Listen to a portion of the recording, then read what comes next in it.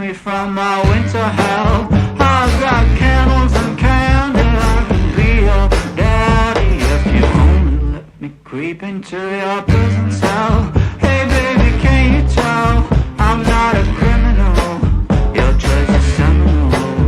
I want you to stay true to what's right for you. No matter who or know what will others say, just find your way and try to stay true.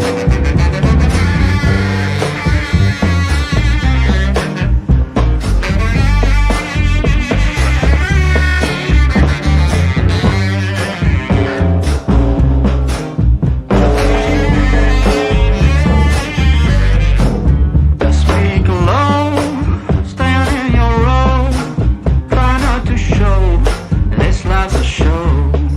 Try not to glow way down below. Oh, it's a lot of woe, and that's not a place where you would like to go. I've got cigarettes and brandy, which could come in handy if you just help me loosen up my hand grenades fuse. Baby, don't refuse my truth, but it's up to you now to choose. I want you to stay true to what's right for you. No matter who or know what will others say, just find your way and try to stay true.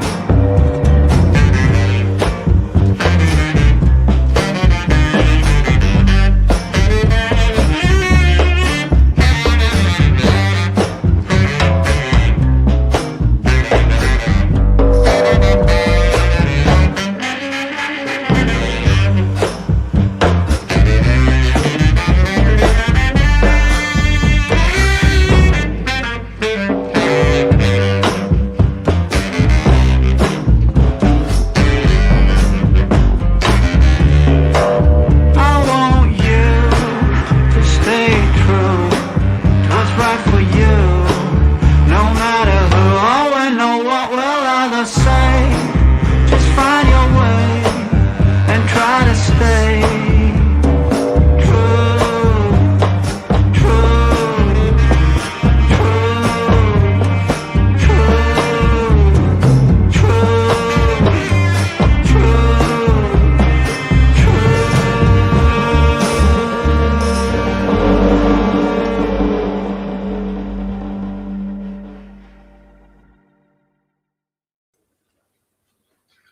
Good morning, everyone. How are you guys doing? I hope everybody's doing great.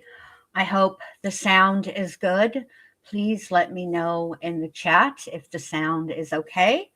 My husband and I worked very diligently this weekend to make sure that the router was restarted, the connection was good. We moved the router, all of the things to make sure that the stream goes swimmingly. So I hope it's good. Also, let me just scroll up here and thank you, Boss Lady, for becoming a member and upgrading your membership. I appreciate it very, very much. Thank you, thank you, thank you for supporting me and the channel. Thanks so much.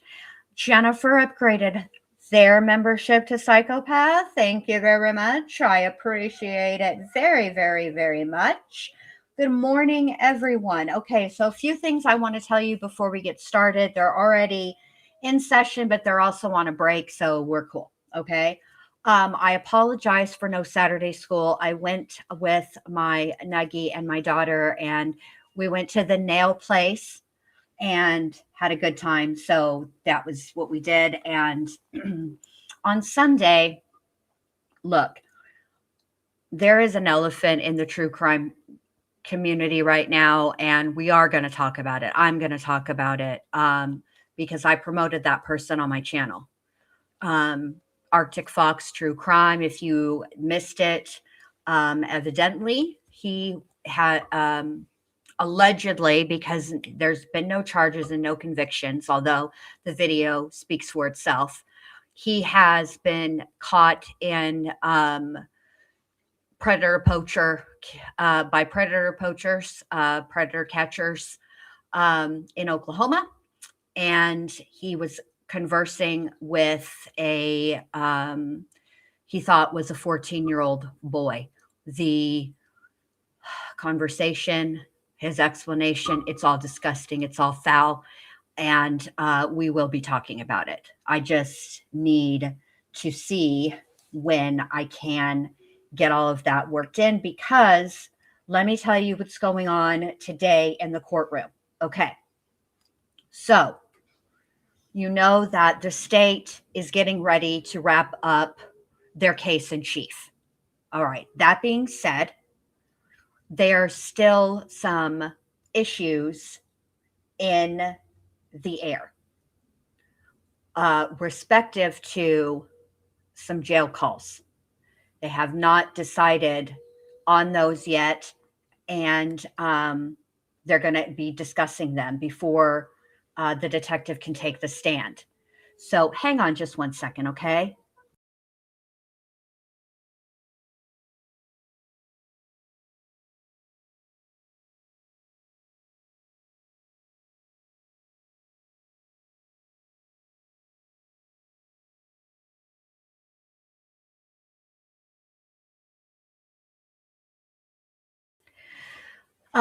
So they need to iron those out. There's some other motions by the state as well. So let's go ahead and get into it. Also, I want to hear you guys' opinions, because I've been thinking about this, and I thought about this last night before I went to bed, and I thought about this morning while I was in the shower. Now, the rules are that the defense doesn't actually have to put on a case at all. They never have to put on one item of evidence, not any testimony, nothing. They don't have to do anything, really. Okay, it's not their burden. The burden is on the state to prove that Kouri Richins is guilty. So I was thinking about this, and I was wondering, because okay, if the state is eventually going to rest, right, after the detective takes the stand and finishes his direct and then cross-examination and all that, right? Once he's done testifying, the state is going to rest. Now, these are the options left for the defense, okay?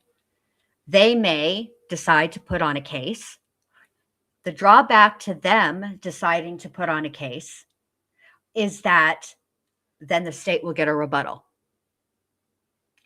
What do you guys think? Do you guys think that it would be smarter for them to just zip it, lock it, put it in their pocket, present no case? Or should they try? Because at this point, it's not looking good for Kouri at all. All right, so let's go ahead and start. Now, if I'm a little bit, like, if it takes me a minute, it's because I figured out how to do a dual monitor. Yeah, that's right. I'm fancy. Pinkies up. And I forget, like, which way to move the mouse to switch between the screens. So, okay. All right, here we go. We're on the record in 231-500-139. Counsel over the state and defense are present. Defendant is present. Some things to discuss. A couple of motions filed last night. We also need to discuss jail calls and the other information that'll be coming in through Detective O'Driscoll. Let's start with schedule. Mr. Bloodworth, who are the state's anticipated witnesses today? Your Honor, Cody Wright, Matthew Throckmorton, Jamie Woody, Todd Gabler, and then if we get there, Jeff O'Driscoll. There's probably a lengthy discussion regarding the state's motions and defendant's positions regarding the jail calls, the interview transcript, that we need to have prior to Detective O'Driscoll. Is that your sense of it? Yes, Your Honor. So if we're going to have that before he gets on the stand, we're going to have it today. which means he's probably not getting on the stand today. Agree. Okay. Ms. Lewis, you're the one looking at me, so I'll just ask you, does that sound right? Yes. it Okay. does. Okay. So we'll plan to at least begin, if not have that discussion sometime today. Then, let's see, the state filed a motion regarding exhibits 8-57R and 8-63R. Need to make sure I give defendant an opportunity to respond to that. Ms. Lewis, what are your thoughts? No, I believe those are the videos, is that correct? The videos of the interviews with Carmen? I wasn't sure what they Well, were. It's the Yeah, it's 857 consistent through portions. 63. It's, My apologies, that's right. And we've submitted the transcript, but of course, a video would be redacted once we make a decision based on the transcript. Okay. 'Cause, yeah, I didn't see the specific if those are the redacted, wasn't able to look at them. I just saw that. They're all filed as separate docket entries. There's this 6 Carmen Laba interviews involving Summit County Sheriff's Office and 1 involving the United States Attorney's Office. And these are redacted portions of those 6 interviews used to rehabilitate Carmen Laba. Okay. I guess I need to look at the redacted version. I didn't realize that. I was looking through what the state files in box to get to us, and it wasn't in there when I was looking at it yesterday evening. So these are the attachments to the motion that was filed over the weekend. and we have the same objection to the motion. I mean, it's the same objection. I will have to look at the redacted version, but I'm not sure what you mean by same objection, but let's not spend time on that now. The state is designating specific portions, a very limited subset of the 900 pages of combined All right. transcript, as consistent statements to rebut a charge of either recent fabrication or pressure to change her testimony. I'm going to have to make a ruling regarding each of them. okay, I'll read them. The redacted versions. Sorry, okay. I misunderstood what was filed. So that's that. What's a reasonable time to have that conversation, Ms. Lewis? I'm gonna try and look at them this morning. I don't know, let me pull them up, and then maybe Okay. at the break we can talk about that. I'm not okay. We'll check back in about that. I had them to bring it in. It's this much paper, and so it may be more than you can do between now and the lunch break, but let's be reasonable. Mr. Bloodworth. All right. Your Honor, I think that's a prerequisite to having a full discussion on Jeff O'Driscoll's testimony. Is that true? Why is that true? Why don't Well, those issues stand alone or stand independently? Your Honor, they do stand independently, but Jeff O'Driscoll will likely be the state's last witness. We would then then use those exhibits as part of his direct examination. That makes sense to me. Okay. I understand that. Okay. Let's see.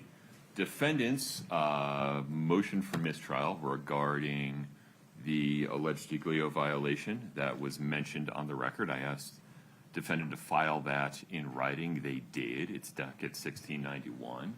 Need to give the state an opportunity to respond to that. What's reasonable, Mr. Bloodworth? Your Honor, state can respond right now.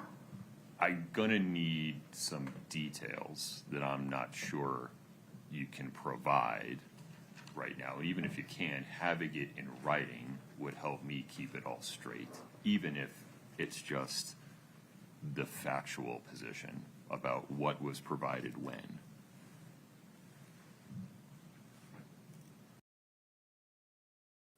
Okay, so just to refresh your recollections, this Giglio violation, alleged violation, would be the fact that Carmen Lauber did in fact fail a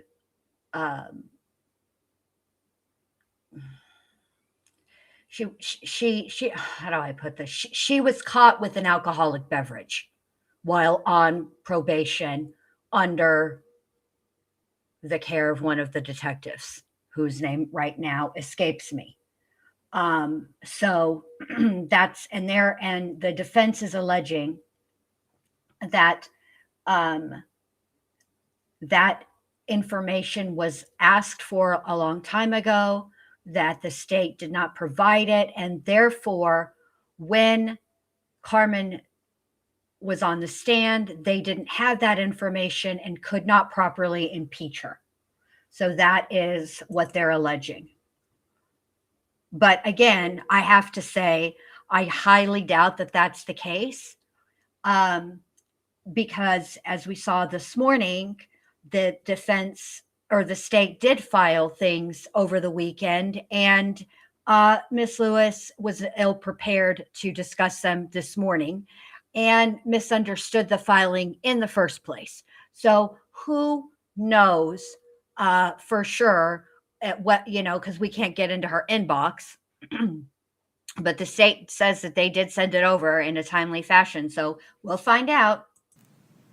Your Honor, we can do that. I don't think that the state disagrees on the facts Okay. laid out in the defense's motion, but we can provide something to the court in writing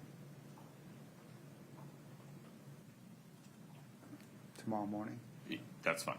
And if that's the case, it sounds like it won't be burdensome to produce it or to draft it. No, Your Honor, it's not too burdensome. Okay. Sounds good. Your Honor, just maybe a heads up. Can I refer to the court to State v. Bisner? That will feature in the state's response. I look forward to reading it after I get your response. Understood. Okay. Very good. Then, Ms. Lewis, there's also the oral motion for mistrial that you made at sidebar regarding references to quote-unquote charges in State's Exhibit 2-46. That was on March 5. We provided a curative instruction to the jury on that. Is that something your defendant is standing by, or is that motion withdrawn?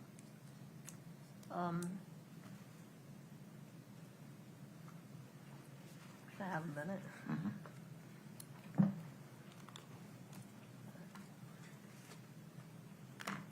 I mean, how do you not know the answer to this question? 2-46. This is the video. Oh my the God. Audio recording. This, even I know this.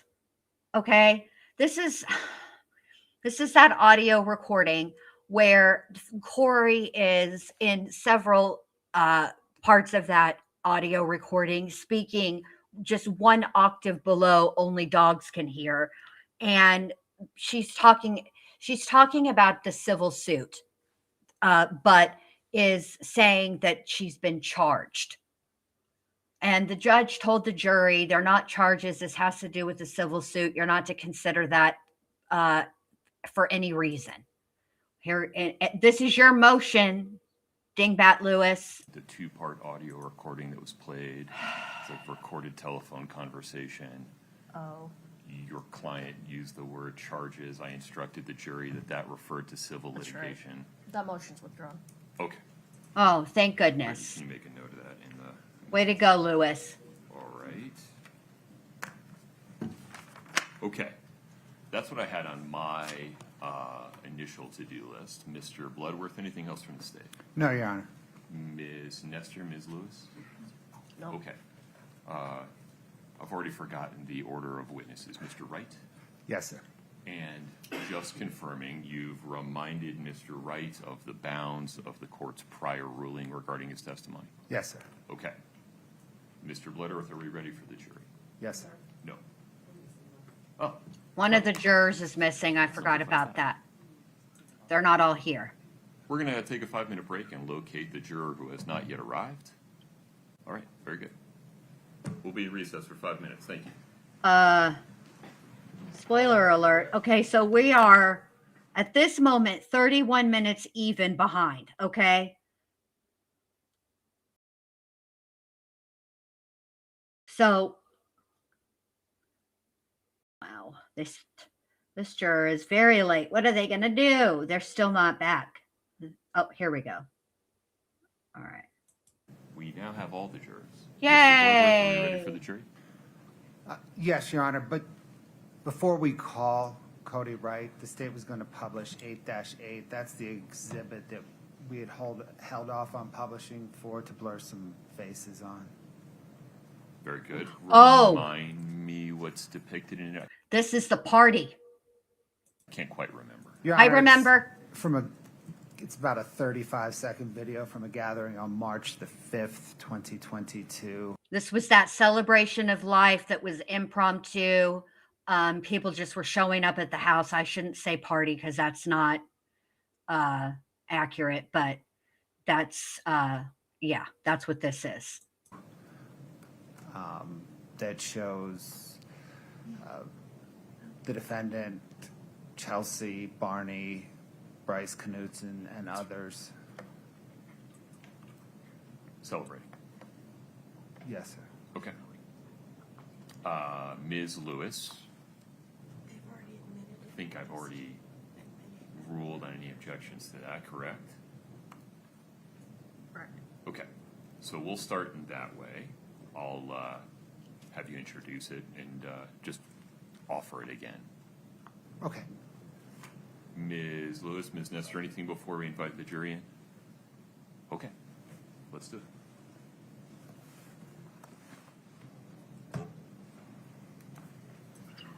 Hi, well, good morning, Teacup Kraken. I have not seen you in a hot minute. Good to see you, babe.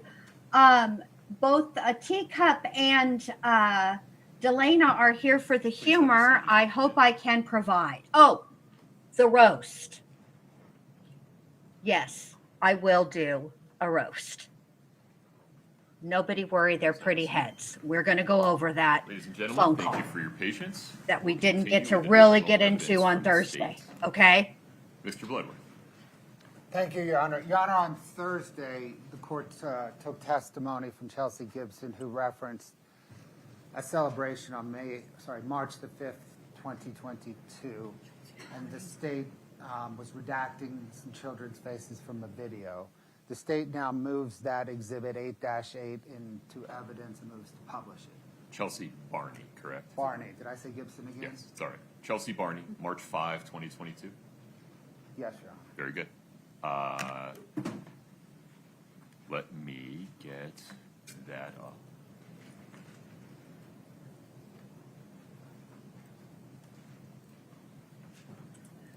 Jennifer says, every time somebody says Mr. Bloodworth, I hear Mr. Slugworth,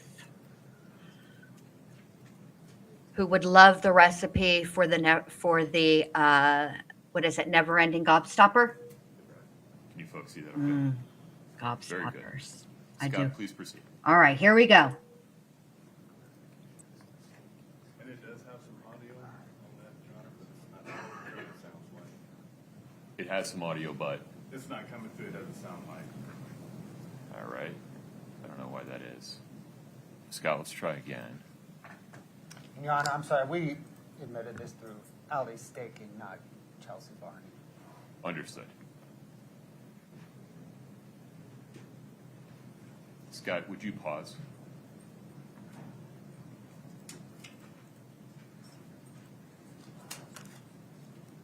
Would you disconnect and reconnect, and we'll just start over? Check the settings on your end, please. I'll do it. Delana, I will keep your daughter in my prayers, and I'm sending you all the good juju. Always. Okay, I'm getting all three. Cheers, boys. Yep, come back in the corner with us. There we go. Richard. Richard. Richard, yep.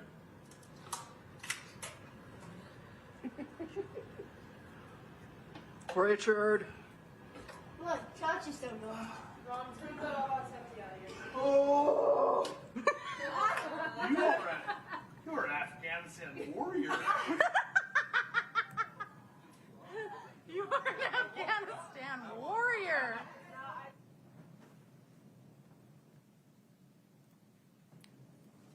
Mr. Bloodworth, the state's next witness, please. Your Honor, the state calls Cody Wright. Cody Wright, if you guys need your recollections refreshed, I need to learn how to talk. I need my ability to talk refreshed. Apparently, I'm buffering. I need to refresh the screen. Anyway, this was Eric's business partner. Just sworn in. Please raise your right hand. Do you solemnly swear the testimony you're about to give in the matter before the court to be the truth, the whole truth, and nothing but the truth, subject to the pains and penalties of perjury? Thank you. Have a seat.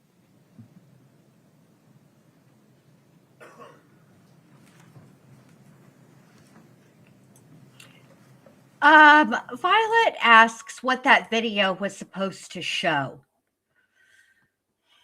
I believe it was supposed to show that Kouri was laughing and having a grand time.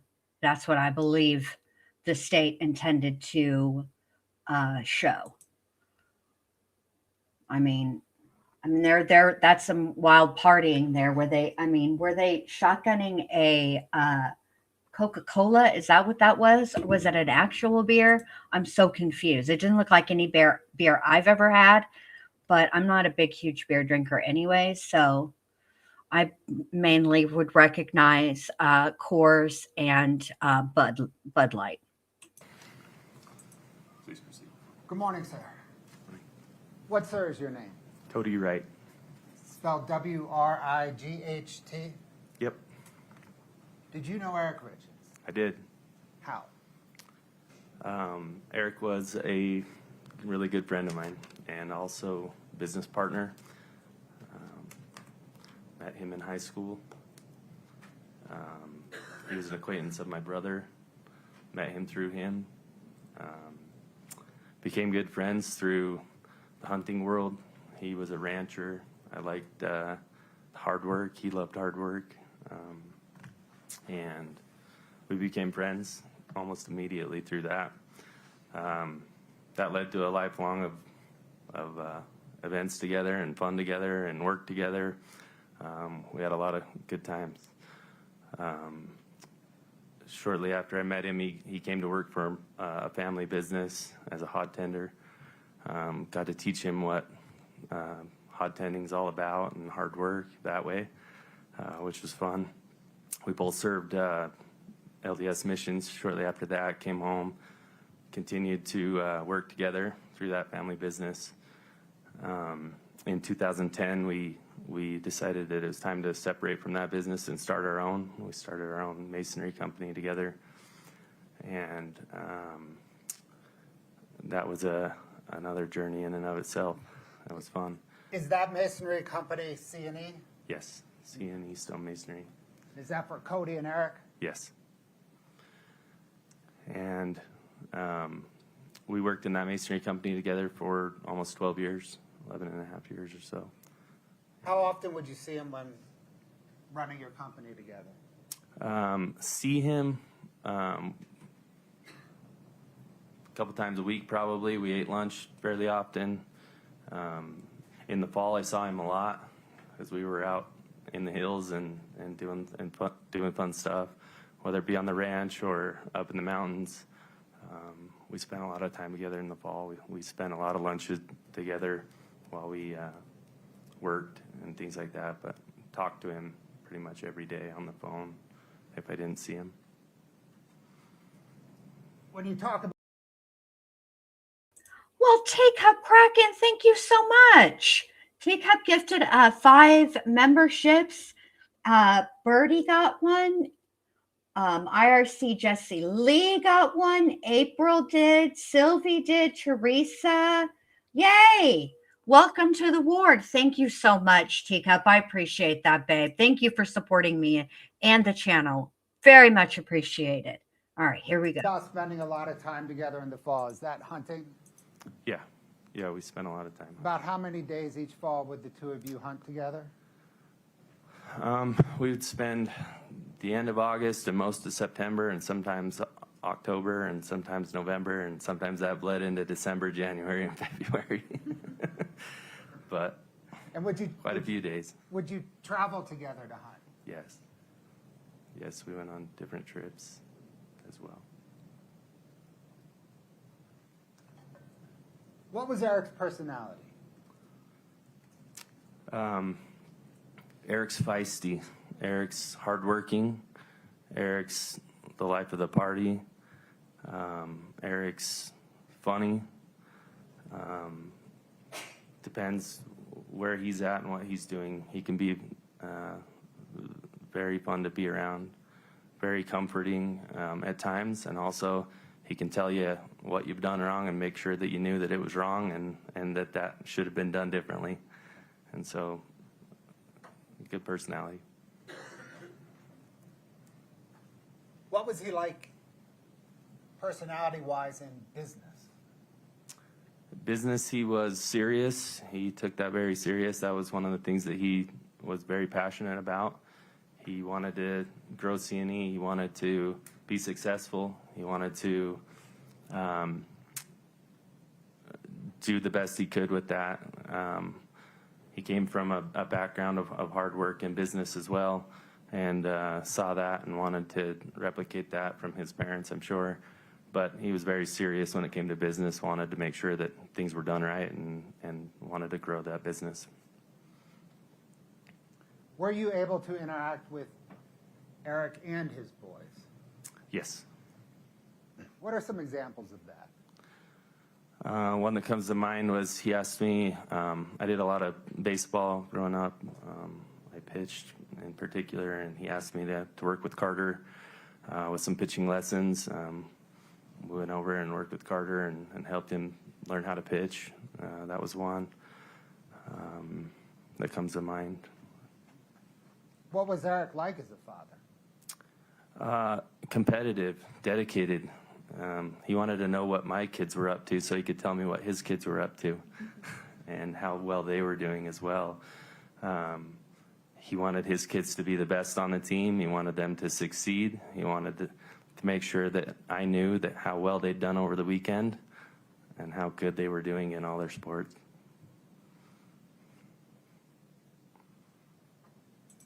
I gotta say, I'm glad we're getting this.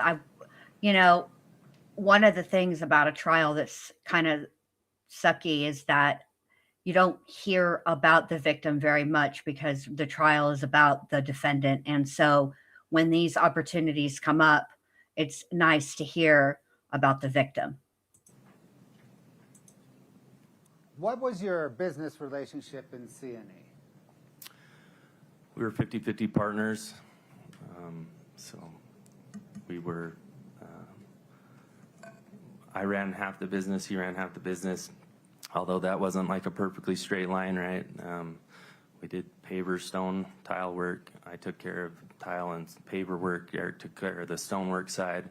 So we did have it split to where he took care of his projects, I took care of mine. We overlapped in the bookwork end of things or in the administration side of things. But as far as work went, he had relationships with people that I didn't, and so he would take care of those clients and I would take care of others. How many people did CNE employ in early 2022? Approximately 90. And about how many projects at any given time was CNE running? When Eric passed, I obviously stepped into a full-time role in that whole business. I remember counting 47 projects. What was CNE's business outlook in early 2022? Good. It was great. Business was good, and business continued to be good, and was projecting upward. Each year we'd done a little bit more, and it was definitely on its way up. Did you and Eric have any plans for the business before he passed? We had, I'm more conservative than Eric was, and so my plan was always to just be okay with where we were at. Eric's plan was, let's grow this thing and keep going. And I was like, good with where we were at a lot of the time.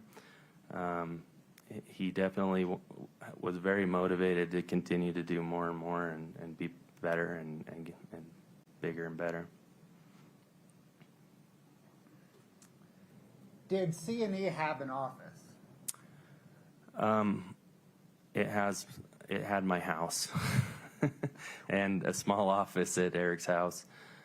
We both had home offices, and so we ran the business from his office and my office at our residential home. Did Eric use a C&E computer? Yes. Did he keep that at his home office? Yes. Did you and Eric have a C&E email account? Yes. How did that work? It was a joint email. If you know him or I, you know that we're not technology people. And so one email was enough to handle. So we had one email that we both would look into, that all of our emails would come through. That way we could make sure that we were taking care of each other as well. That seemed to work, and so that's what we did. Did C&E receive its America First Credit Union bank statements by email? Yes.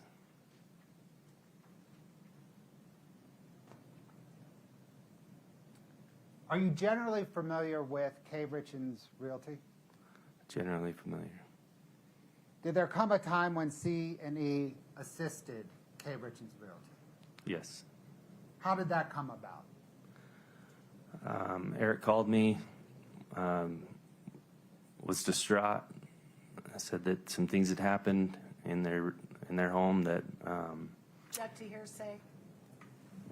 Sustained, please rephrase. Or just keep moving. Your Honor, can we approach? Sure. Now, I'll say this, all right? So we've seen these types of objections before from the state when Ms. Lewis is doing the questioning, and unlike like Mr. Bloodworth, this is clearly not his first day lawyering. And so he'll either approach or he'll rephrase or whatever, right? Whereas Miss Lewis, she'll just ask the question again, the exact same way.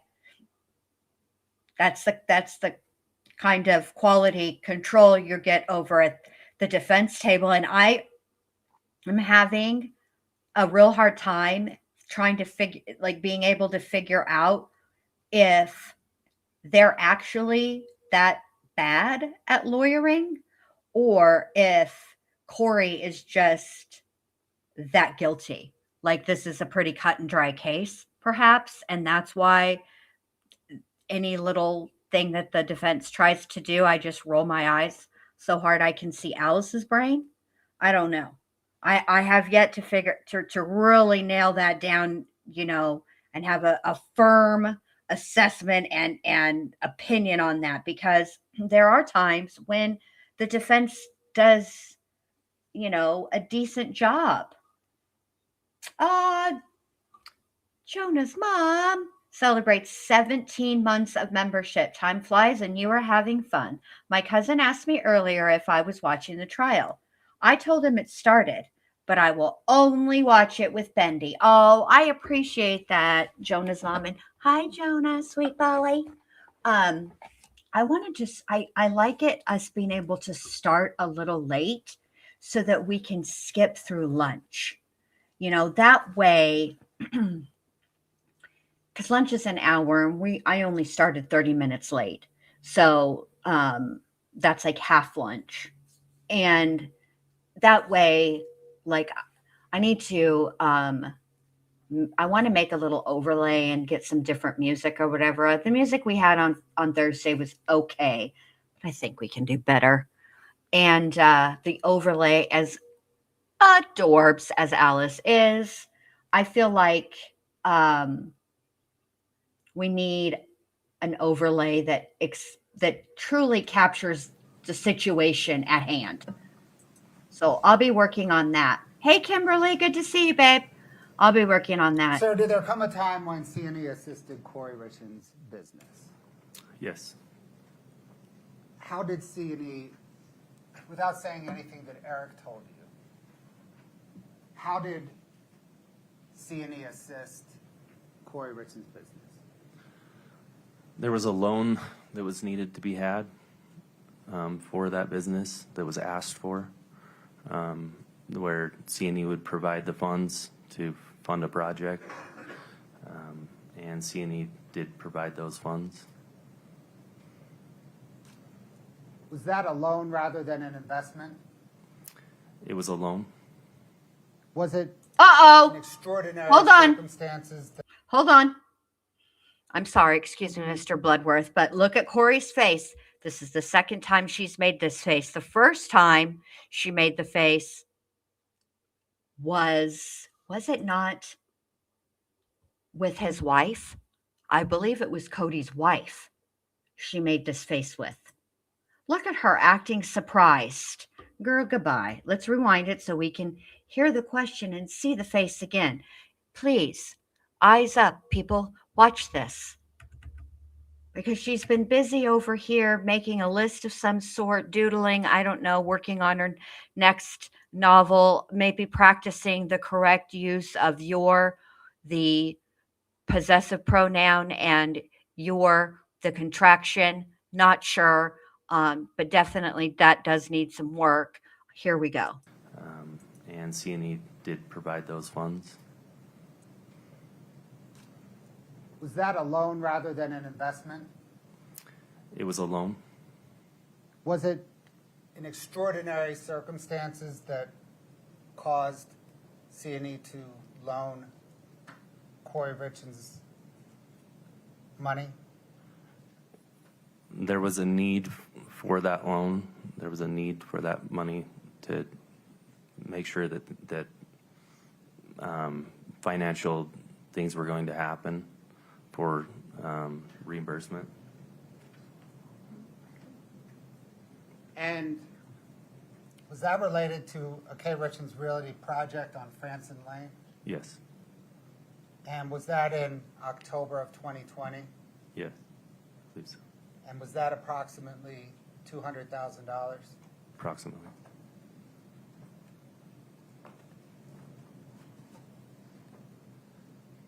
Are you familiar with a buy-sell agreement that you and Eric had in place should anything happen to either of you? Yes. Are you familiar with a New York life insurance policy, a set of New York life insurance policies that were associated with that buy-sell agreement? Yes. Are you familiar with the series of beneficiary changes to the New York life policy on your life in January of 2022? I was told those happened. Did you make those beneficiary changes to your New York life policy in January of 2022? I did not. Did you ever make any beneficiary changes to that New York life policy? No. Did you ever observe Eric Richins make any beneficiary changes to that New York life policy? No.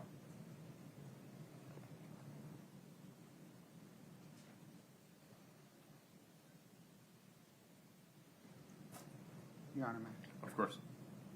Your Honor, I'm approaching the witness with Exhibit 8-49. It's some handwriting exemplars I think everyone's familiar with.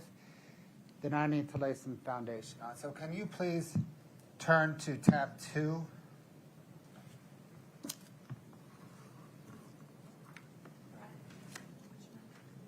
It's 849. It's the exemplars.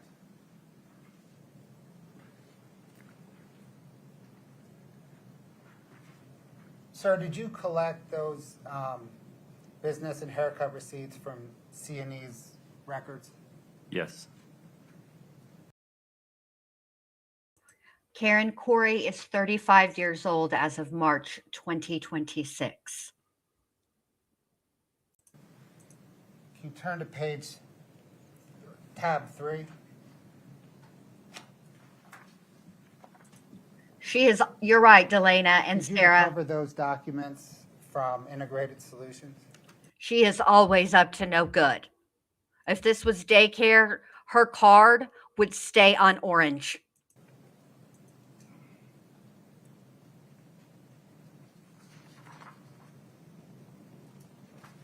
I'm looking at an IRS e-file signature authorization form 8879. Is that? Would you repeat the tab number, Mr. Bloodworth? Tab 3. Maybe just take a look to make sure you and the witness are on the same page. Help him out, Mr. Bloodworth. Binders are tricky.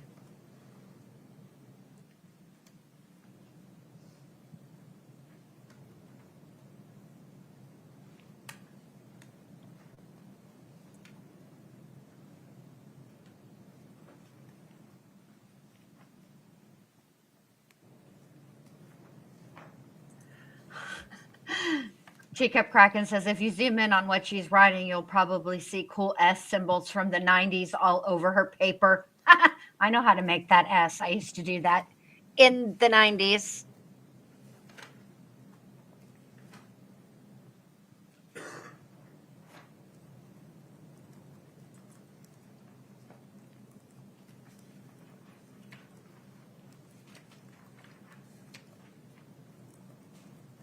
See, this is why binders are not a good idea. You need a trapper keeper.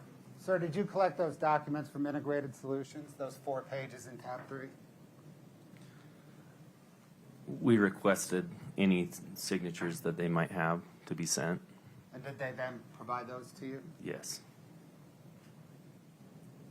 Sir, can you turn to tab 7, please? Good morning, Daria. Good to see you, babe. It's good to see everybody. If I didn't say good morning to you, good morning, good morning. Thank you so much for being here. I appreciate it. Yeah. Did you request and obtain from Big D Construction Not Big D. those documents containing Eric Richins' signature? Same thing. We asked if they had any signatures and if they could send those over if they did. And Big D Right, that's what- Construction provided. I can't And then, handle sir, it. Tab 13.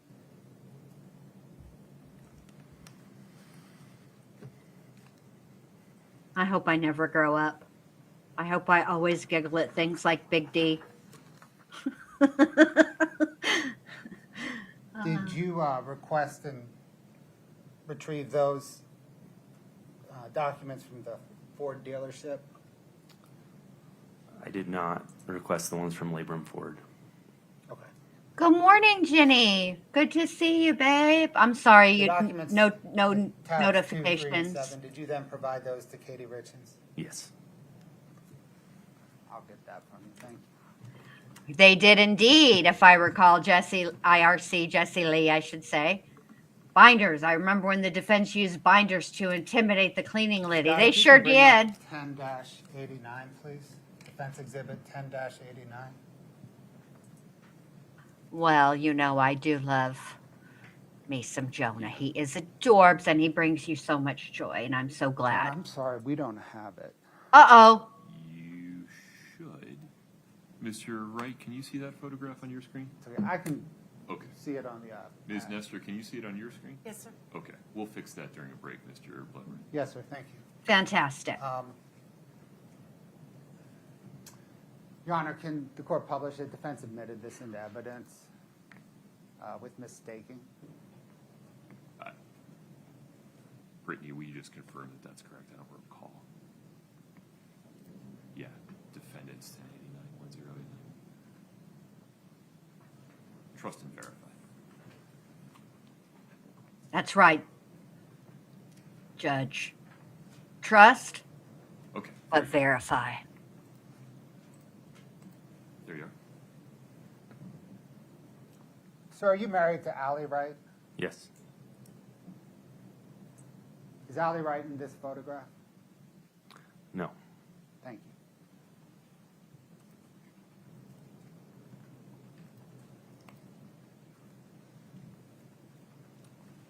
Sir, have you ever observed Eric sick or injured? Yes. Can you give some examples, please? Eric had Lyme disease at one point. Saw him when he had COVID. I saw him when he had a cold. I saw him when he had the flu. I saw him when he had back pain. hunched over from lifting a rock and tweaking his back to where he could barely walk. Yeah. How did Eric react to illness or injury? He's a cowboy. Eric is a go get him. He's not going to sit at home because he's sick. He's not going to stay home because he has COVID. He's not going to not show up because he's feeling under the weather. He's very tough-spirited, rough-hearted as far as not being a wimp goes. Other than allergy medication, have you ever seen Eric use over-the-counter drugs? No. Have you ever seen Eric use prescription drugs? No. Have you ever seen Eric use illicit drugs? I have never seen him use illicit drug. Sir, do you recall receiving a phone call from Eric at approximately 2 p.m. on Valentine's Day, 2022? Yes. Without saying what Eric said to you, why is it you remember that phone call? The fear in his voice, the urgency of the situation, the seriousness of what was going on. Had you ever heard Eric sound like that before? The only other times I heard that urgency and that fear when he called me telling me that his mother had passed away in the hospital. I also heard that urgency or that fear when he had been rear-ended in an accident, and feared that the person that had hit him had passed away as well, or had hit him hard enough that he was scared of what had just happened. Thank you, sir. I don't have any further questions.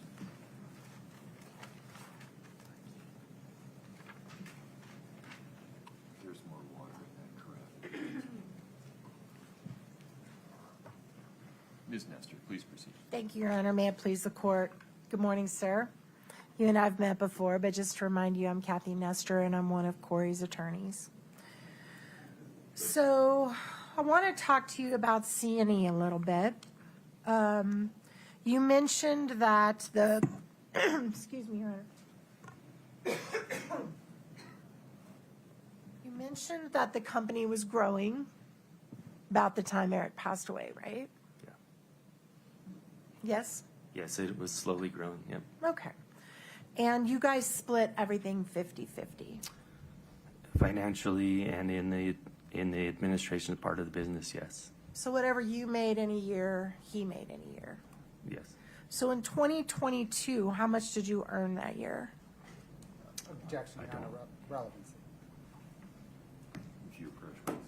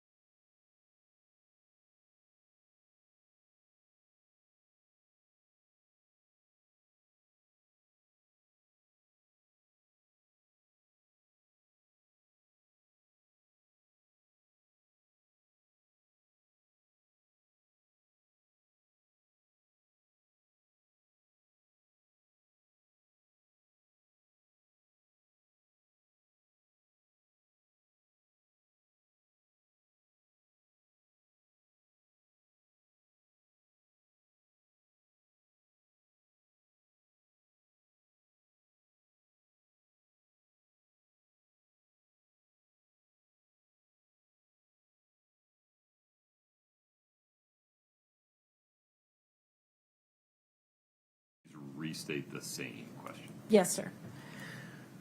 So how much did you earn, let's say 2021, the year before, just a few months before Eric died? How much did you clear that year, income, Are you talking personally or in the business or? personally? Personally. I don't have those numbers in front of me. I'm not positive what that number would be. Was it more than $500,000? Personally, no. Okay. Do you know that, do you know what Eric made in 2021? Mr. Bloodworth, go ahead. Objection foundation. It's a yes or no question, so if you would start there, sir. Overruled. Do you know what Eric made in 2021? No, not off the top of my head. All right. So if there's tax returns that have already come in that indicate, that came in through an expert, that indicate he declared around between $700,000 and $900,000, would that be way off base for that year? If you pause there for a moment, Mr. Bloodworth. Objection foundation. Yeah, would you approach for a minute? I don't understand the point of these questions. Why does it matter what they made personally? Because at the end of the day, Kouri took a loan from the company. Not only did she take a loan from the company, but she also, hold on a sec. She also stole, because that is what happens. Yes, she had a power of attorney. Good luck, Delana. Yes, she had power of attorney, but she abused power of attorney and took out a $250,000 home equity line of credit without consulting her husband. Now, the thing about that is every partnership, relationship where you share finances, Foundation is is sustained. different, but All right. I would never, and I would be livid if somebody did that to me. Did you, at the time that Eric died, did you project that your company was going to continue to increase in value and resulting in increased income to both of you over the years? Before he passed, you're Yes. asking?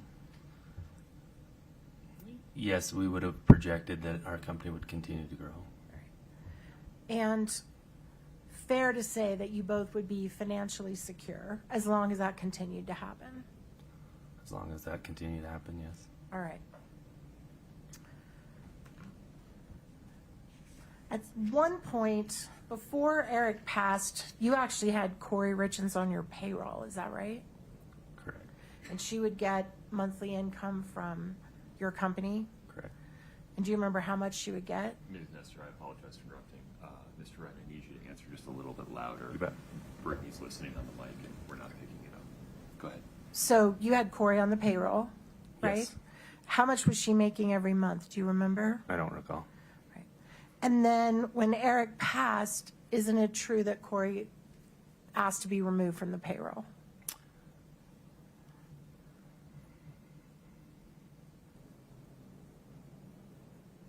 I do not believe she asked to be removed from the payroll. We continued to pay her for some time after he passed. Like a week? I recall it being longer than a week. How long do you recall it being? A couple of months. Okay.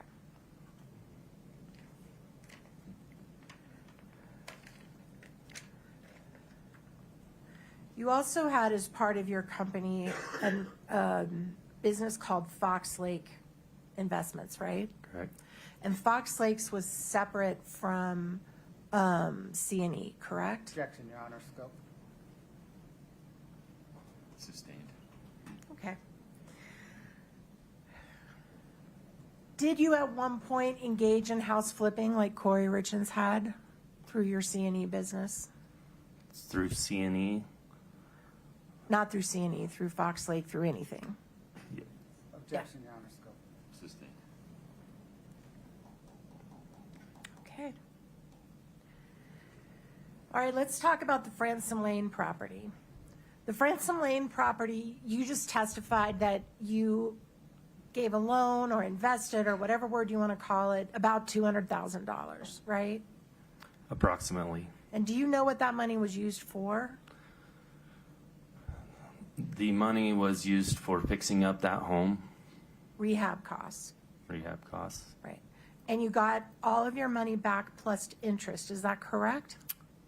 I believe we did, yes. And do you know how much interest or profit you made on that? I don't recall. All right.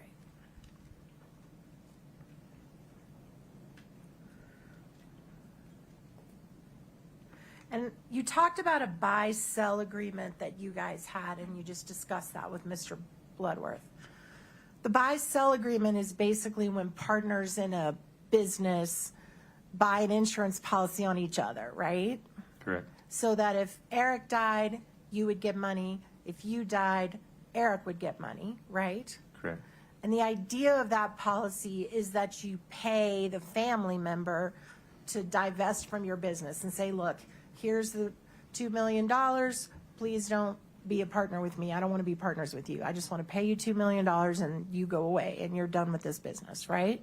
The idea of it is to do whatever the contract states. So whatever is in that contract would be followed.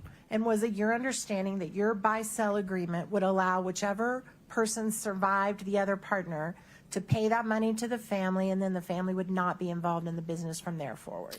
In our buy-sell agreement, we had it so that the proceeds would go to the family. Right. And Mr. Bloodworth talked to you about a beneficiary change on the buy-sell agreement, right? Yes. And that occurred on January 1st of Objection, 20. Your Honor. Just foundation, the beneficiary change is on the life insurance policy, not the buy-sell agreement. I think that's what Ms. Nestor meant. That's what I meant. Appreciate the clarification. Thank you. So the beneficiary to the life insurance that backed up the buy-sell agreement was changed on January 1st of 2022. Is that right? I was told that. Okay. And were you in fact told, when you learned about this, that the policy that was changed was your policy, not Eric's? So the way that I understood that is the policy is on the person who is still alive. And I don't recall exactly the words that they used to tell me that it had been switched. They told me that someone had logged in and switched that beneficiary, and that was To your policy. yeah. I don't recall the exact words that he used in that moment. Well, think about it. You remember everything else. You don't remember if it was your policy or Eric's policy that it was changed? Your Honor, objection, asked and answered. Your Honor, I'd like him to have a chance to answer it. Overruled.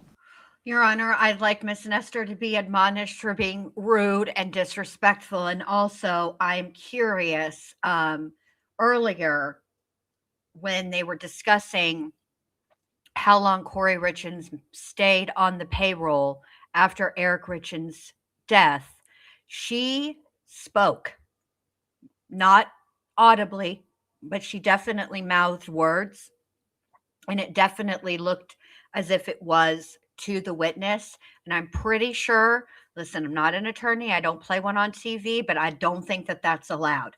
So I'm very curious if that's going to get caught and addressed at a later point today. That is all. Please answer Ms. Nestor's question. So it's tricky because when it's a flip-flop. So I'm trying to think about that in this setting. Give me just 1 second. It's okay. Take your time.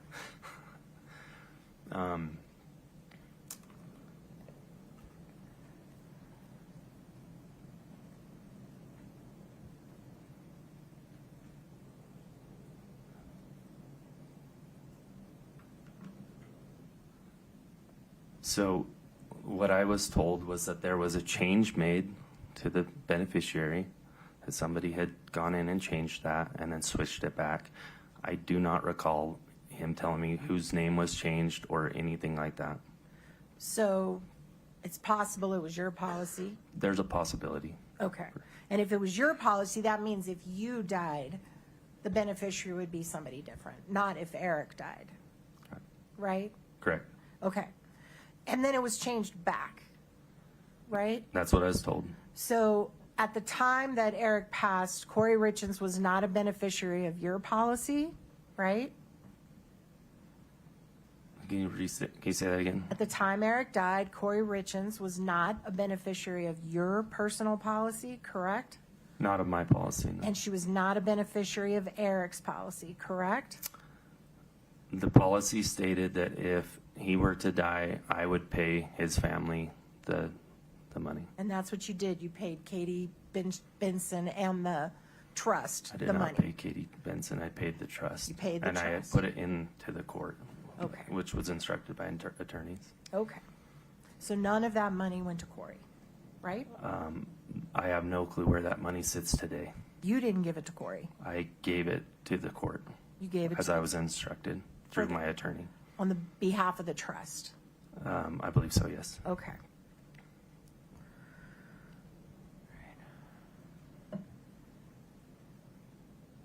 I want to talk about the times that you saw Eric in pain. So, fair to say Eric had back pain? He had back problems? He would pinch a nerve once in a while and have back pain, yes. And he'd be unable to work? He would work through that. Sometimes he'd be unable to work?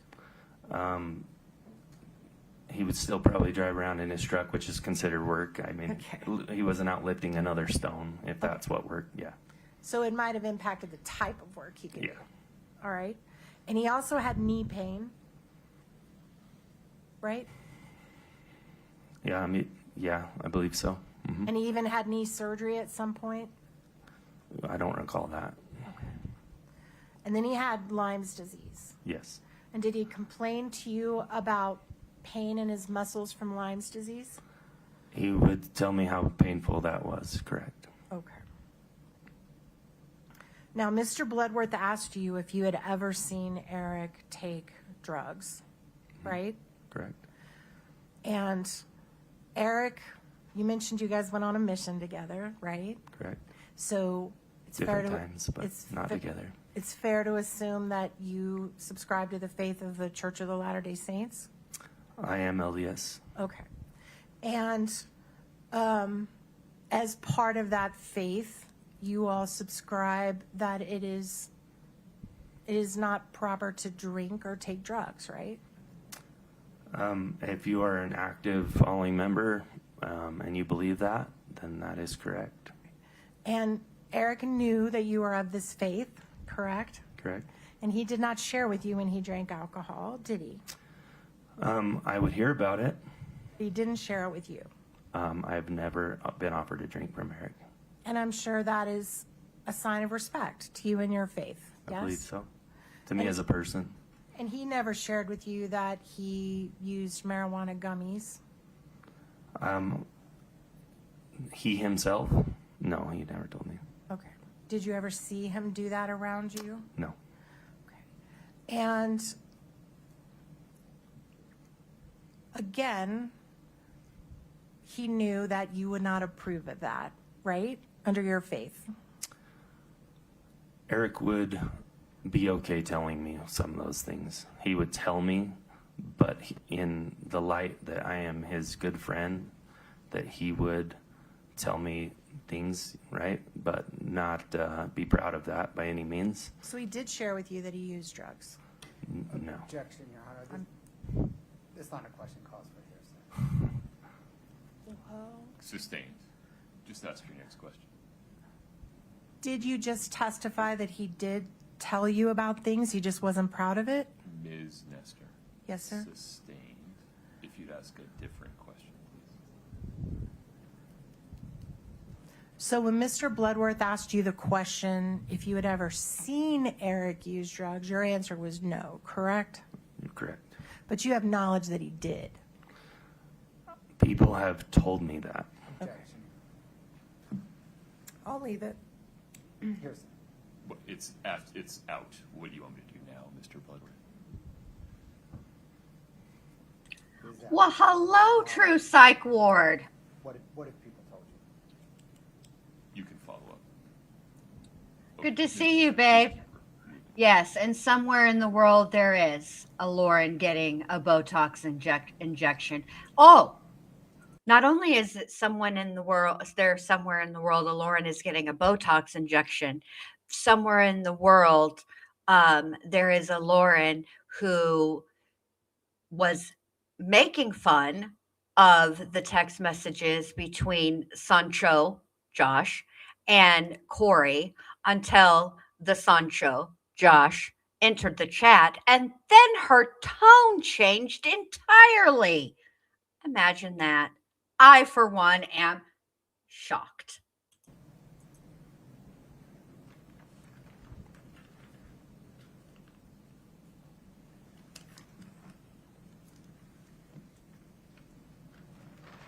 You mentioned that you and Eric used to go hunting together. Is that right? Yes. At some point, did you provide information to hunting law enforcement officials about violations that Eric had done when he was hunting? Yes. And was he placed in jail for that? Yes. And you provided that information and testimony against him? No. Okay. But you told the police that he did what they thought he did, right? I was brought in and asked questions that I answered to. And those questions incriminated Eric? Yes. Okay. Some of them. And you and Eric kind of had a falling out after that, is that fair? Falling out in what sense? You stopped going on vacations together with your families? We didn't go on vacation with our families very often as it was. So I would say that was not something that immediately happened after that. And your relationship became more tense, more difficult between the two of you? Oh yeah, he didn't like it. Okay. Yeah, he was upset about that.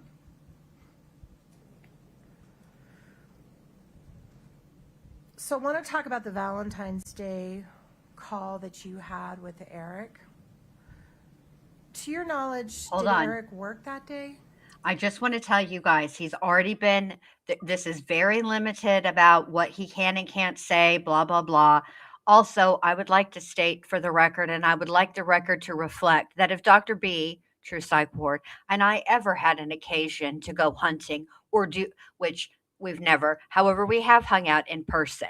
And I can tell you right now that that would never occur. She would never, nor would I, report any type of violation of anything ever in the entire world. And if we were asked about each other violating something, I would be and she would be, new phone, who dis? Are you normal? We would never, ever. But that's our friendship. Clearly, this is a different one. Again, work is everywhere we go. We have our cell phone and we are working. Did you know whether he worked that day? I would assume that he had worked that day, having received a phone call or two or done some sort of management style of work. If I were to show you photographs of projects that he visited that morning, would you be able to recognize the project by looking at the house? I may be able to recognize a project, but I'd have no clue if he showed up there or not, or if he had worked there that day. Okay, can we put up for the witness States Exhibit 3-13D?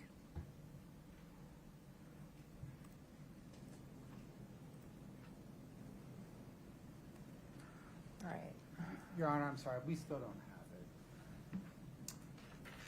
You're welcome to use that. Okay, do you see that photograph in front of you? Yes. All right. And that, Objection. Mr. Bloodworth does not want to share with Miss Lewis. That friendship door is closed. that is a photograph and Could you Eric. pause for one moment, Mr. Bloodworth? Objection, Your Honor, Foundation. That's right, True Psych Doesn't Ward. even like it. No, Are you about to lay no. something? Yes, Mr. I am. Superman, no. So if you lay it before you represent what it is. I will. Thank you. Do you recognize what that home is, the aerial view? Do you know whose home that is? We're going to rewind this to get this full, but I need to explain this full T. Okay, so Daria says supposedly Josh was in HTC's chat after he testified and called Lauren or was called by her. I watched. I didn't see no call because she was live the entire time. I'm given to understand it was an email. Also, I object to the title of that live about referencing those texts as steamy. There was no steam. It was barely room temperature. Stop playing with these people. Hidden true crime. All right, here we go. Let's rewind this so we can get it. Get it out of my mouth yet, Judge. Are you about to lay some foundation? Yes, I am. Okay. And so if you lay it before you represent what it is. I will. Thank you. Do you recognize what that home is, the aerial view? Do you know whose home that is? Yes, Whose home is that? Eric's. Okay. And can you go to the next photograph, Katie? Do you recognize that overhead view of a home?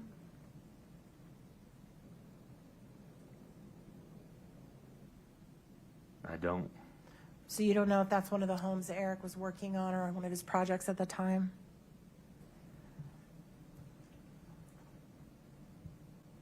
Doesn't look familiar to me. Okay, can you go to the next one, Katie? What about this very large home? Do you recognize that one? I don't. You don't know if you guys were doing a project on that house? I don't. Okay, you can take it down. On the day that you spoke to Eric Richins on Valentine's Day, he didn't, you weren't aware that he went to a doctor that day? Did you ever know of him going to the doctor, taking time off He told me that he had gone with Carter that morning. to get allergy shots? Something with allergies. Okay, but after you spoke to him, were you ever aware that he went to a doctor to follow up on how he felt that day? Your Honor, objection calls, I think, for hearsay. There's no foundation otherwise. If he had personal knowledge, if Eric took time off to go to the doctor, Please approach.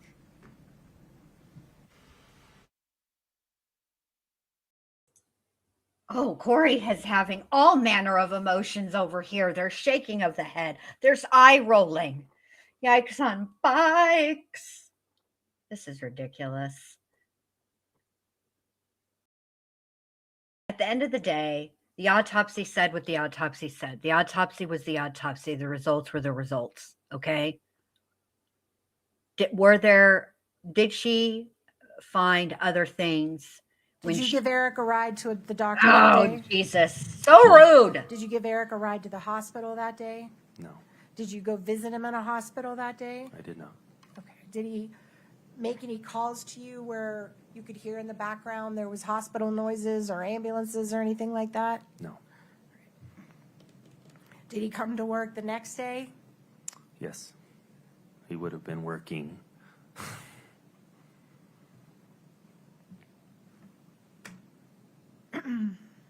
All right, the day that Eric died, on March the day before he died, the 3rd, you guys went to lunch that day, didn't you? Yes. And you went to lunch at the Mirror Lake Cafe? I believe that's where it was, yes. And you kind of spent part of the day with him that day, didn't you? Just that, at that lunch appointment. All right.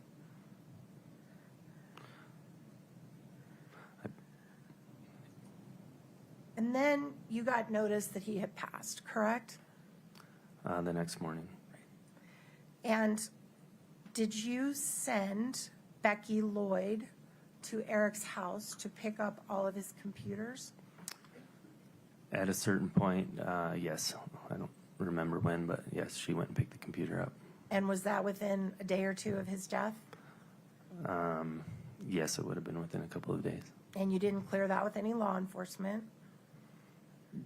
Didn't, nope. So you picked up his computer, or Becky picked up his computer and brought it into y'all's custody, right?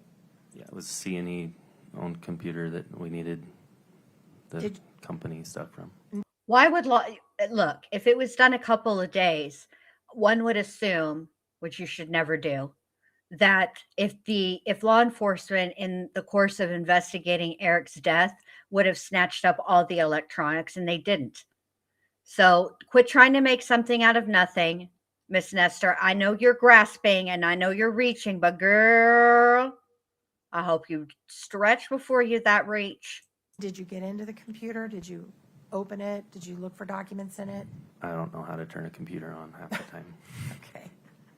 All right, what about Miss Becky? Did she go into the computer? Your Honor, objection here says go. Do you know whether Becky went into the? Sustained, if you could ask I will.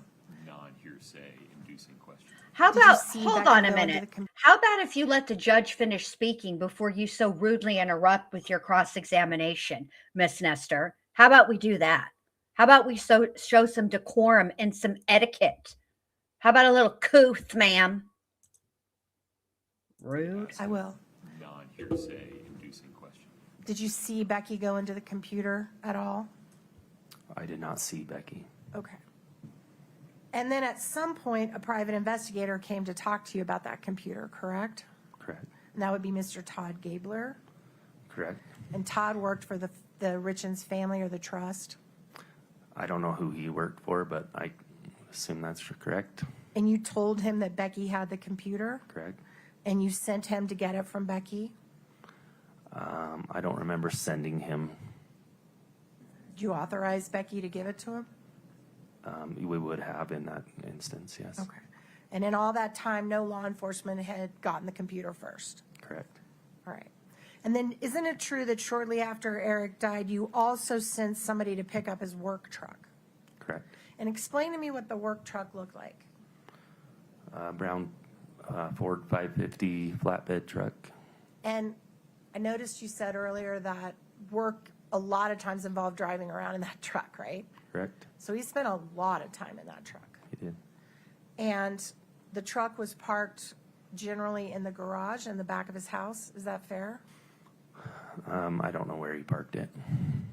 But you sent someone named, what was the person's name that you sent to go get the truck? I don't recall who I sent. Okay. Somebody named Victor? I don't recall. Okay. And he went to pick the truck up and took it out of the garage, right? But if it was in the garage, then he would have taken it out of the garage. I don't know where it was parked. Okay.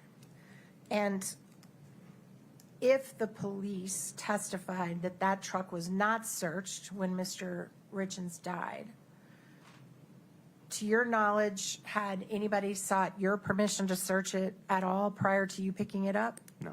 Okay. And then you took it into your custody, Yes. and you kept that truck? Yes. You still have it? Yes. All right. He also drove a red truck, is that right? But like a personal truck? Yes. And did the C&E own the red truck? Yes. All right. And at some point, you found out that the red truck was being serviced. Is that right? Yes. How'd you find that out? The Ford dealership called me and told me that it was ready to be picked up. And you knew that that truck was being driven by Kouri Richins at the time? It should not have been being driven at all. Okay, but she had custody of it. It was sitting at her house with instruction that it shouldn't be driven. Okay. And when you With found out, knowledge that it shouldn't be I'm driven. sorry, I didn't mean to interrupt you. I You're thought good. you were done. You found out the truck was ready and you went and picked it up, right? We went and got it, yes, You did? because it had been driven. You didn't talk to Kouri about it? No, You didn't discuss it with her at all? no. You just took it from the dealership? It is a C&E owned vehicle. There is ramifications for an accident for somebody that's not working with C&E. Okay. And so it felt that it would be proper to make sure that the truck wasn't being driven. Where's the Look, truck now? look here. If she was, this happens, okay? Insurance is insurance. And you got to follow the rules of the insurance or the insurance is void. If it is a company truck and there are certain people in that company that are authorized to drive that vehicle, that's the way that it is. Kouri cannot just be like, well, I think I feel like driving the big red truck today. No, ma'am, Pam. That's not how that works. but it is indicative of how she disregards the rules. She's entitled. She wanted to drive that truck. She drove that truck. That's who she is. That is all. In somebody's yard or house, or I don't know exactly where it's at. Did you give it to Katie? I did. You gave it to her for free? I did not give it to her, no. You sold it to It her? is owned by C&E. So did C&E sell the truck to Katie, or did they No. just give it to her? No, it's sitting at their home or their yard or their place. So they had it. So the people who had access to the truck before any law enforcement ever looked at it were you, Katie, anyone in Katie's family, anyone at the dealership. Is that all right? Say that again. The people who had access to that red truck before there was any search executed were you, Katie, anyone in Katie's family, and anyone at C&E that picked it up? Objection, Foundation. Overruled. You can go ahead. Yeah, I mean, many people had access to that truck. If access is, Okay. they would have to be given the key and given permission to drive it. So when Eric passed and his buy-sell agreement was executed and you gave the money to the court for the trust, then the company 100% became yours, correct? Correct. And is it fair to say that your personal net worth basically doubled at that point? You could say that. Okay.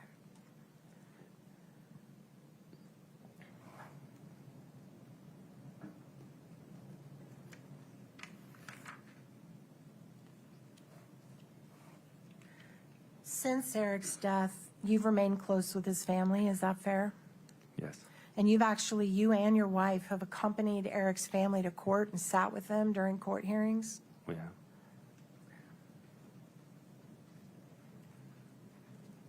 Right, but okay, Miss Nestor, stop playing with these people. They were already close before all of this, okay?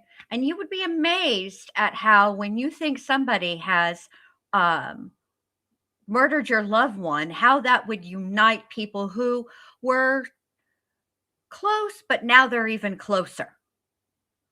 You know, trauma bonding is a thing, okay?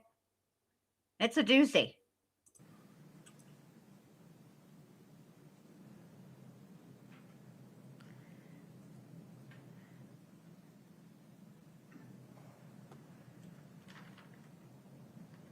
Court's indulgence for just, one question I did forget. We've indulged you as much as as much as we feel like we're going to indulge you for today, Miss Nestor. Please take your seat. New York Life, that was who had your insurance for your buy-sell, correct? Correct. Were you aware of whether Kouri and Eric had personal New York Life policies as well? I don't know the answer. Okay, that's fine. Court's indulgence for just 1 minute, Your Honor. Of course.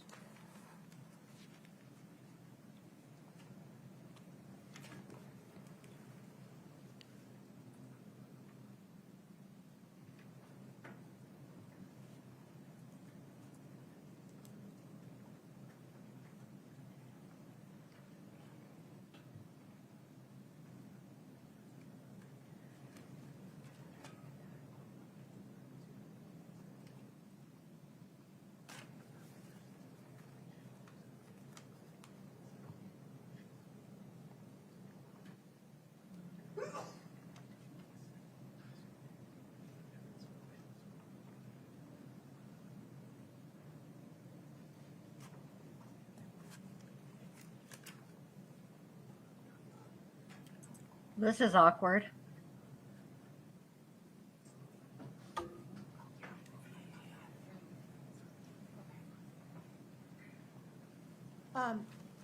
Only if you know, but were you aware, was C&E paying for a personal life insurance policy for Eric through a company called Auto Owners or Integrated Insurance Solutions?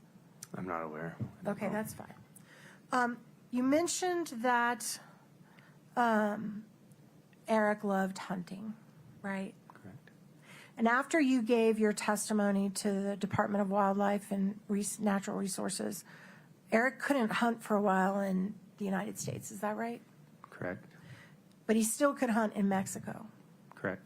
And are you aware that shortly before his death, he went hunting in Mexico? I am. Do you know when? It would have been in February sometime, I believe. All right. And how often did he Maybe hunt January. in Mexico? Are you aware? Sorry, what? How often did Eric go hunting in Mexico? He went down there for a trip, so I would assume he was hunting every day that he was there. Okay. Are you aware of more than one time that he went to Mexico to go hunting? Yes. Were you aware of them more than 5 times? I couldn't say. I don't remember. Did you ever Not go sure. with him to Mexico? Could I? Did you? Did I know?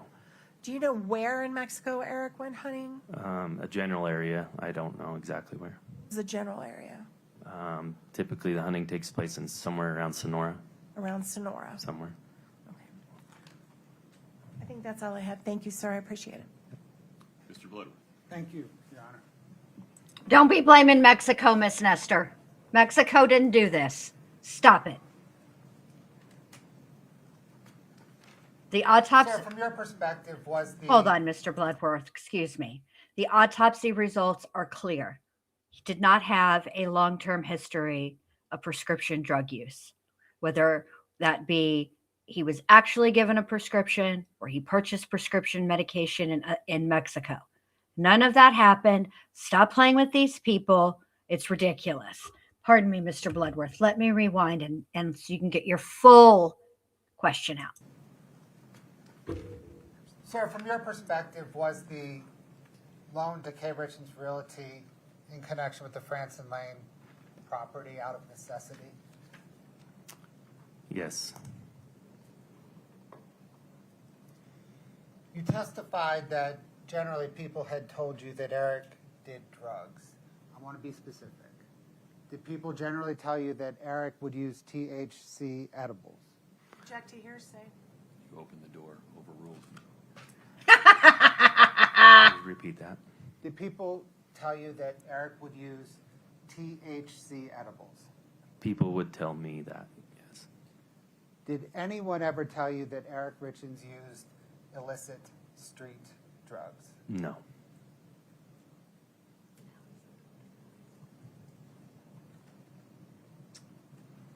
You testified that you provided some inculpatory information to DNR officers in connection with their investigation of Eric. Do you recall that? Yes. Why did you provide them with information? Eric was being investigated for a wildlife incident. Somebody else had turned him in, and they brought me in to answer some questions that they had. And did the incident involve not having a tag and killing an elk? Yes. Why did you provide incriminating evidence as opposed to covering for Eric?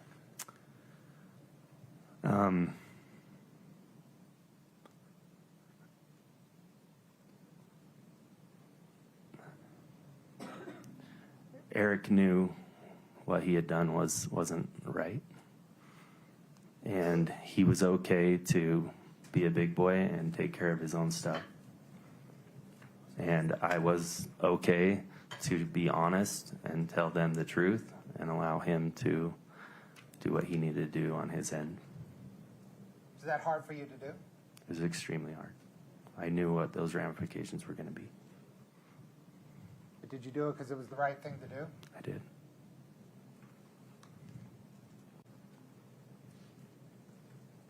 Does March the 7th, 2022 sound like about the right day when you dispatched somebody to pick up the brown truck from Eric's residence? Sounds right.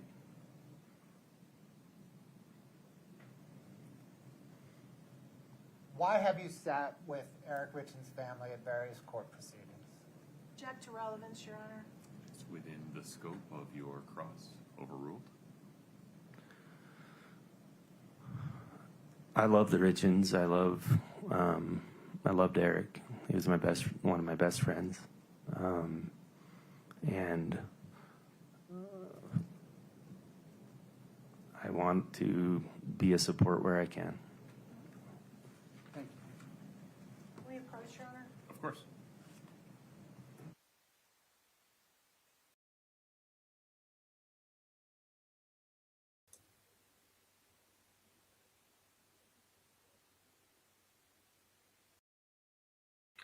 Right. He did not. He's not. He didn't snitch. He didn't lie. That's basically the sum of it.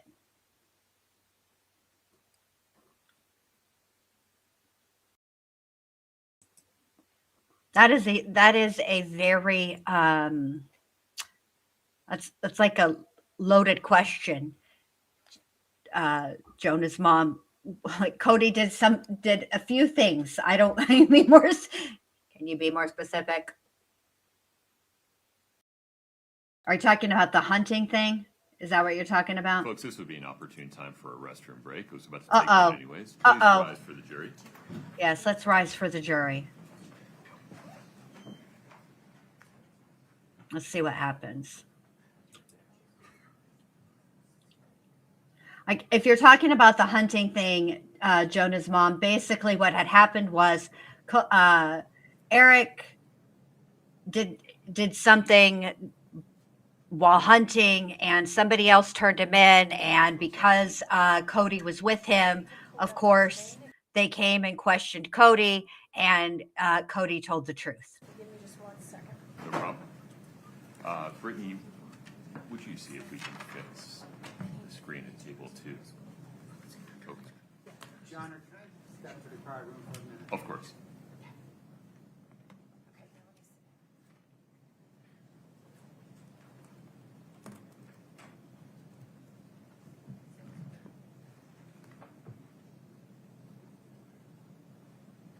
Mr. Wright, I'm not certain, but I think it'll be necessary for you to leave the courtroom for this discussion. Okay. So out of an abundance of caution, would you please step into the lobby? Please do not speak with anyone while you're out there. Thank you, sir. Your Honor, we can put it on a screen for you, or do you want me to wait, Mr. Butler? Will you just wait a moment? Yeah. We're just trying to fix his screen.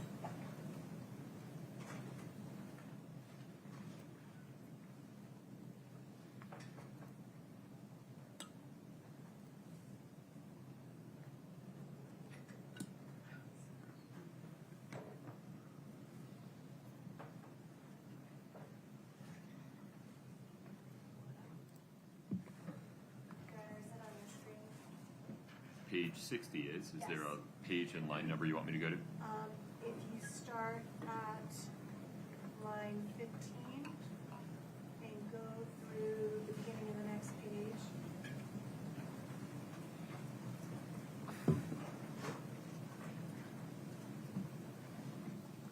If you can go to the next page for me. Your Honor, I'd probably need to read it into the record for purposes of the record. One moment. Can we go back to page 60? Do you have it up on your screen, Mr. Bloodworth? I do, Your Honor. Okay. So the part that we're seeking to examine the witness, and we submit that the state has opened the door by asking the question, has anyone ever told you Eric used illicit drugs? And his answer was no. In this testimony at the preliminary, page 60 line, beginning at line 15, and were you aware that in high school Eric had an addiction to pain pills? Answer, I did know that he participated in pain pill taking for sure. Question, you did? Answer, yes. And do you know what his pill of choice was that he was addicted to back then? Answer, I believe in high school we called them Red Devils. Is that where you want to stop? Yes. Okay. Now, I'm not entirely sure that Mr. Wright is referring to illicit street drugs, quote unquote, there, but I also don't know the other way. Mr. Bloodworth, you'd be able to clarify that with him once it came in. I think I already ruled on a motion in limine that this issue would be admissible, correct? No, Your Honor, it was the opposite. Well, that's, yeah. In the motion in limine, bring it And with me. we're scrambling in the back to get Yeah. this now, the motion and limine briefing to you. But in the motion in limine, Mr. Wright clarified this testimony to say his awareness was from other people. Oh, that's right. Not from observing Eric Richins. So whatever he knows about Eric Richins' high school drug use, if any, is hearsay. Mr. Wright also clarified, it wasn't Mr. Wright that was clarified. Also, the state produced evidence that Red Devils, circa whatever it was, 2020-ish, was a reference to an over-the-counter cough suppressant that kids were taking in high school. So I think the defense is saying that that the state opened the door is unfounded. May I respond, Your Honor? One moment, I've got to read my ruling. Yes, sir.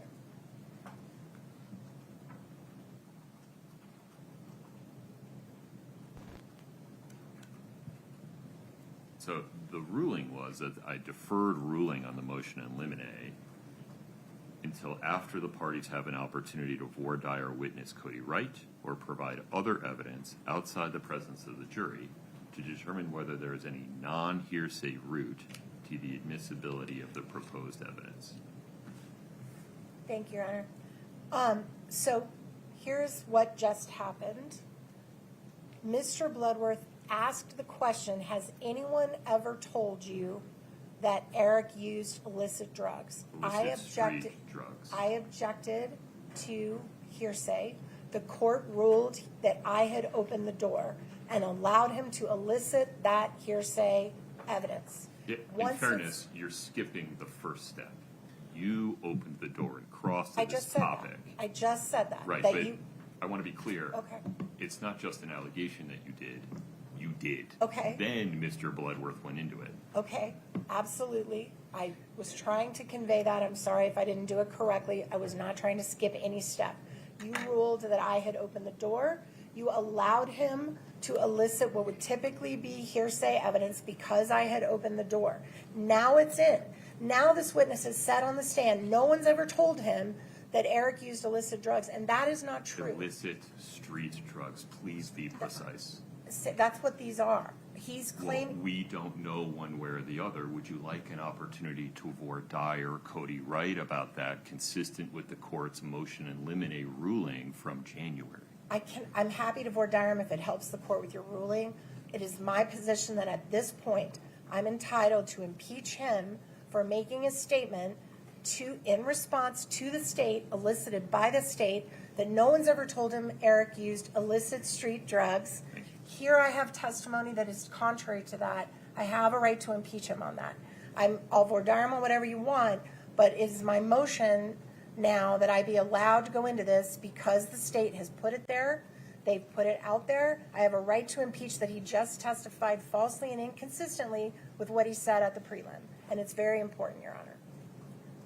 If he, in fact, said something impeachable, you have the right to impeach him. Thank you, Your Honor. I'm not sure that he did yet. Why don't we get to that point? Mr. Bloodworth. Your Honor, certainly we can voir dire him. I think if the court reads further down in the preliminary hearing transcript, counsel asks. You know I don't have that ability, so if you could cite me to it. Oh, do you not have, I'm sorry. No, I don't have control over what they're showing me. I can email it. If there's a docket entry you want me to look at, I know that it's in the docket. Sure, it's page 61 that I thought was on your screen. It's on my screen. So It is now, yeah. So at the bottom of page 60, I guess, we just read from the middle of page 60. 60, line 15 through 25. Correct. If Yeah. the court keeps reading to the top of page 61, Kouri Wright says he has no idea what Red Devils were.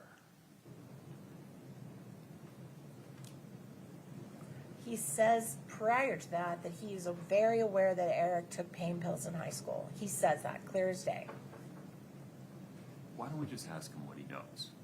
We can, but Oh, you don't want that. You want to just use this. I want to use this, and I want to do it in front of the jury. I But don't you want to want give a to, chance. you don't want to just put it in. You want to ask him questions about it, right? No, I just want to. I want to impeach him with this document only. You don't That's it. have any foundation that Red Devils are illicit street drugs, though. So you need that foundation Pain for pills this. would be. But that's not illicit street drugs, and that wasn't the question. This is an important difference. Nobody's asked this gentleman Your Honor, or shown that If you buy pain pills, please I'm don't sorry. speak I'm over sorry. me I'm so sorry. that you have a clean record. Yes, sir. I'm sorry. If there is an impeachable statement by this witness as to whether he's aware that Eric Richins took pain pills at any point in his life, this would be directly relevant to that. But we need a non-speculative foundation for the idea that Red Devils are illicit street drugs. So the pain pills that they're talking about, if they are Who's taken, they? if that is being referred to in this prior statement, the Red pain Devils. pills that, well, he says pain pills and then he says Red Devils. Okay. So my understanding, according to this, is that Mr. Wright doesn't know what Red Devils are, but that's what they called them in high school, Seems accurate. which is clearly saying these were not doctor prescribed, these are illicit drugs that he's using in high school. So, No, there's some distance between a nickname called Red Devils and illicit street drugs.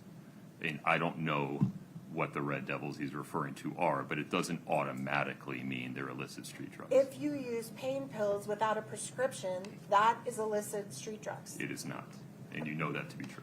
I disagree, Your Honor. It might be diversion of a prescribed substance, but it's not illicit street drugs. They've certainly heard testimony from Mr. Crozier that he's selling oxycodone on the street that came from prescriptions. That's illicit street drugs. I'm not sure you want to take that position going forward, but I don't endorse it in any respect. Certainly, we know that diversion of prescribed legal medication is different than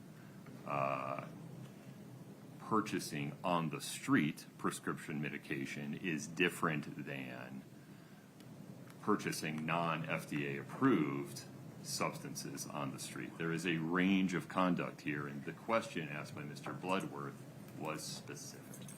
Can we, Okay, when they read those lines back and he said pain pills and then he said Red Devils, to me, it was a clarifying statement, meaning they are not pain pills. They were known as Red Devils. That's how I took it, as a clarifying statement. And I Googled Red Devils because I'm old and I don't know all the stuff, but they're an old pill. That second all or it's a barbiturate. read back? Can we get it read back, what he asked? Do we have the transcript of the exact statement that Mr. Bloodworth just asked him? State courts do not create transcripts. I think we have someone doing it live right now. When you say we, who are you referring to? The mouse in Miss your Taylor? pocket. She's not a court employee. I don't know what you're referring to. If you can give me 5 minutes, I can email her and get the exact statement. Sure. While that occurs, I'm going to use the restroom. We'll take a recess until 10:35. All rise. Lord.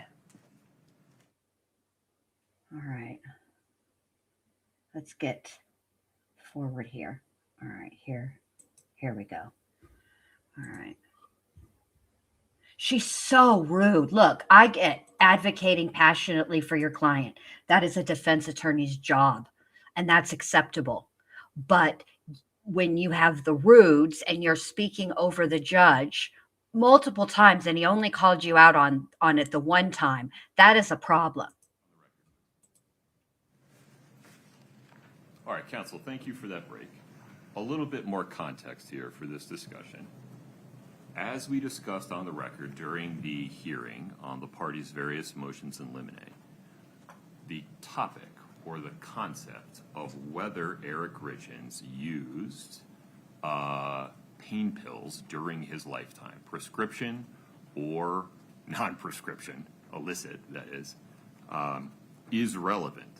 But at the motion eliminate hearing, and as I sit here right now, it's unclear as to whether there's any admissible evidence that he did. So, Ms. Nestor, I think the correct course forward, based upon where we are right now, is to allow you to voir dire Cody Wright regarding his knowledge of the topic that he discussed at the preliminary hearing. Having heard or known or learned somehow that Eric Richins used pain pills in high school and they were Red Devils. If that reference is to prescription pain medication, it impeaches Mr. Wright's testimony on the stand today that he's never known Eric to use prescription medication.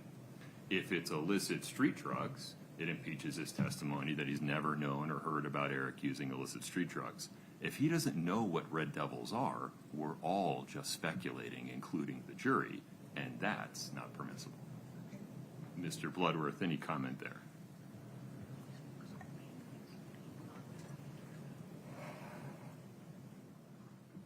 Your Honor, I think Mr. Wright's testimony, let me grab the question.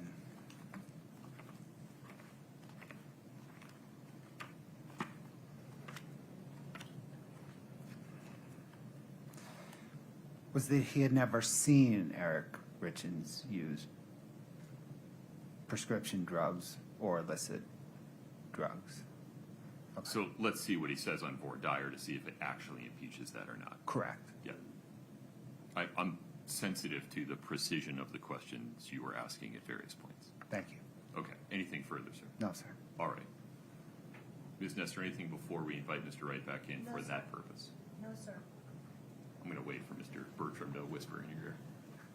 Go ahead, call back. Okay, very good. May we invite Mr. Wright back into the courtroom, please? Yes, sir. Okay. Mr. Wright, thank you for your patience. If you take the stand for me.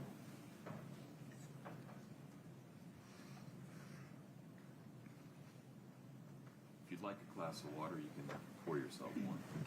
You are still under oath. Ms. Nestor has a few extra questions for you, and then we'll see where we go from there. All right. May it please the court. Please. Thank you, Your Honor. Welcome back. So we want to just dig in a little bit to the question that you were asked on redirect. When Mr. Bloodworth asked you if anyone had ever told you that Eric used illicit drugs. And I believe he said illicit street drugs. Does that sound right? Or do you recall? Did he say illicit street drugs? Is that what you're asking? What was your understanding of the question that he asked you at the very end about whether you'd ever heard about Eric using drugs? Illicit street drugs. Right. What was your understanding of that question? If anyone had ever told me about him using an illicit street drug. Okay. Now, I'm not in the drug world. I have no clue what most drugs are categorized as. So Did you talk to anyone outside in the hallway while you were waiting? I did not. Okay, just checking. Okay. So at the preliminary hearing, we asked you some questions about whether you were aware that Eric used pain pills in high school. Do you remember that? Yes. And are you aware of that? I was told that that had happened. All right. And were you ever told about where he got those pain pills? I have no idea where he got those pain pills from. So when Mr. Bloodworth asked you earlier today if you were ever aware of Mr.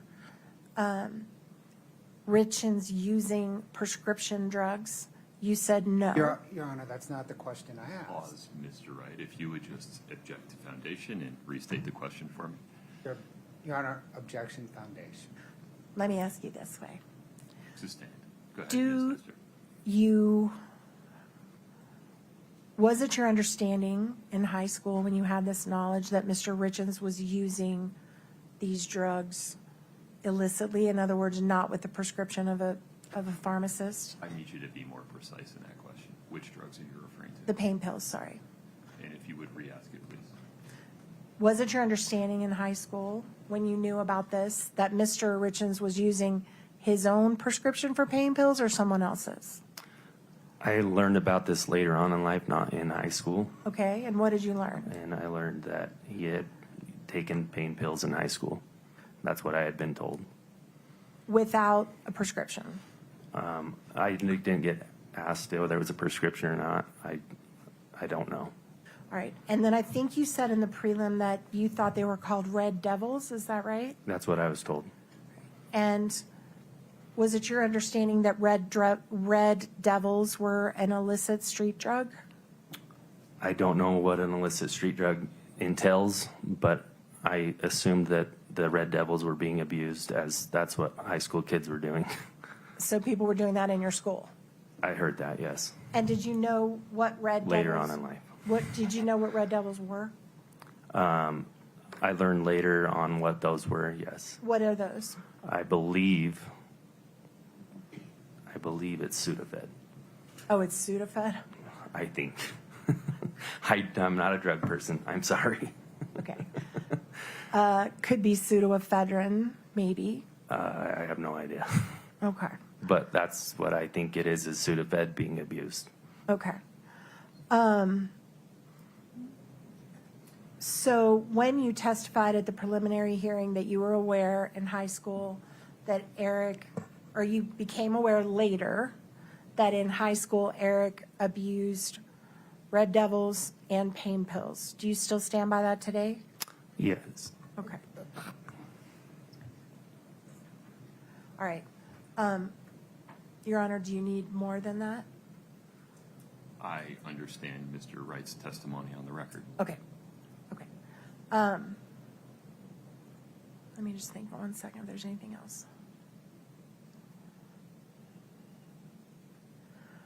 When you answered Mr. Bloodworth's question in front of the jury that you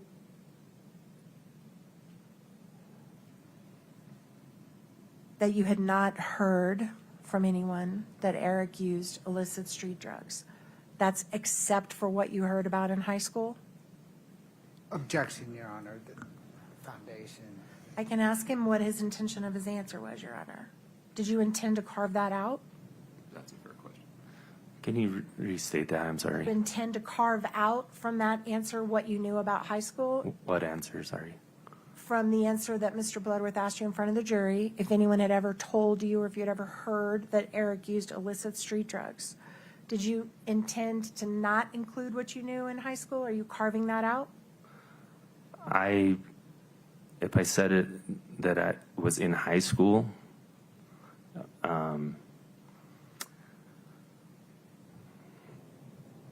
what I've been told about Eric is throughout my life. I don't know if it was exactly in high school. I don't know if it was in my early 20s or now. What I've been told over the years is that he had used those in high school, and that's what I know. All right.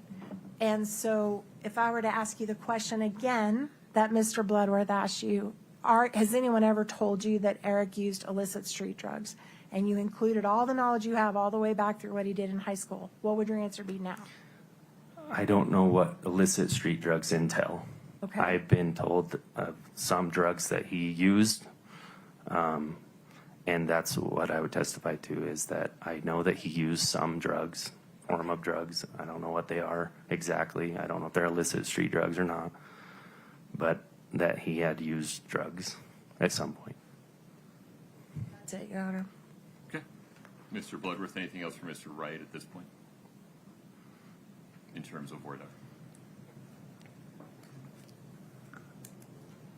Sir, is the only drug that you've been told he used in high school the Red Devils? In high school, yes. You haven't heard of him using any other drug in high school other than marijuana?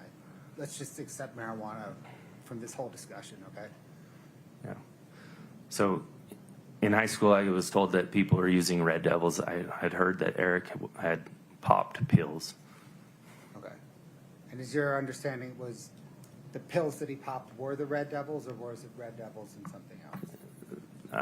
Understanding that a Red Devil is a pill, he popped pills, and I don't really know much more than that. Okay. I don't know what pills they were popping or anything to that Thank you. extent. Can I just follow up on that, Your Honor? So you mentioned in high school, like maybe there was after high school as well. Did I misread what you just said?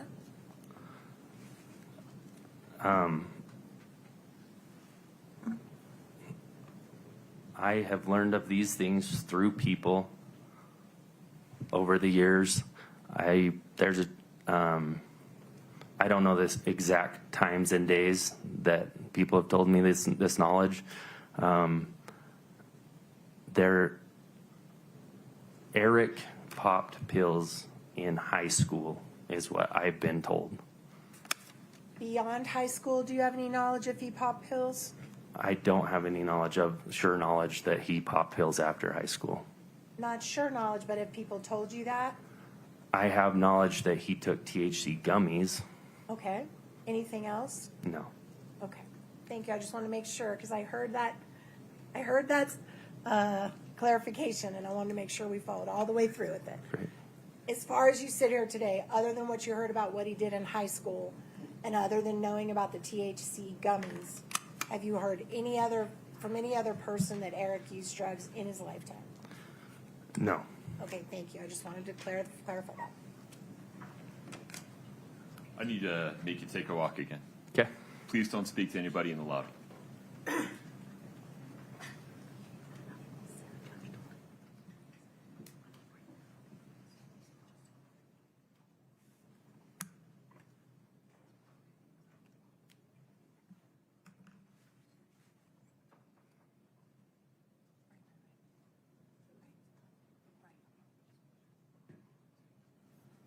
Ms. Nestor, any further argument? Well, Your Honor, I mean, I think that this witness has now clarified that if he were to answer the question now, he would include that he was aware Eric popped pills in high school. He also heard that people in his high school were doing Red Devils. He said he assumed that's what Eric was doing, but he doesn't know. But he has knowledge that Eric was popping pills.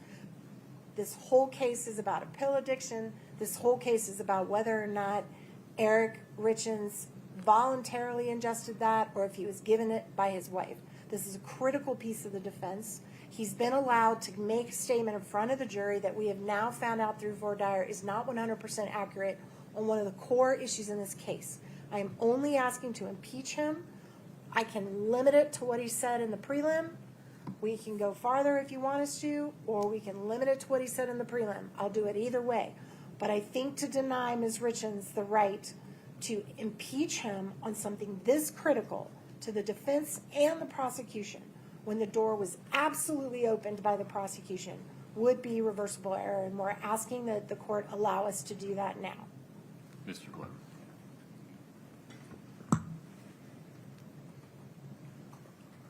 Your Honor, the state disagrees with all of that, including the veracity of some of that. The state reverts back to what we had briefed in motions hearing, by the way, that any relevancy to what happened in high school has decayed to zero 40 or 20 plus years later. The testimony at issue is Mr. Wright's response to the question of, did anyone ever tell you that Eric Richins used illicit street drugs? To which he responded, no. Nothing in his voir dire impeaches that testimony. Therefore, bringing in the preliminary hearing transcript or any further questioning on this, the preliminary hearing transcript or any further questioning on this is inadmissible. All right. The case has to be tried based upon admissible evidence. And on both sides of the V, there are pieces of evidence that either the state or the defense has sought to admit that the court has ruled are not admissible. I'm required to apply the rules of evidence. We instruct the jury that the rules of evidence have developed over hundreds of years to make sure that trials are tried in a fair and impartial way. This issue developed in a way where defense counsel asked a question that elicited hearsay testimony regarding what Mr. Wright had heard about Mr. Richins' prior drug use generally. Whether or not that's what the defendant intended, that's what happened. So then, on redirect, the state asked two very specific questions to characterize that volunteering of hearsay by Mr. Wright. Whether they'd heard that Mr. Richins had used THC products, and whether he had ever heard that Mr. Wright used illicit street drugs. Nothing in his prior preliminary hearing testimony or during his voir dire outside the presence of the jury on the stand is admissible evidence contrary to his sworn testimony on the stand in front of the jury. His prior reference to Red Devils, he's now clarified as Sudafed, which is not pain pills to begin with. Moreover, he doesn't have any admissible testimony that Eric Richins used illicit drugs of any kind. This is hearsay. It is speculation. It's not admissible. Your Honor, may I just make a record? Of course. Your Honor, it's our position that, first of all, when I asked the question, it was not objected to by the state. Second of all, I'd like to make the record that this would be for purposes of impeachment. To deny us this opportunity is a violation of Crawford. It is a violation of our Sixth Amendment right to cross-examine. It is a violation of our due process right to a fair trial. We would be able to call, in our case, an expert who would testify that Red Devils were in fact PCP in that period of time. They were not Sudafed. The DEA has a pamphlet on that. We're being denied that option. We're being denied the ability to attack the credibility of someone who has changed. Respectfully, we disagree with Your Honor's position on this. We think he absolutely changed his testimony, and we're being prohibited the right to impeach him on the fact he changed his testimony. And I believe that the question I would ask him, if I were allowed to go forward, would be, did you learn that Eric popped pills in high school? And that would impeach what he said to Mr. Bloodworth, unrebutted and not allowed to be rebutted by me when we know that I can rebut it. And we, on our strongest way possible, we object to this. We would like a continuing objection. We move to strike all of Cody Wright's testimony. All of the issues that Mr. Whoa. You lost me on, there. on redirect, the redirect testimony.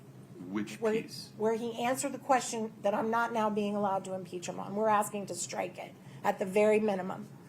All of the things that Mr. Bloodworth just brought up all go to weight, not admissibility.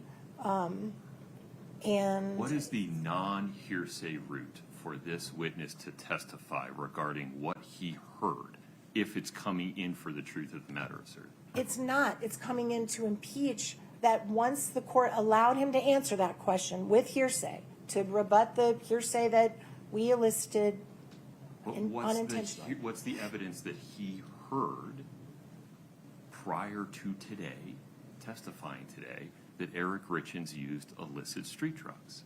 He just testified to it on the stand. That is not true. Okay, well, we agree to disagree on that, Your Honor. Have you disclosed that expert that would provide a non-speculative basis that Red Devils are an illicit street drug? We have disclosed that expert. His name is Mr. Kearney. He is on our list. He's been available. We did not know the Red Devil stuff was coming in until 10 minutes ago because It's we were not told. coming in. Well, okay. Well, that's obvious then.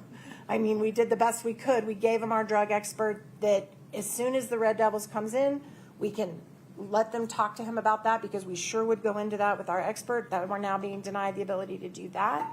There is a key question here, Your Honor. If Eric Richins had a drug problem, and if he did, Ms. Richins is innocent, and we are being prohibited from going into that with the one person who knows.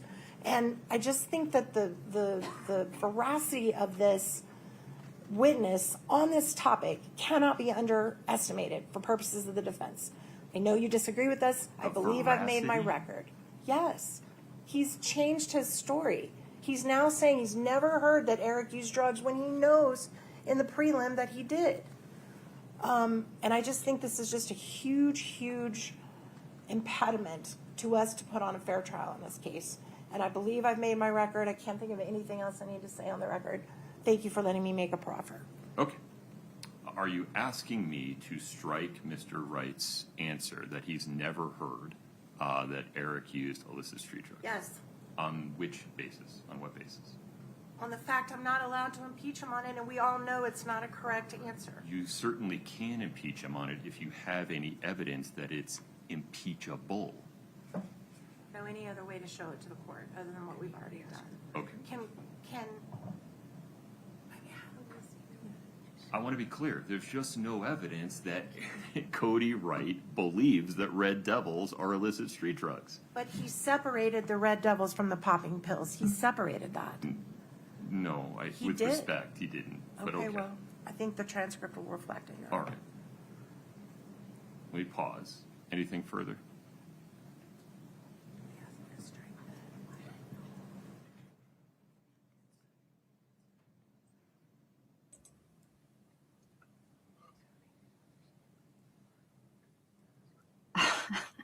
There's so much here. First of all, Neat Noodle's point, right? He has no firsthand knowledge of Eric using illicit street drugs. He said he heard Eric used pills. Okay. Nothing further to add, Your Honor. Mr. Bloodworth, a direct question. I need to exercise a measure of humility here. Is the state sure that you don't want to just get this out on the record to insulate the potential of a verdict on appeal?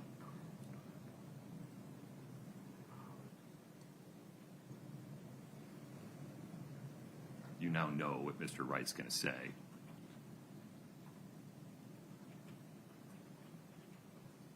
This is ridiculous. This is absolutely ridiculous.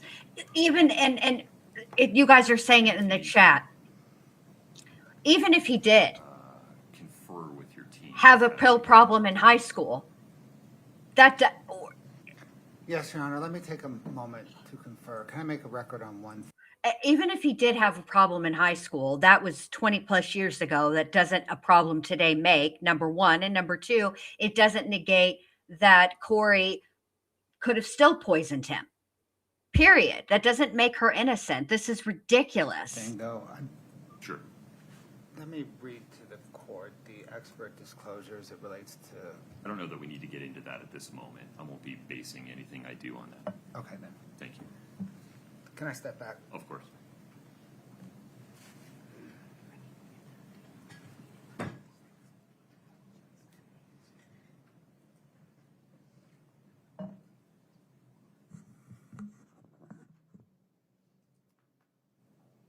We're still going forward. We're off the record for the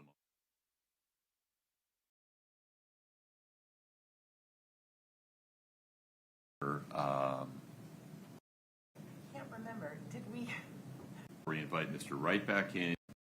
State is comfortable. Thank you. Please proceed. Your Honor, the state is comfortable with the court's ruling in the record. Okay. Very good. Court stands on its ruling. Anything else before we invite Mr. Wright back in and the jury? Mr. Bloodworth? No, Your Honor. Ms. Nestor? Can't remember. Did we? I'm not persuaded that I know, you've provided a basis to strike Mr. Wright's statement that he's never been told that Eric Richins used illicit street drugs. I understand your ruling. I just can't remember how he ended it with the witness because so much has happened. So, I think you had the witness on recross. oh, I approached before I read. Right. Okay, thank you for helping me remember. Do you have any recross questions within the Can you scope just- of redirect? Can you give me just 1 minute? Of course.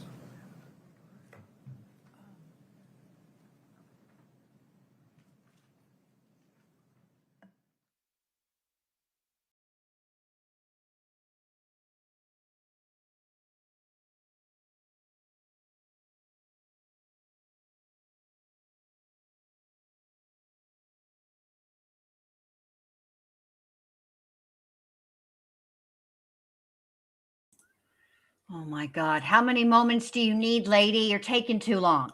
Driving me nuts. It's already 11 o'clock there.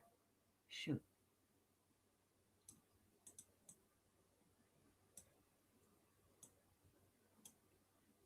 Give me just a sec. I'm fixing something for you guys for later.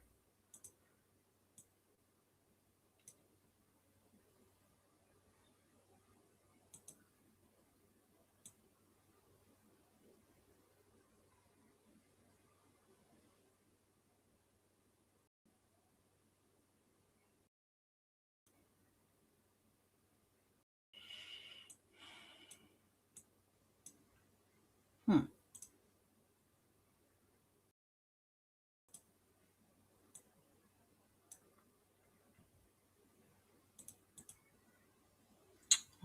don't like that. Okay.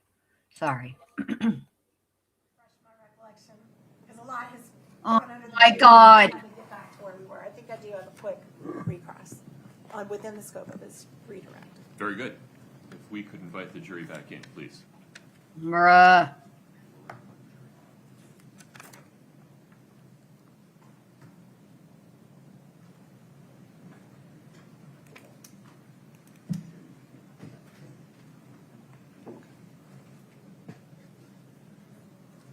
All right.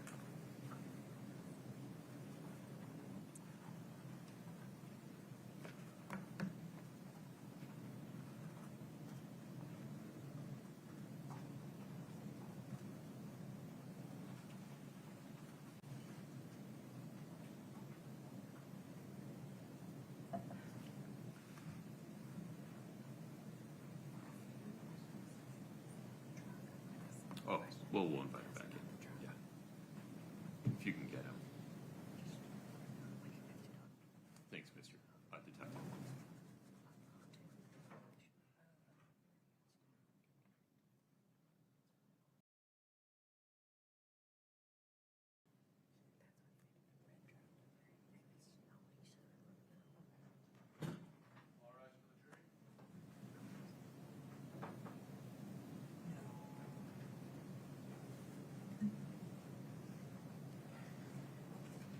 Please have a seat as you come in.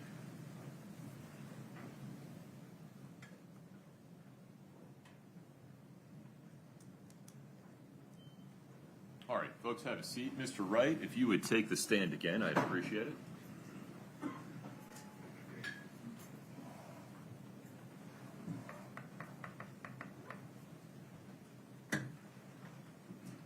Mr. Wright, you're still under oath. Ms. Nestor, please proceed. Thank you, Your Honor. We're almost done. You mentioned just now to Mr. Bloodworth, or a few minutes ago, it's been a minute now, that you were aware that Eric used THC gummies, right? I heard that he did that, yes. Okay. Do you have any personal knowledge as to how often he would use THC gummies? No idea. Do you know why he used them? I couldn't tell you that. I don't know why he would have used them. And do you have any personal knowledge about where he obtained his gummies from? 0. Okay. So that was just a part of his life he didn't share with you. Correct. And on the truck, when you sent whoever, I know you said you don't remember, Mr. Bloodworth just talked to you about a date. The work truck, not the red one, but the work truck, you guys got that just within a day or two after he passed, correct? The work truck was picked up within a few days. Okay. And then the truck that you took from the dealership was about a month later. Or so, yeah, months later. I just wanted to make that clarification. Thank you. That's all I have. We tender the witness, Your Honor. No, Your Honor, thank you. Okay. Are we releasing this witness, counsel? Yes, Your Honor. Okay, sir, you are free to go. You are released from the subpoena. You can talk to anybody you'd like. Thank you. Thank you for your time. Mr. Bloodworth, the state's next witness, please. Your Honor, the state calls Matthew Throckmorton.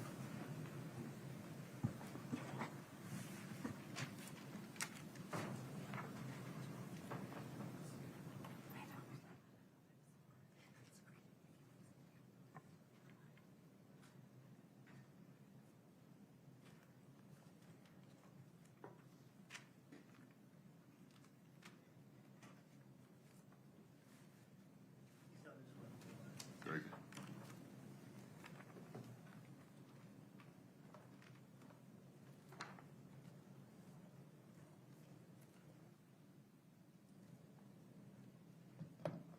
Mr. Throckmorton, if you'd step in front of Brittany, we'll get you sworn in.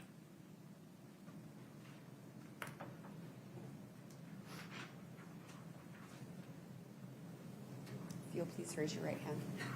Do you solemnly swear the testimony you're about to give in the matter before the court to be the truth, the whole truth, and nothing but the truth, subject to the pains and penalties of perjury? Yes. Thank you. Have a seat.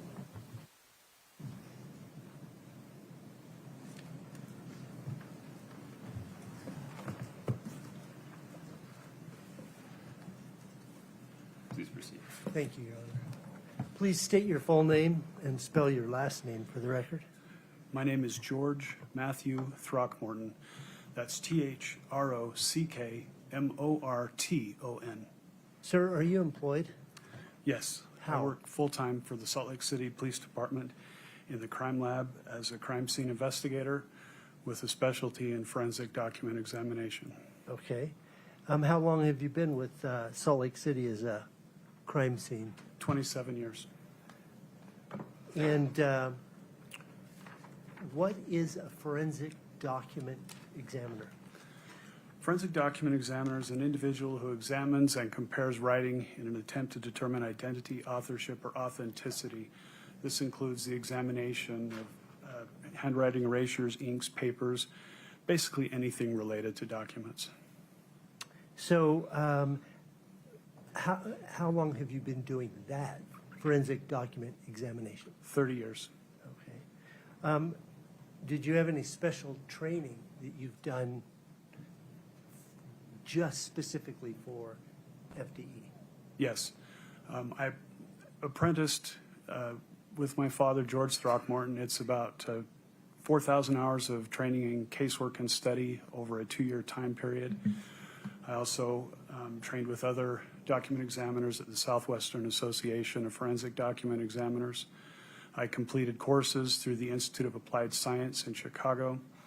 I also was trained at the FBI Academy in Quantico, Virginia, and have trained with other document examiners and attended courses and conferences throughout the United States.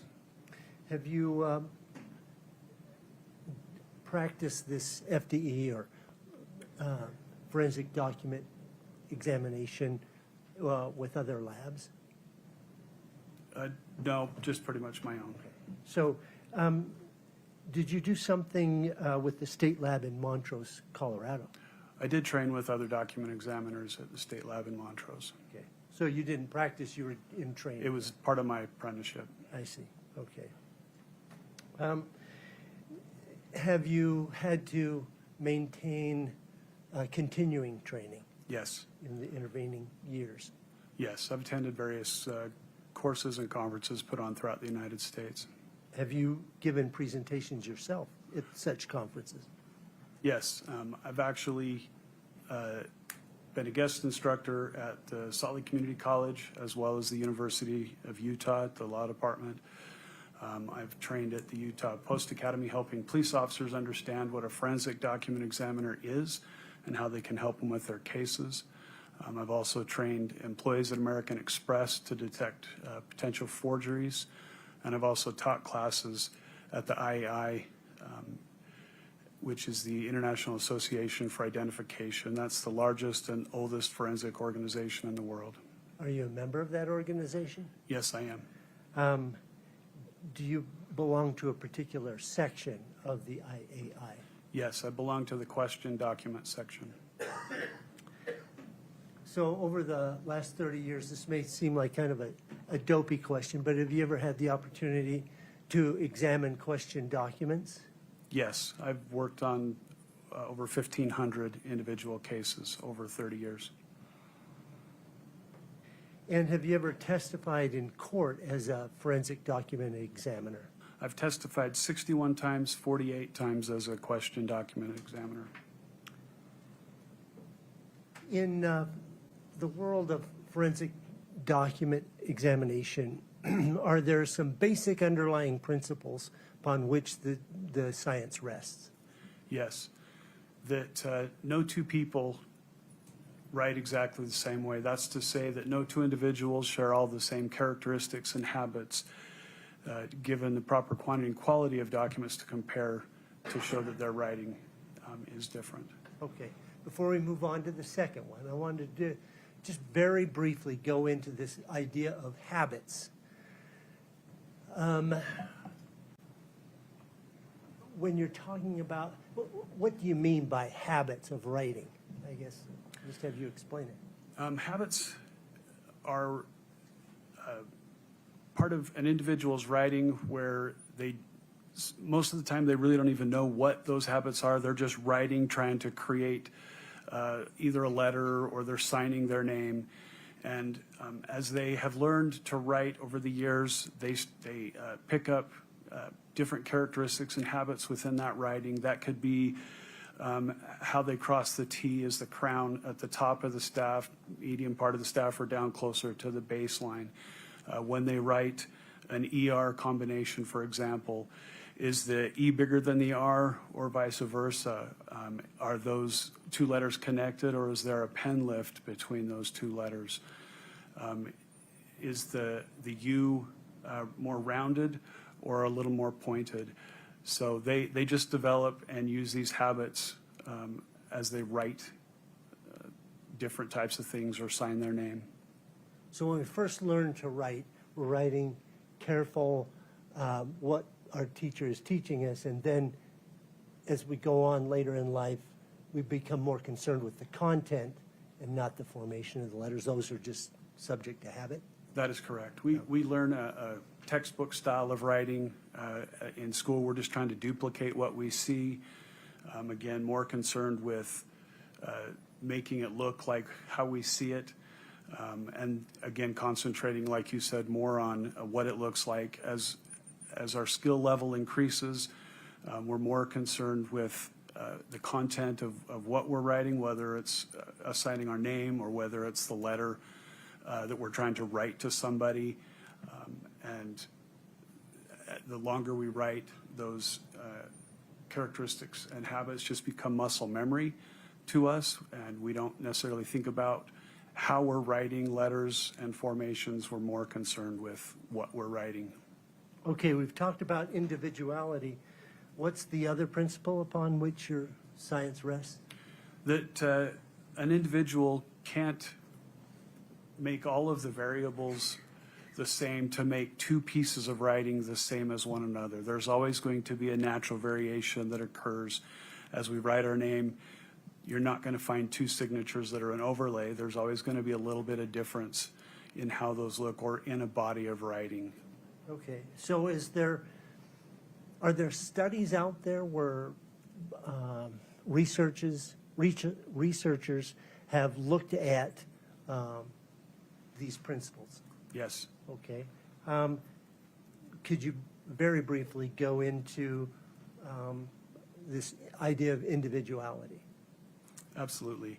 There was a study done called Cedar Fox out of the University of Buffalo in New York, and the premise of the study was to test the theory that no two people share all of the same characteristics and habits within their writing. And what they did is they had 1,500 participants of varying ethnic backgrounds, age, and gender. The objective was to make it similar to what the population and makeup was for the United States. They had these 1,500 individuals write some handwriting specimens these specimens were put into a computer.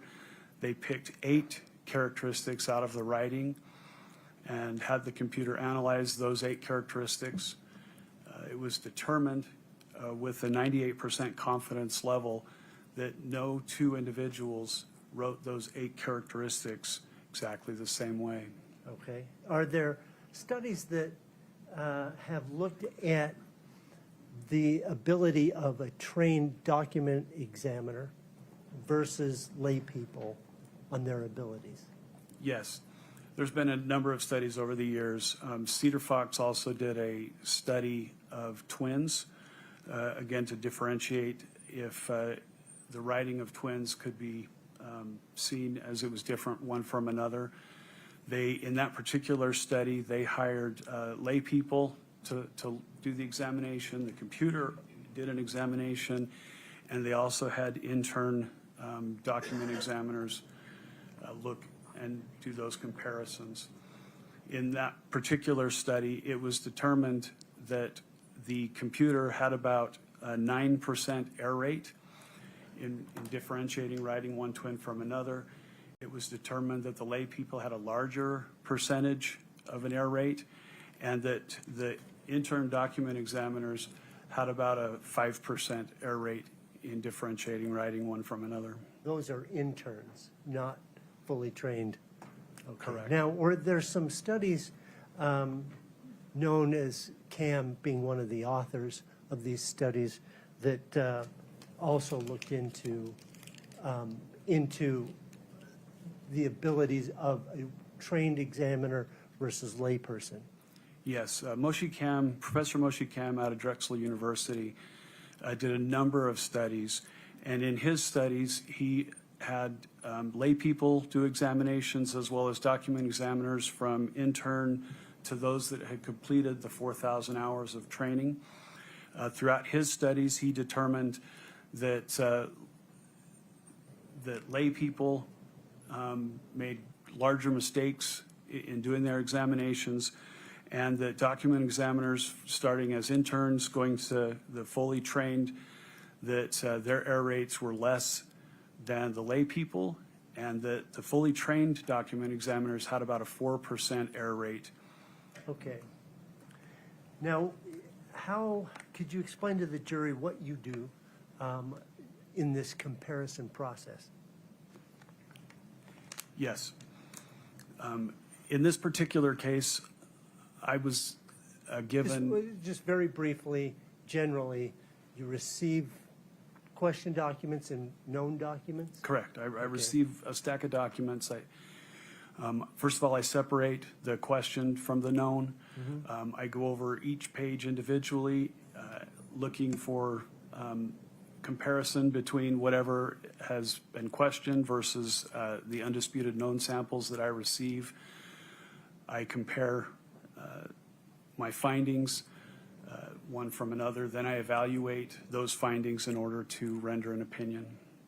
So this process, does it include digitizing the documents? Say they come on paper, do you reduce them to some digital format? I scan everything, first of all, to preserve the evidence. Documents, I'll scan the whole document, and as well as the signatures or the questionnaire individually, and then same with the known samples. I see. And when you're doing that, do you then do a side-by-side comparison, or do you do one, a question and then knowns? How does that work? Yes, I do a juxtaposition examination, which is comparing the question versus the known side by side, looking for similarities and differences that may be amongst the writing. Okay.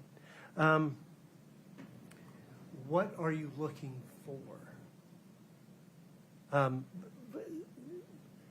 These habits you mentioned before? Yes. I'm looking for everything in the writing, just looking for, again, similarities and differences, looking for evidence that will basically say, was this authored by the same person, or was it authored by 2 different people? I look for letter formations. I look for proportion between letters. I look for where the writing sits within a margin. Is it closer to the right, left? Is it on, above or below a baseline? Looking for shading where darker areas of the writing may be. Just basically looking for everything on the documents to compare. Okay, so when you're doing this comparison, do you consider the underlying facts of the case you're working on? No, I just look at the evidence sitting in front of me. Usually I'm asked, does the question and known writing, were they authored by the same person? So I'm looking specifically for evidence one way or another on that. Okay. When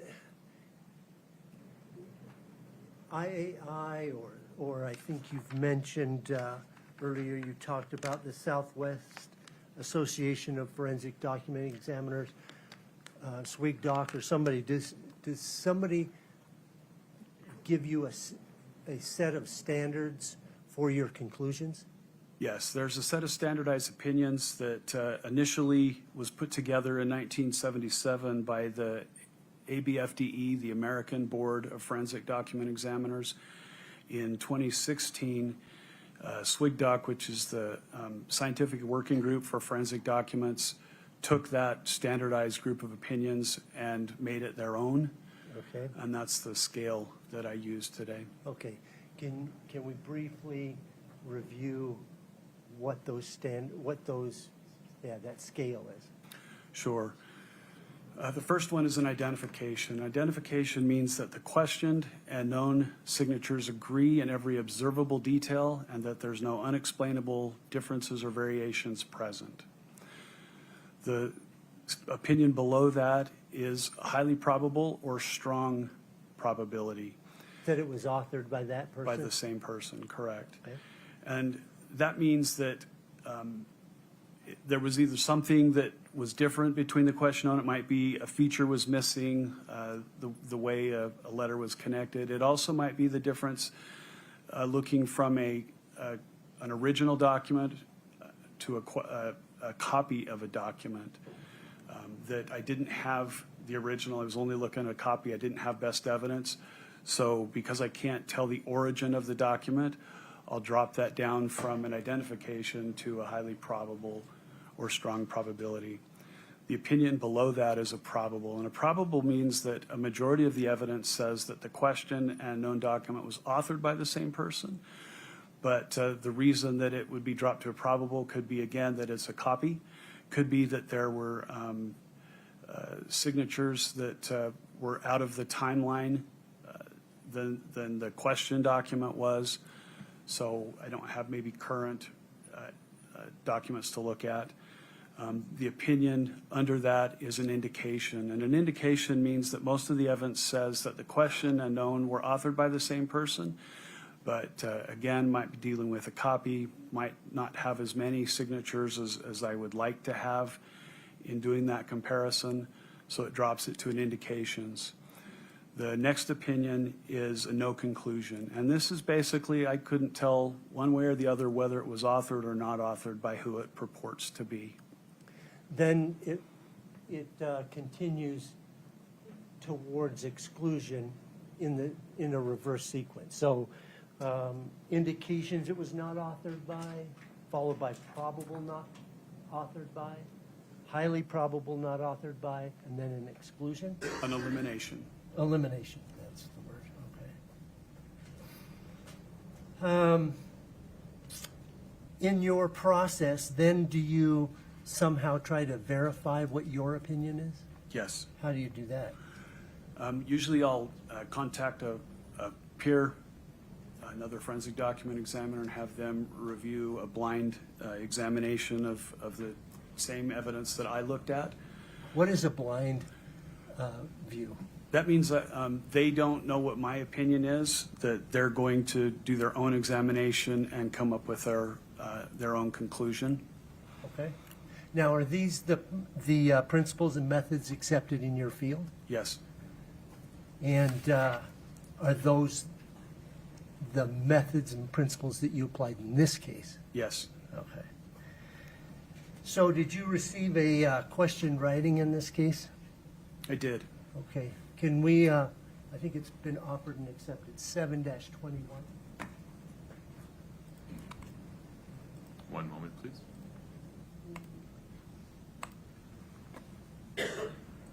Would you like to publish, Mr.? Yes, Okay. please, Your Honor. 7-21 is published. Okay.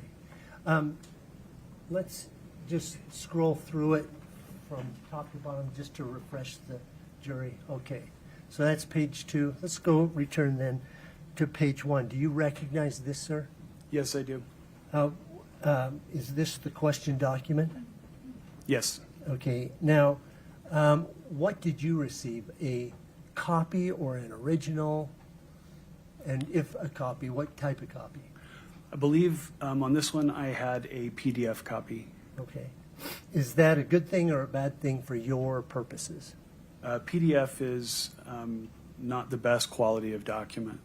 Why is that? First of all, obviously best evidence is the original document. Okay. Next best evidence would be a photocopy of that document. Okay. And then PDF comes after regular photocopy. Sure, but what, is it because of is there some limitation on PDFs that, for your purposes? Yes.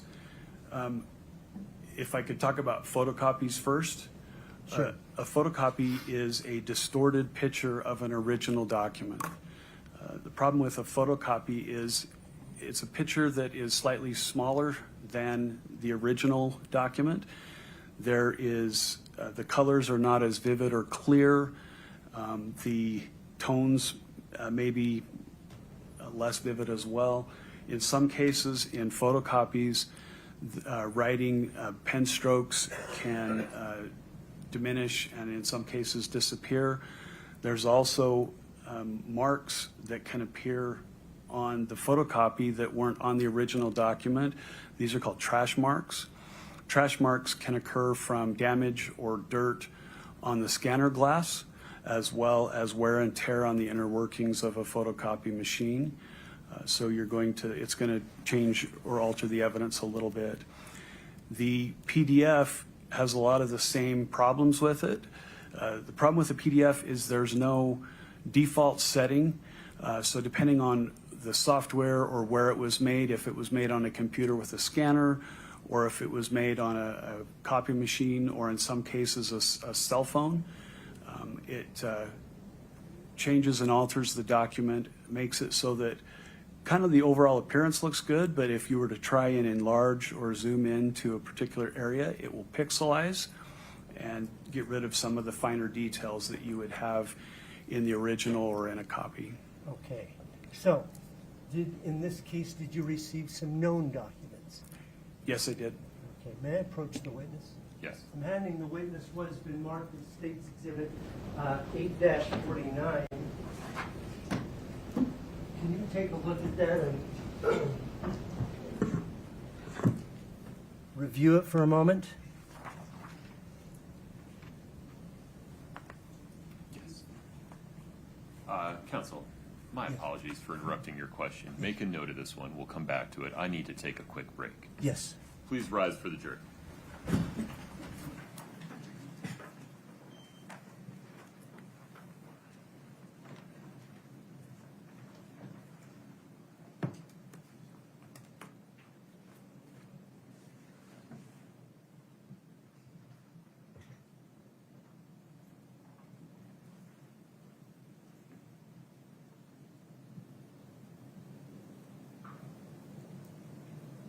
Have a seat, please.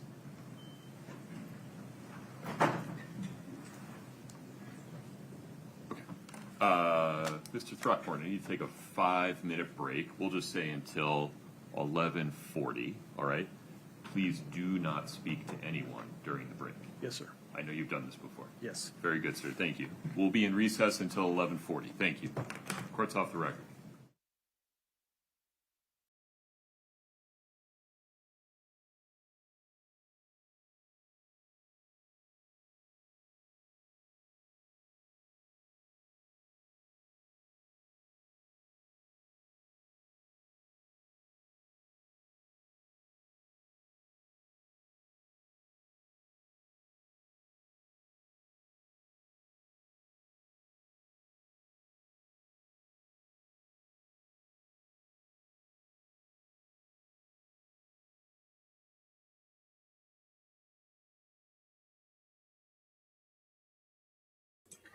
What the heck was that about? I'm sorry, I was making lunch for the nuggie.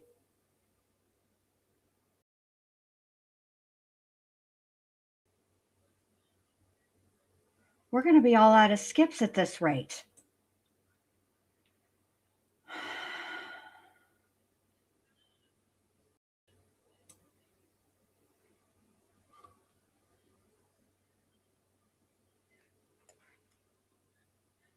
We'll just leave it here and we'll just be patient. Sometimes we just have to wait.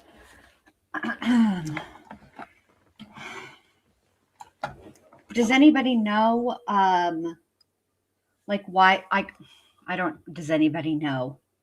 Judge needed a break. Okay. He's probably exasperated from Miss Nestor. He probably was like, oh, I can't do it. I need to be away from her. Or else I'm not gonna be able to maintain. That would be me. Just me? Okay. Well, hold on a second. Let me fix this. I'm fixing something for you guys so that whenever we have a lunch break and I need to step away, we can it'll look better. You'll have something nice to see. So give me just a sec. All right. Yes, I believe that will work. All right. Okay. Look. She has been extra today. Honestly. Here's the thing. Like I said earlier, okay? It's not that she's a defense attorney, right? Because if I had ever decided that I was going to be an attorney, which that was one of the things I wanted to be when I grew up. I wanted to be either an attorney or I wanted to be the person who decides the soundtrack. I didn't want to do the score, but like songs for a movie. I wanted to do that. Okay. Because I don't read or write music. Well, that's not true. I can read a little bit of music. I played the violin when I was younger. But anyway, I don't know if I remember it. I probably don't. Anywho, okay. If I had ever become an attorney, I feel like I would have wanted to be a defense attorney. If I would have gone, that's how I feel. I feel like that's what I would have wanted to be. So it's not that I don't like defense attorneys. I appreciate their job. It's not an easy job. Can you even imagine like if your client is Letitia Stout, Lori Vallow, Anthony Tote? Okay, there's like some super, and I know that's just like the tip of the iceberg of, clients that are just not only are they criminals and evil because of their crimes, but they're just not likable people. They're not affable at all. So I can appreciate that. But she's not affable at all. She's rude. Actually, the entire defense team is. Ramos at least is polite to the court. He's polite to the judge. But Lewis and Nestor are just uncouth AF, and I can't. So Nuggie's lunch today is, because she's still eating, macaroni and cheese and a sloppy Joe, two of her favorites, together again. She loves macaroni and cheese, which, it does track. Her mom used to love, she used to call it though, macadamoni and cheese. And when I would ask her, like, what do you want for breakfast? When she was 3 and 4, for like 6 months, man. It was macadamoni and cheese. She wanted it macadamoni and cheese, breakfast, lunch, and dinner. Okay, very good. So yeah, that's what I made for her.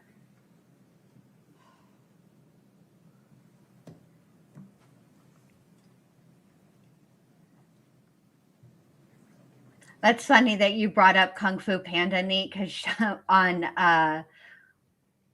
Saturday, no, might have been Friday. On Friday, the Nuggie was telling Papa, "I'm an Indo dragon," and he kept saying, "Oh, you're a ninja panda." She was getting so mad. Ah. No, Papa, Indo Please have a dragon. seat as you come in.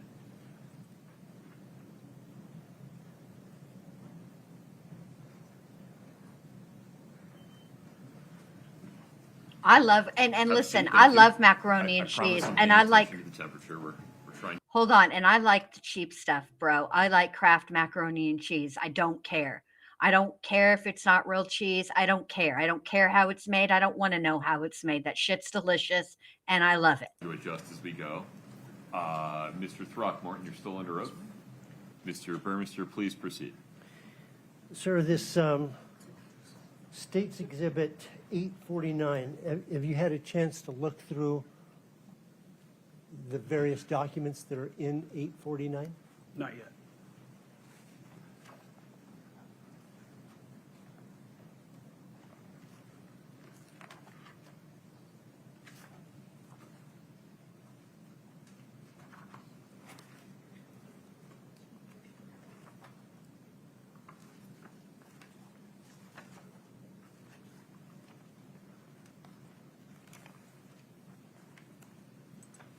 I don't know if y'all are paying attention to old Kouri back there, who's used up almost the entire legal pad worth of scribbles.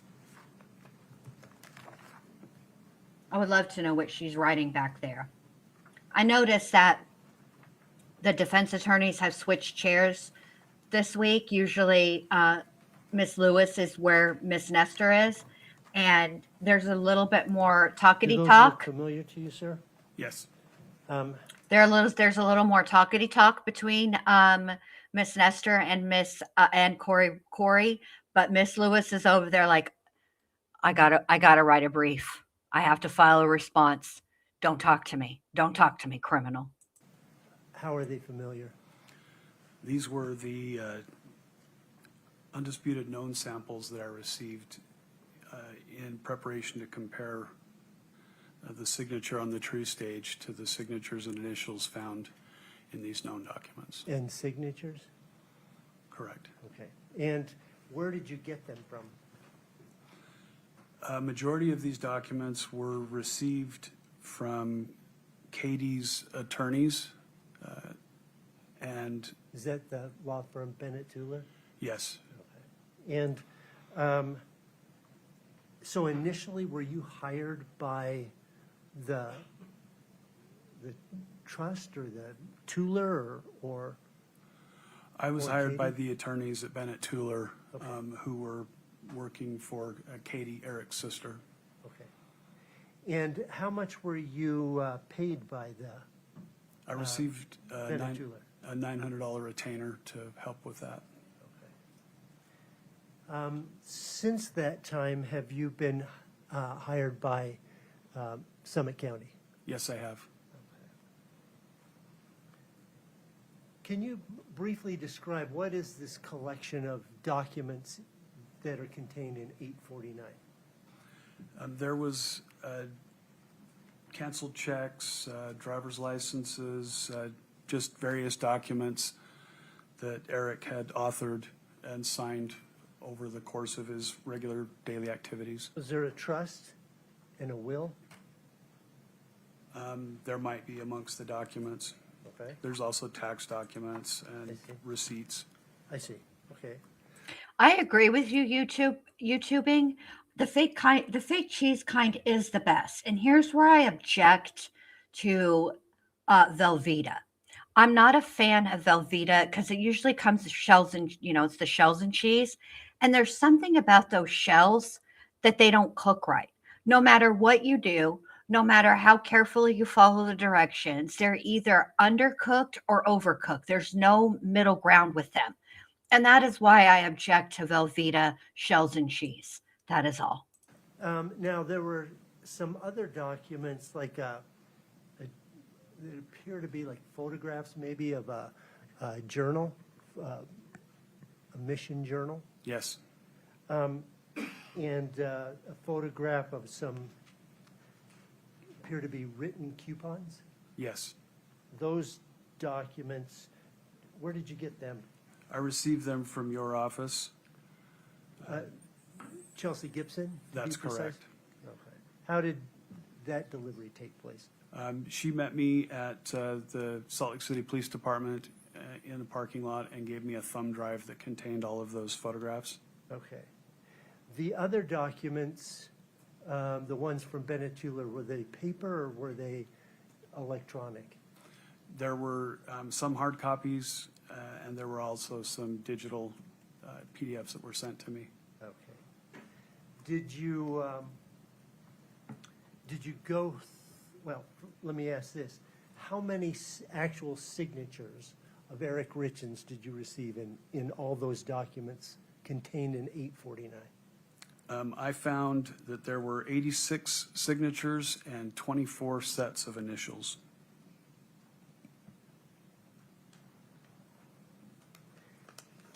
And did you do a comparison like you described earlier with the digitizing and then going through the analyze, compare, evaluate, verification? Yes, I compared the question signature versus the 86 known signatures and 24 initials, looking for similarities and differences. No, Jonah's mom, I like Velveeta cheese. What I don't like is Velveeta shells and cheese, because the Velveeta part is delicious. It's the shells that I object to because you can't cook them right. But yes, I make queso all the time with Velveeta. Were you able to come to a conclusion yourself? Yes, I was. And did you send that out for a verification, a blind, as you said, a blind verification? Yes. To whom? To my friend in Colorado. Her name is Darla McCleary Celentano. And was she able to come to a conclusion? Object to hearsay.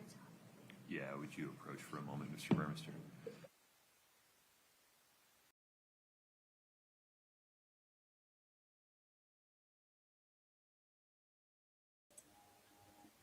I feel like wouldn't the it's a yes or no question. So if he said, well, I guess knowing that Okay. he reached a conclusion would be hearsay. Okay, never mind. Had to think about it. Let's take a look. Did you prepare a slide for the jury to look at in preparation for your trial, or for trial today? Yes. Okay. Can we take a look at, just to the witness and counsel, 8-28, please?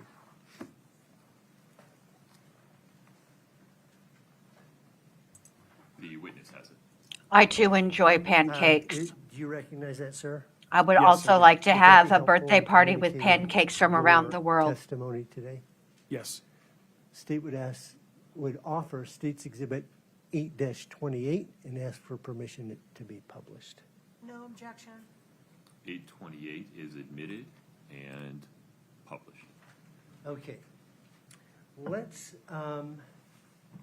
set aside 828. Well, why don't you orient us first? What does 828 show us? 828 is an exhibit that shows the question signature at the top, taken from the true stage document. Okay. And the Q stands for question, 3 is the series of documents, page is page 2, and A is the first signature used on that document. The signatures, the 10 signatures below are samples taken from the known signatures that I received and initials to compare. Again, K stands for known, 1 stands for the group of documents, P stands for the page, so page 2, and again, A is the first signature on that page that was used. So 849 is all the Ks, and this particular one is from the first tab? Correct. I see. Okay. Now, let's take a look at 7-21, please. This is page 2 of 721? That's correct. Okay. Now, which, looks like there's a couple signatures on this page. What one were you focusing on? The one on the right, the one that purports to be Eric. Okay. And then, so did you take the one from the true stage and then put it into your exhibit? Correct. Okay. And that's the one that we have. We just don't have, you didn't add the date that it was given. That's correct. Okay. All right, thank you. We can go back to 828, please. Were you able to come to a conclusion? Yes. Okay, what was that conclusion?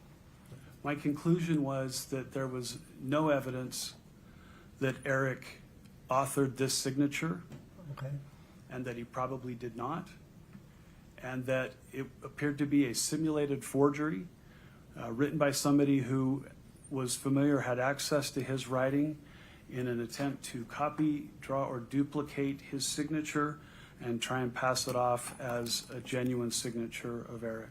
okay. I want, we'll come back to this in 1 second. Your Honor, could the witness step down with the microphone?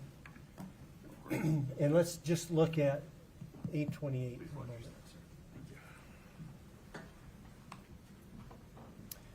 While you have, while I'm thinking of it, there appears to be one that's in yellow. It looks like it's been highlighted.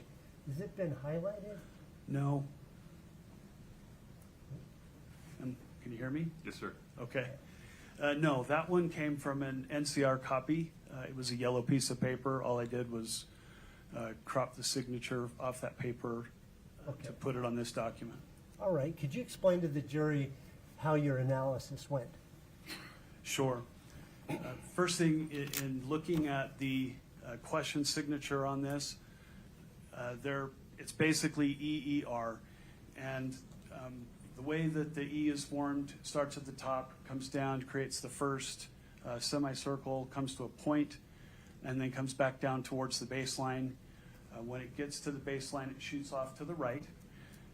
Then a line comes down towards the baseline, continues up to create the second E, which is leaning a little further over. This E is not as defined, a little more loosely made. When we get to the second portion of the E, it shoots over to the right to start the letter R, which creates a kind of a triangle formation there, then goes up and creates kind of an arc, more square than normal, comes back down towards the baseline from towards the baseline, and then I'm just going to streamline this for you guys. It looks like somebody signed his name that didn't know how to write these letters in cursive. That's what it looks like to me. It's terrible. It's not even close. It's not even good. So not only can she not write, she can't forge either. Fantastic. Congratulations, Kouri. Idiot. shoots off over to the right and terminates. A couple things that stuck out to me on this signature. This is what's called a one-stroke signature. That means that the writing instrument starts and continues all the way through to the end. There are no pen lifts. As well, within the signature, the things that stick out again is their pen lifts are not found here. If you look at the known samples from Eric, you'll notice that there's a pen lift between each of the letters. A pen lift between the E and the E, a pen lift between the E and the R, and that's a consistent characteristic and habit that Eric has. The other thing too is the second E actually starts at the baseline. You'll notice that on the known E's, the E's start up top in a normal fashion. They always start at the top. They don't start at the baseline like this one does. The other thing too to note is this R, again, where it's connected, it actually starts down closer to the baseline and then comes up. You'll notice in these E's, or in the R's, that they start at the top, like we traditionally learn how to do in school. You've got a line that comes down, pen comes off the paper, and then the second part of the R is made. You can see the staff of the R here, staff here. So a couple of things that stuck out to me that were not common among his writing, again, is we've got a single one-stroke signature instead of pen lifts. The E, second E starts at the bottom at the baseline, and the R starts at the bottom of the baseline. It was by looking at these characteristics in comparison that I was able to render an opinion that the question and known signatures were not authored by the same person. Okay. You can take a seat, please.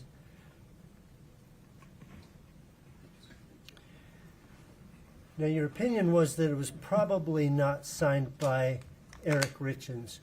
Why probably not, as opposed to elimination?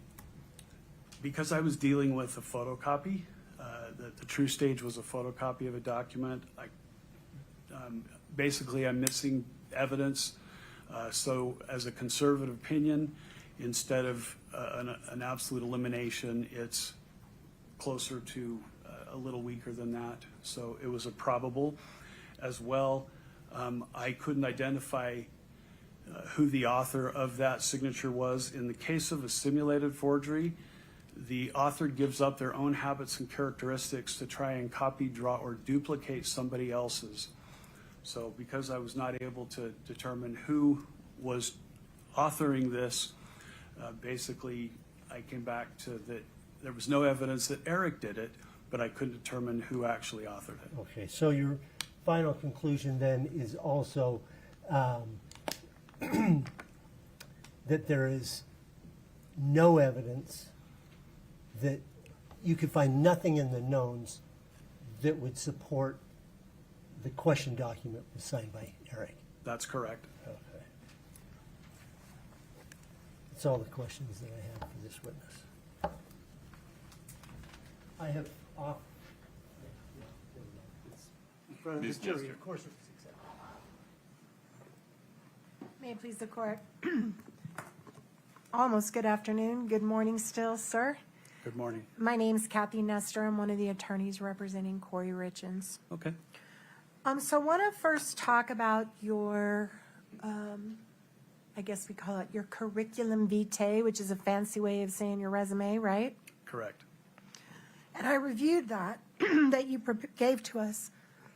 And can you tell me, sir, is there a difference between a document fraud examiner and a certified forensic document examiner? I said it wrong the first time. I'm going to get it right. Forensic document examiner is your title, correct? That's correct.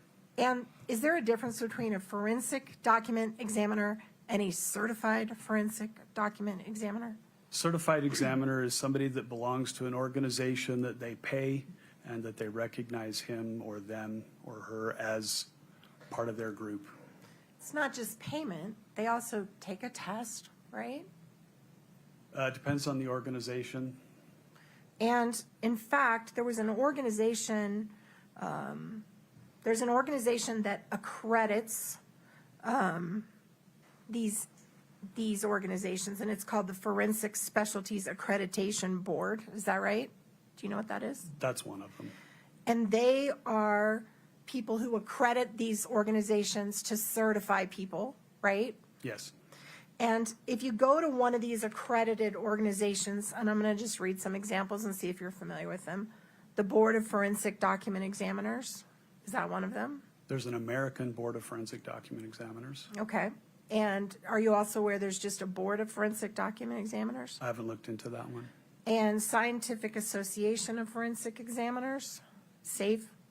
I've heard of them. Okay. And the International Association of Document Examiners, IADE? I've heard of them. And the National Association of Document Examiners? Have you heard of them? Yes, And the Association of Certified Fraud Examiners, ACFE? not familiar with them. Okay. And all these are groups that provide ways for forensic document examiners to become certified. And they're accredited by this Specialties Accreditation Board, right? Yes, And the way that they become credited, certainly they have to pay a membership fee. You're right about that. But they take an exam, right? I assume so. And they're given a bunch of samples that are peer reviewed by others to see if they agree that their analysis are good, right? Correct, that would be the process. And they do an oral board where they answer questions and respond to, like, on-the-spot testing of their skills. Objection, Your Honor, foundation. Is that, he Well- said he doesn't know. Well, so far, there hasn't been a foundation problem. Ask him whether he knows, which I think is what you're doing. And it appears to me by your answers, you know about all of this process, right? There's a lot of organizations out there that people can join, even people that haven't been properly trained. Right.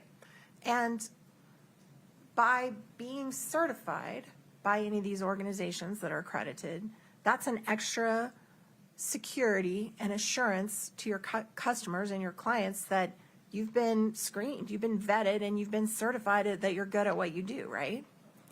It can be, And you've never, ever done that in your whole career, have you? no, You've chosen not to ever seek certification. correct. Never gone for it.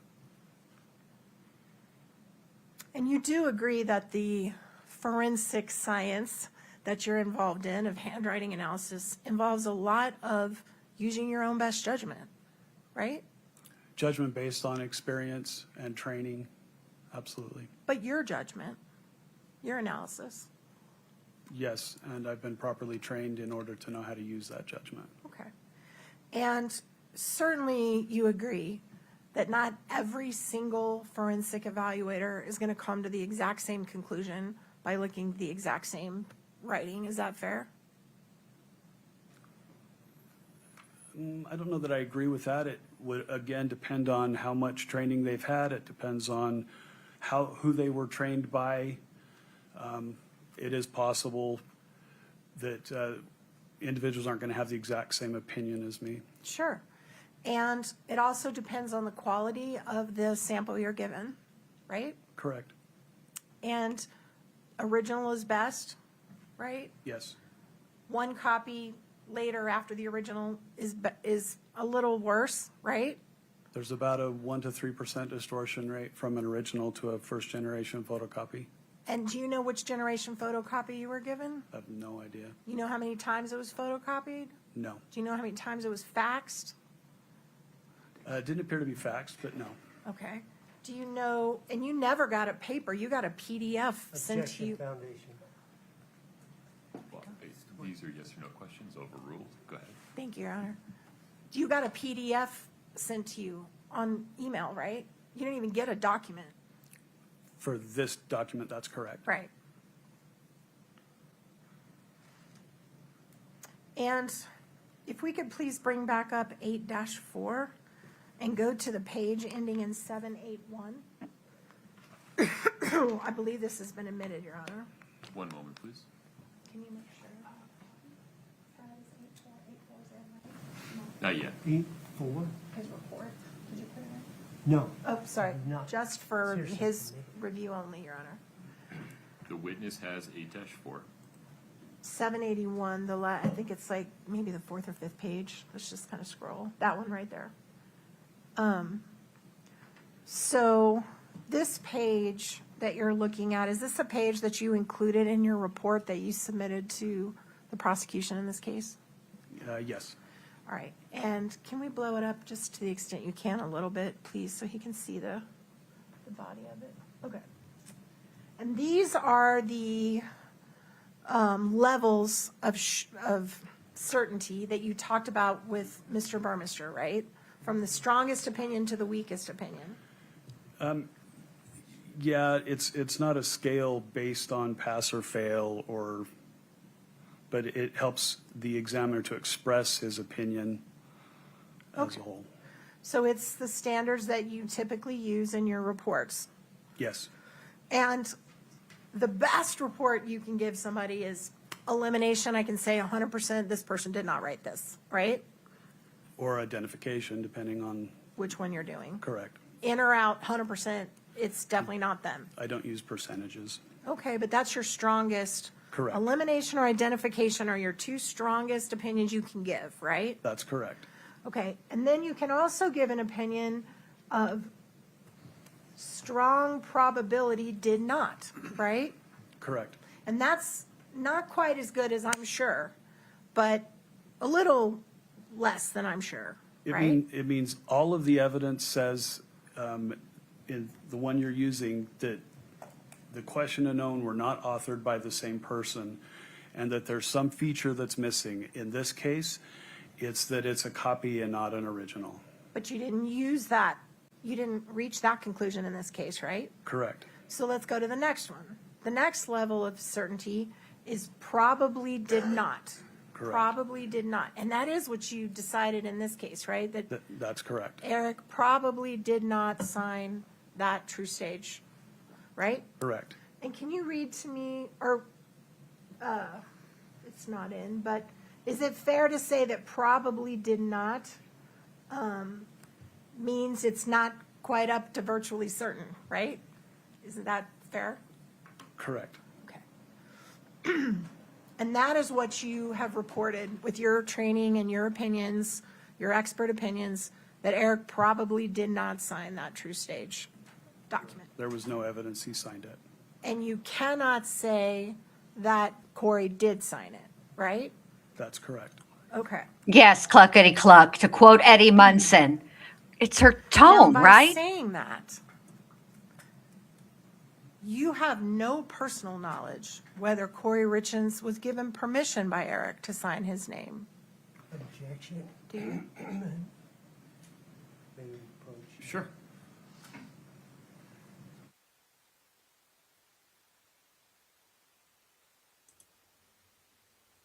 I mean,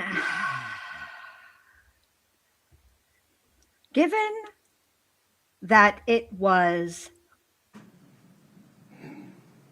So just to repeat the question, you have no knowledge and you weren't given any information to suggest one way or another whether Kouri had permission to sign her husband's name to that. Correct. So you don't know that. I was not asked that, and that was not part of the examination. And I see you're a married man Yes. on your wedding ring. Yep. And does your wife ever sign your name on anything? no. Objection. The answer is We're a no. little bit beyond the scope of this gentleman's expert testimony. Yeah. Go ahead with your Okay. next question. Susan. Okay, like she's, And is it my understanding from your resume that you no longer do forensic document examinations for the Salt Lake City Police Department? That's correct. When did you stop doing that? yesterday. 2020, I believe. And is that the reason you stopped connected at all to an internal affairs investigation against you Uh-oh. for falsifying documents? No. Did you, in fact, were you submitted to an internal affairs investigation for falsifying documents? Objection, Your Honor. Can we approach, please? Sure. Oh, I wish I could remember my legal terminology, because when a witness has had an issue like this before, there is a very specific type. Oh God, it's a list. Is it a Brady list? Hold on, let me look, because I feel like that might be what it is. Hold on. Oh dear, let's not have caps locks. I need you to restate the question. Yes, sir, Your Honor. Were you subjected to an internal affairs investigation for falsifying documents? Yes. All right. Okay, it is. And were you ultimately exonerated? Yes. And So then what did you bring that up for if he didn't even do it? Okay, so it's a Brady list. It's a confidential internal database maintained by prosecutors or law enforcement agencies containing names of officers with credibility issues such as dishonesty, bias, or misconduct that could undermine a case. Sorry. but he was exonerated. So what's your point? Was you just trying to get him to be mad at you? Was the person who accused you of doing that a law enforcement officer? He was a retired sergeant who'd been hired back as a supervisor, who was then terminated for a number of issues. So you were falsely accused by a law enforcement officer? I was falsely accused by somebody who had been a law enforcement officer, but not at the time they made the complaint. Thank you for that clarification. Are you aware that the whole science of forensic science I'm sorry, just 1 minute. Go get a drink and come back when your attitude is less stank. Are you aware that the whole science of forensic document examination has come under fire in the last few years for accuracy and reliability? Objection, it misstates the source. I noticed you grabbed her memo. There is Foundation, no- Mr. Burris. Are you objecting on the basis of foundation? Yes. Would you lay some foundation as necessary? Certainly, certainly, Your Honor.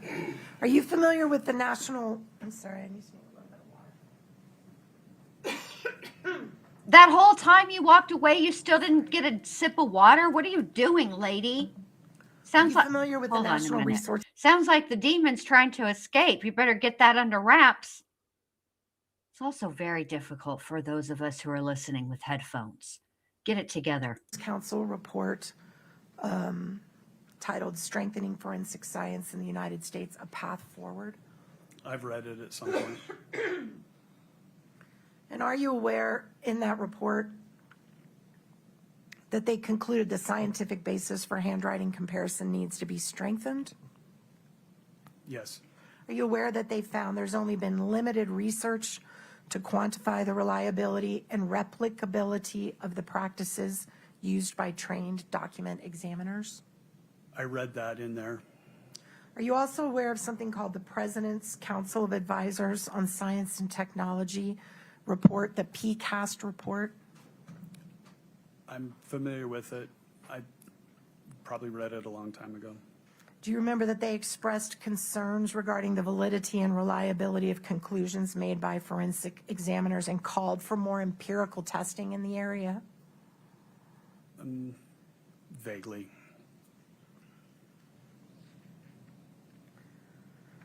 You talked about an error rate, is that right? Yes. And remind me, what is the error rate of non-certified forensic document examiners? The same as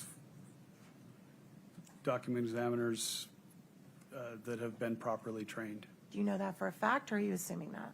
I'm assuming that not all document examiners are certified, Fair. and that the error rate, if they've been properly trained, apprenticed with the 4,000 hours that are required, that their error rate should be the same, Which is what? is less than 4%. So 4 out of every 100 times they're wrong? 4% of the time they may make an error in their judgment. Are you aware that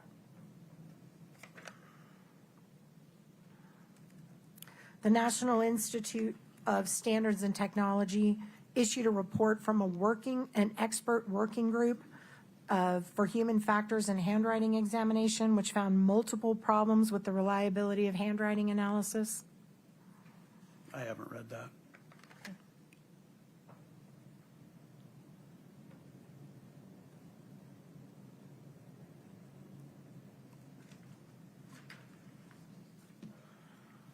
All right, you've referred to the big binder in front of you, which were all of the handwriting samples that you reviewed and included in your report. Is that right? Yes. Right. Is that in? Nope.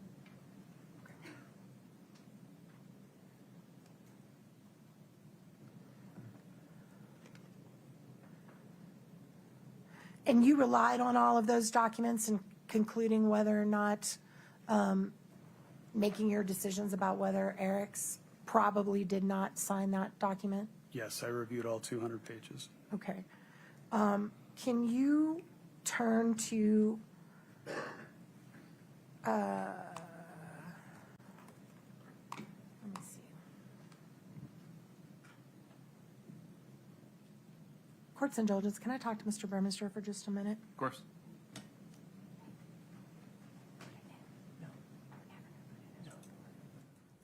Oh my gosh.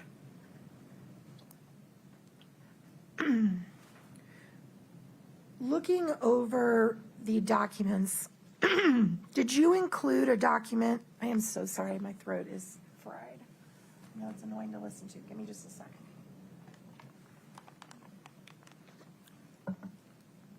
Sorry.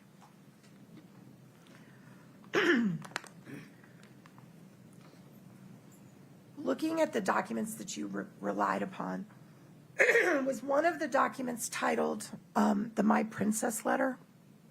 I did review that, yes. Right. And what was that? It was a few pages of writing purportedly written by Kouri. By Kouri? Or sorry, no, by Eric. I apologize. Where did you get that letter? This exceeds the scope, Your Honor, that is not in 849. Your Honor, I'm allowed to go to anything he looked at to form his opinion. Yeah, I just need clarification for a second if you'd approach.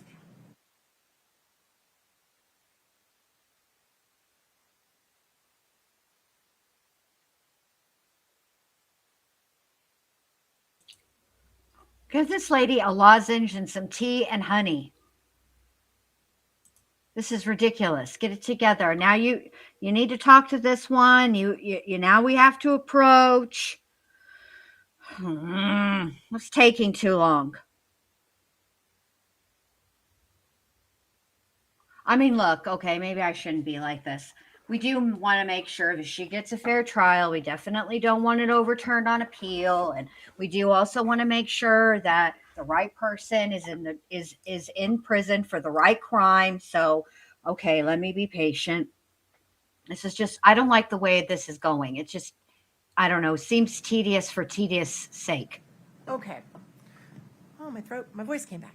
Fantastic. So on the My Princess letter, that is something law enforcement gave to you to review in making your opinions, correct?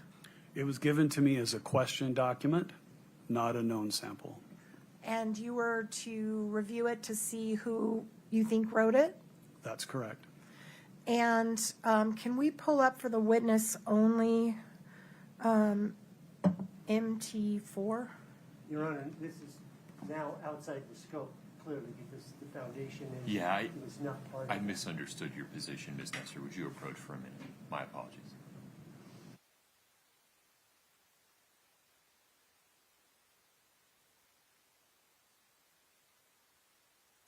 I know, Daria, 3 more weeks though, but I'm thinking about that. Okay. And if the state is thinking that they're going to rest, it definitely won't be today. And I'll tell you why. Because they're not going to rest until after the detective gets on the stand. And they still have the defense has like a myriad of objections. And When you were looking at the Eric Rich, excuse me, Miss Nestor. Pardon me, I was speaking. Anywho, when the so the state isn't going to rest because they have their the defense has all kinds of objections to these jail calls, okay, and that has to all be ironed out before. But how long of a case do you think the defense is going to be, for the love of Pete? See, I'm questioning if they're even going to put on a defense, because I honestly think that they might do more harm than good at this point. handwriting samples to compare them with the True Stage signature. Had you also already reviewed this document? No, This came after? correct. Oh, okay. Okay.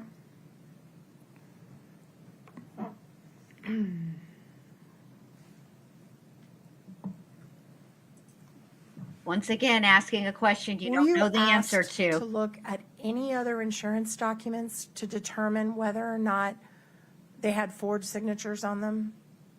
I looked at a number of different documents that were in question. Okay. And did some of them include insurance documents? Other policies besides the True Stage? There were other documents, but I don't have recollection of how they were related. So how many documents total were you asked to look at and decide who signed them or who didn't? Your Honor, can we just clarify if it's a question or a known document? I'm That lost. would be helpful if you could provide a little specificity there. So just to be clear, there's documents that are called question documents where you're looking at them to decide who you think signed them, right? Who was the author? Yes. And then there's known documents where you know for sure through some way they've been validated that that's an actual signature that you can compare, Correct. right? So how many documents, questioned documents, were submitted to you for your opinion in this case? Between the civil and criminal, 144,000. probably half a dozen or so. Okay. And the only one that you're here today giving an opinion on is the True Stage document? That's correct. He's given it, no, I'll just.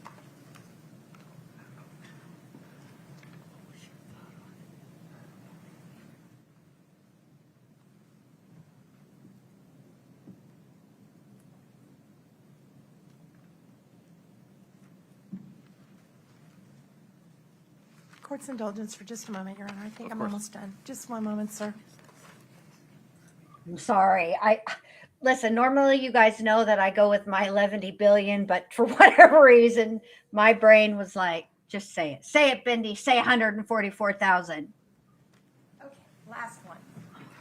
Were you ever asked to look at any closing documents for the Midway Mansion to determine the veracity of the signatures on those documents? Not that I'm aware of.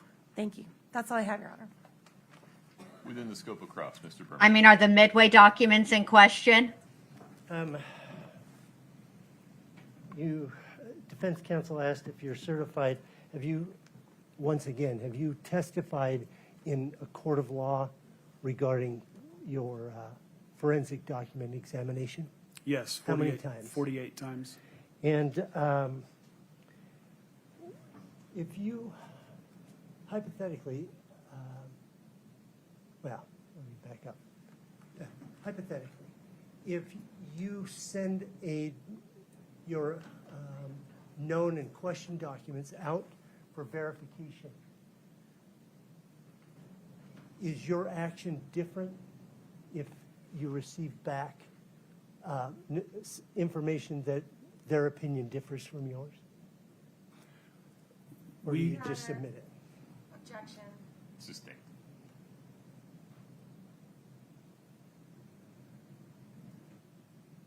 The fact that you received a PDF is reflected in your ultimate opinion, is that correct? Yes. Okay. Now, Ms. Nestor talked to you about that initial report, the status of forensic sciences. Yes. That report, do you know when it came out? Off the top of my head, no. 2008-ish or so? Approximately. Okay. And it addressed not just handwriting, but DNA, all the sciences, pattern matching sciences, It reflected a majority of the different forensic sciences. and gave opinions about steps each of those forensic sciences need to do better at. Yes, the individuals involved in those were to study various aspects of the different forensic sciences and then come up with possible issues and then how to address those issues to make all of those forensic sciences more sound. And PCAST came out in 2016. Sound about right? Sounds about right. Okay, and it did not mention at all forensic document examination, did it? I don't recall, but that sounds right. So Cluckety Cluck Chicken Lady wants to know, by the way, anybody remember Nestor the long-eared Christmas mule cartoon? I do. And it's Nestor the long-eared Christmas donkey, because I had a chocolate lab, as you guys know, my beloved Nestor.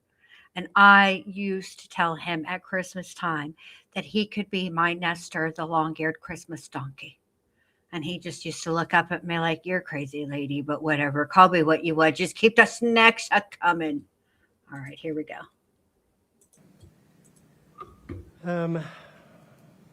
Identifying an author is difficult if it's a simulated forgery. Is that That's- what you said? That's correct. And why is that? Because in a simulated forgery, the individual gives up their own habits and characteristics in order to try and copy, draw, or duplicate somebody else's. And so the writing itself is, you can't identify who the author was, just eliminate who it purports to be. Did you find any evidence at all that Eric Richins signed the True Stage document? There was no evidence whatsoever. Thank you. Just very briefly. Talked about if it's a simulated forgery, people give up their own way they write to try to write like someone else, right? Yes. What about people who are intoxicated or under the influence of drugs or alcohol? Does their signature change? There are a number of factors that can affect how a person writes. Drugs and alcohol can change it. In some cases, I've seen where alcohol makes somebody more exaggerated. Other things that can affect writing is stress, the writing surface, the writing instrument that they use, chronic pain, medications that they may be taking. There's a lot of factors associated. THC, being stoned? Haven't done specific studies in those, but anything that can affect motor skill could potentially alter how a person writes, but it won't change their characteristics or habits. Okay, thank you. That's all I have. I have nothing further. Okay. May we release this witness, counsel? Yes. that would Yes, be Your the Honor. state's request. So you're free to go. You can talk about the case with anyone or no one. It's up to you. Come over here to the ward, sir. We have questions. Like on Counsel, a, now an appropriate time for a lunch break. yeah, like on a scale of 1 to 10, how annoying was Nestor? Yes, Your Honor. Ms. Nestor? Yes, sir. Okay, ladies and gentlemen, we'll take a break until 1:15. During the break, as always, please do not discuss the case with anyone. Don't let anyone discuss it with you. Please do not read, watch, or listen to any report or any coverage of the case of any kind. And please don't do any research of any kind about the case. Enjoy your lunch break. Please rise for the jury. Oh, May I ask for an additional 15 minutes? Why do you need an additional that's fine. 15 minutes? Just doing that. 1:30. Thank you, Judge. Thank you, folks.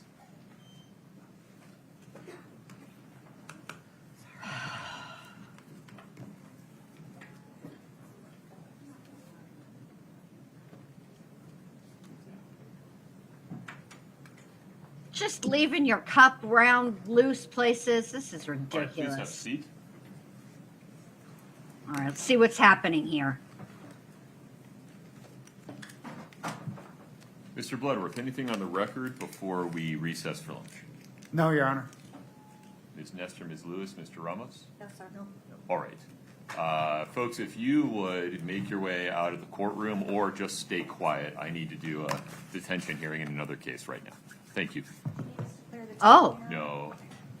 Thank you.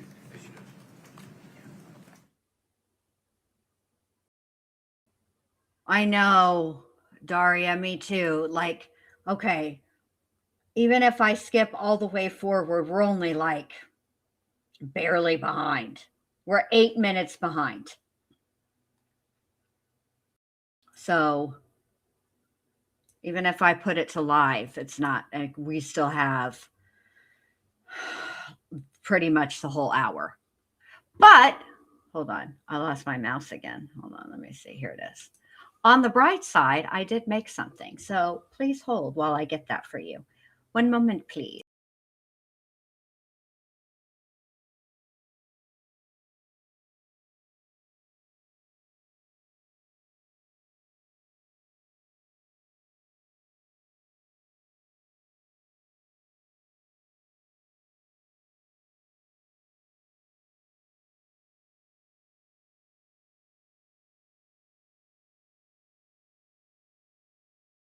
There we go. That's better. What do you guys think? I made that. What I did not do is pick out different music.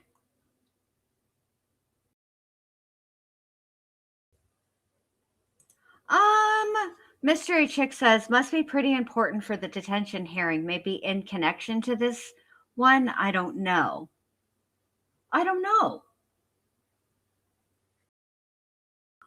not sure. I don't even know what a detention hearing is. I probably do, but for whatever reason, hold on a second.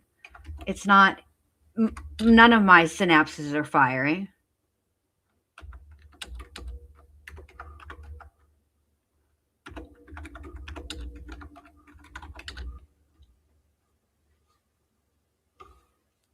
Let's in district court. Let's do that.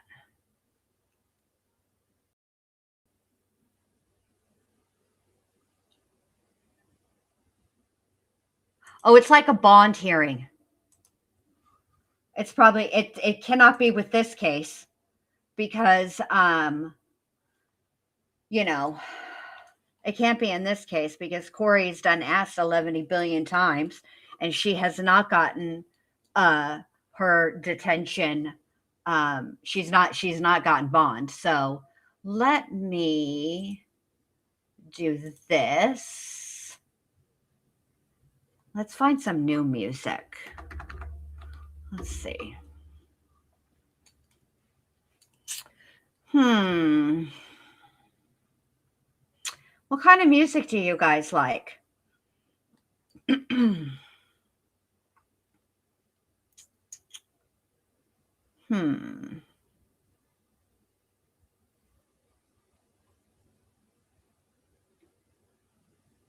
you want me to give you guys like real hold music? I could give you contemporary classical. Waltz. Let's see.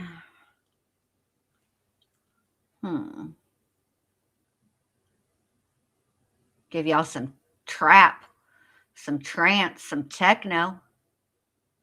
Let's see.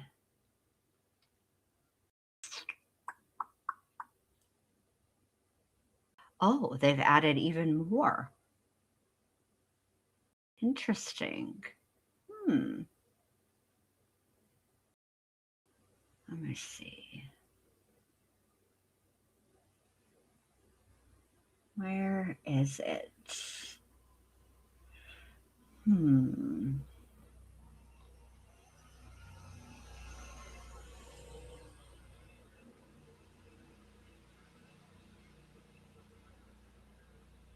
Give me just a second. I can't remember where it's at.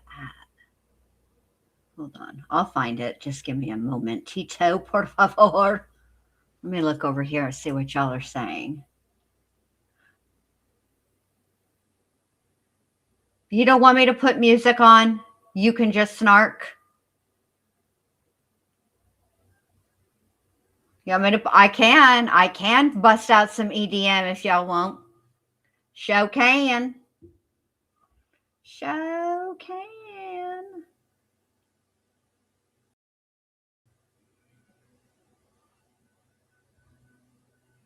Let's see. I can give y'all some bachata if you want.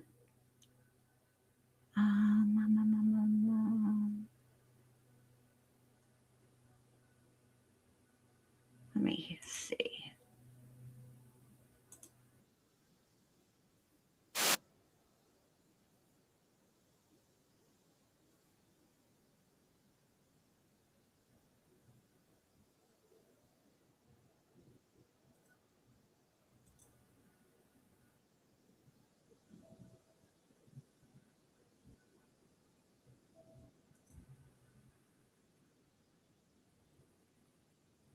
Not feeling that so much.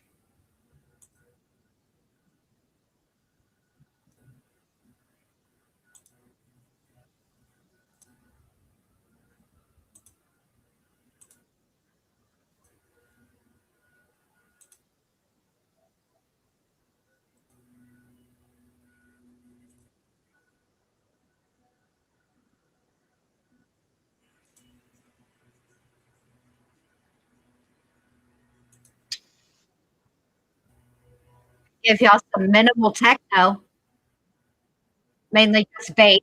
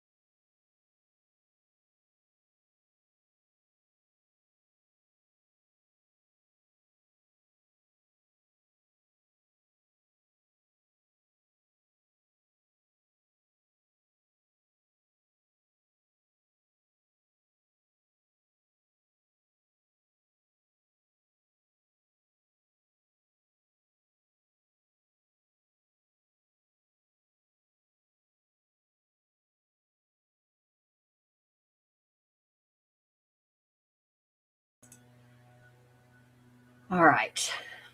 All right. Give me a second. This is what y'all get. Give me just a sec.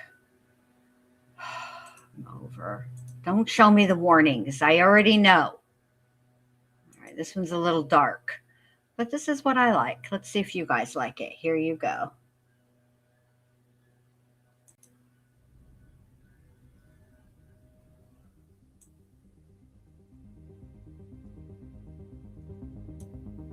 All right. I'll see you guys in a little bit. I'll be back.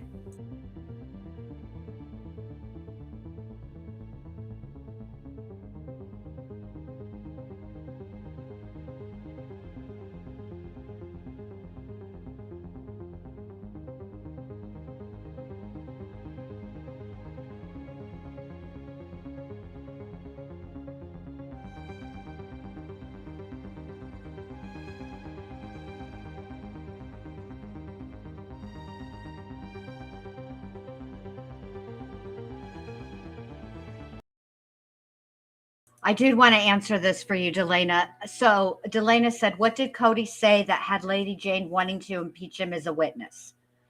So on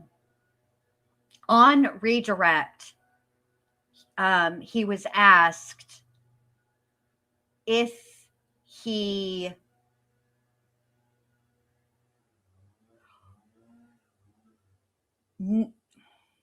how was it phrased? Because it's the phrasing that's important. He was asked if well, I can replay it for you if you want. You want me to do that? Basically, he was asked about whether he knew Eric to take illicit substances. And there was an argument about what the definition of illicit substances was, because there was a pretrial hearing, and Cody testified that he had learned that Eric took pills in high school, and then he said pain pills, and then he said red devils. And so there was an argument about what red devils are, which Miss Nestor said during the time Eric would have been in high school, though that was called PCP. Okay, let me just say this. If Eric were taking PCP in high school, everybody would have known about it. Okay? This isn't something that, you find out through gossip, okay? So, yeah, people who are on PCP, it's like just PCP. All right? You definitely would know. Okay, you can't, it's not like you might have gone off campus for lunch and maybe smoked a doob, and you come back to school and you're like, hell, let me get out the Visine, and you can kind of fake it as long as you just maintain. No, PCP doesn't work like that. So the whole school would have known. Okay, this would be a known thing. Okay. So there was argument back and forth by Nestor about what an illicit drug is. I think that the statement that what he testified to in a pretrial, when he said red devils, I think it was a clarifying statement that it wasn't pain pills. He meant red devils. Anyway, when they finally got him on the stand, red devils turns out to be Sudafed, which is not an illicit substance. And the judge pointed out to her that there is a difference between an illicit substance, which is an illegal drug, okay, a manufactured drug, and then something that is FDA approved, okay? And yes, you may not be taking it with a prescription, like you don't have a prescription. However, you're taking it, but that's not an illicit substance. An illicit substance is like, Coke, meth, PCP, that kind of thing. So that's what it was about. All right, I'll be back in a little bit. Let me get over here. Let me play this so I can know what time. 2:30. God, that's forever away. All right. Let me play this for you guys. All right, be right back. Give me I don't know, 20 minutes, and then I can play that part of the hearing again while we wait for lunch to be over. All right, here we go.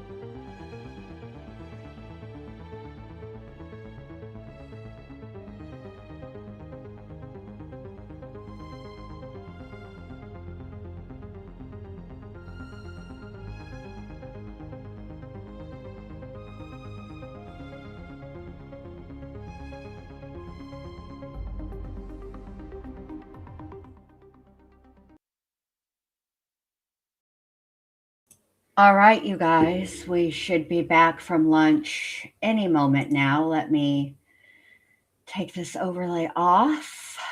There we go. We have like 6 minutes before they come back. So, sorry it took me so long. I spent my lunch with my little chickie, a nugget pie, who has been very well behaved today, and I appreciate it very, very much. Hang on just 1 second.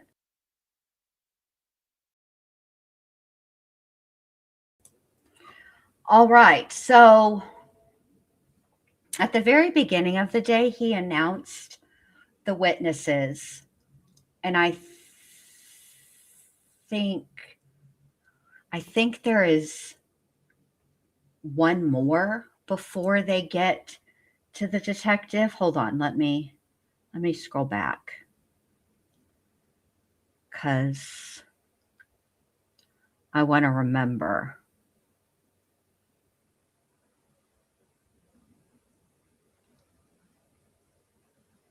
Let's see. Your Honor, Cody Wright, Matthew Throckmorton, Jamie Woody, Todd Gabler,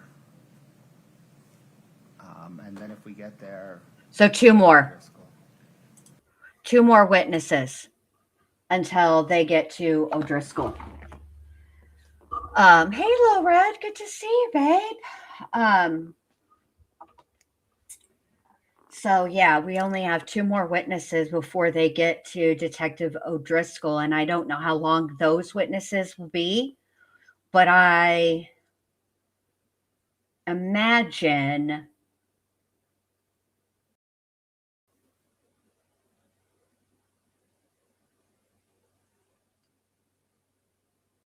I mean, I would have thought that by after lunch, we would be ready to hear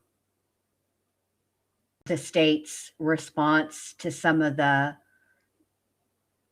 well, to the motion for, I think, mistrial, because they needed to respond.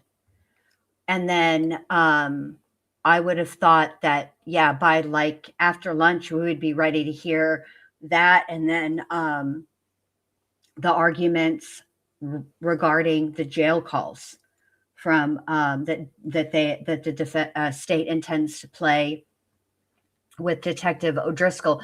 Now, one of the things that we haven't heard about and still have yet to see, and surely they're going to show those, and I'm guessing it's going to be with Detective O'Driscoll, is the text messages between Carmen and Kouri. Did we miss those? Did I miss those? Because I feel like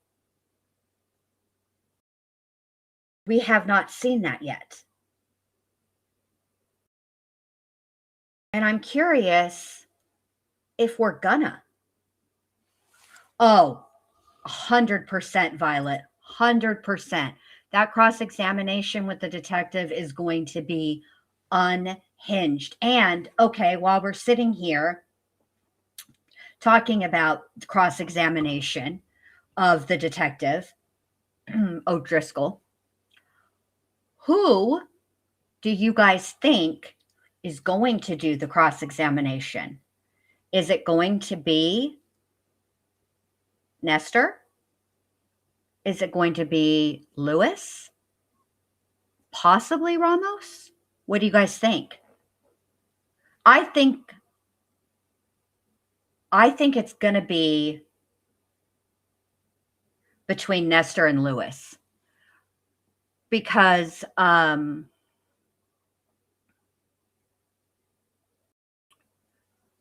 think Ramos has really been like the technical aspect. Like he's going to, he asks about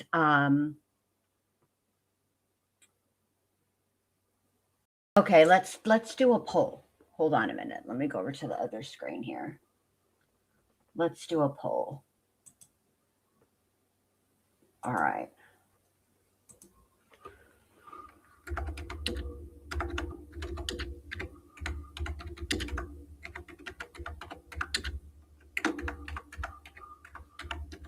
Oop.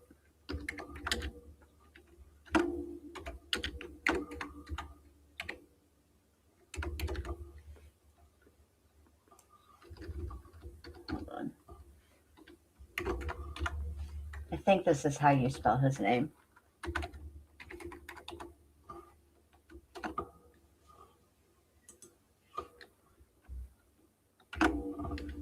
Let's do a poll.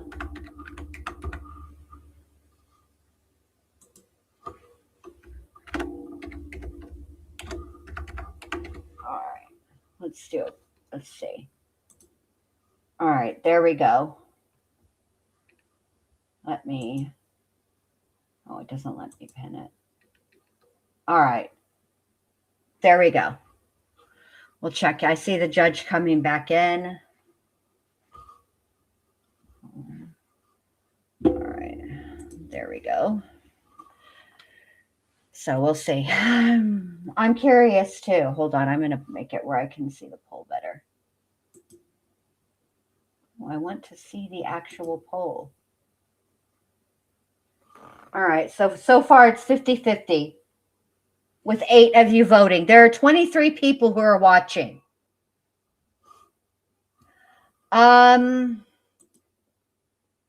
So Jenny says, I need to know what to plan for. Is it going to be spicy with the detective? I think that yes. I think direct won't be, like the actual questions won't be spicy on direct. But I predict a lot of objections, a lot of sidebars, that kind of stuff. And I predict that absolutely, positively, cross-examination is going to be spicy. So we need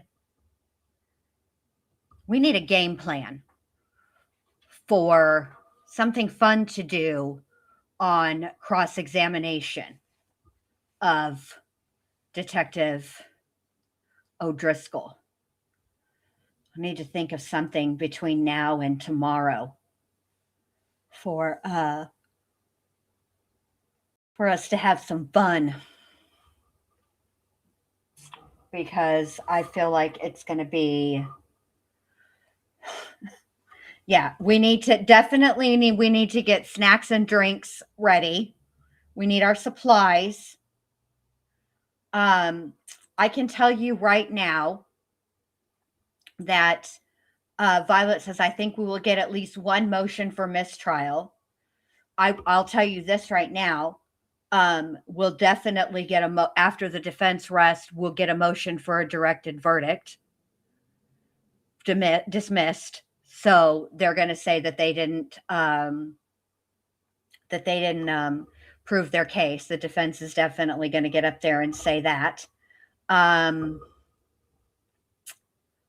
But 10 sit-ups every time they object. Well, listen, I appreciate that, because quite honestly, you know, being healthy is important. And if we're going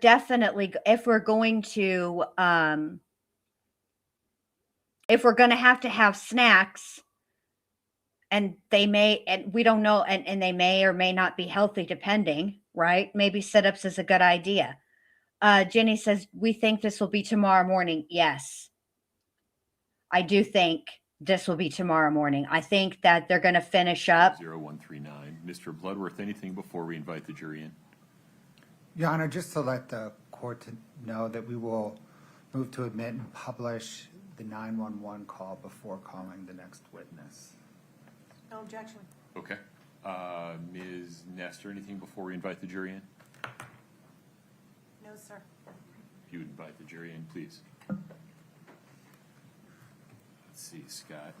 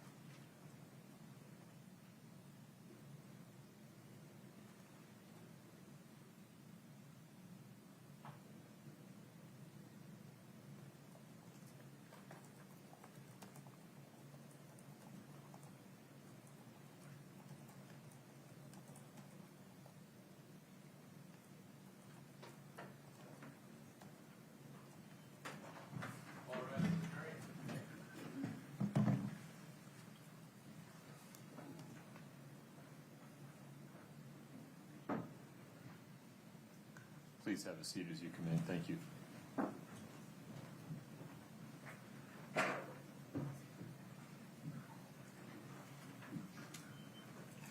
All right, please have a seat.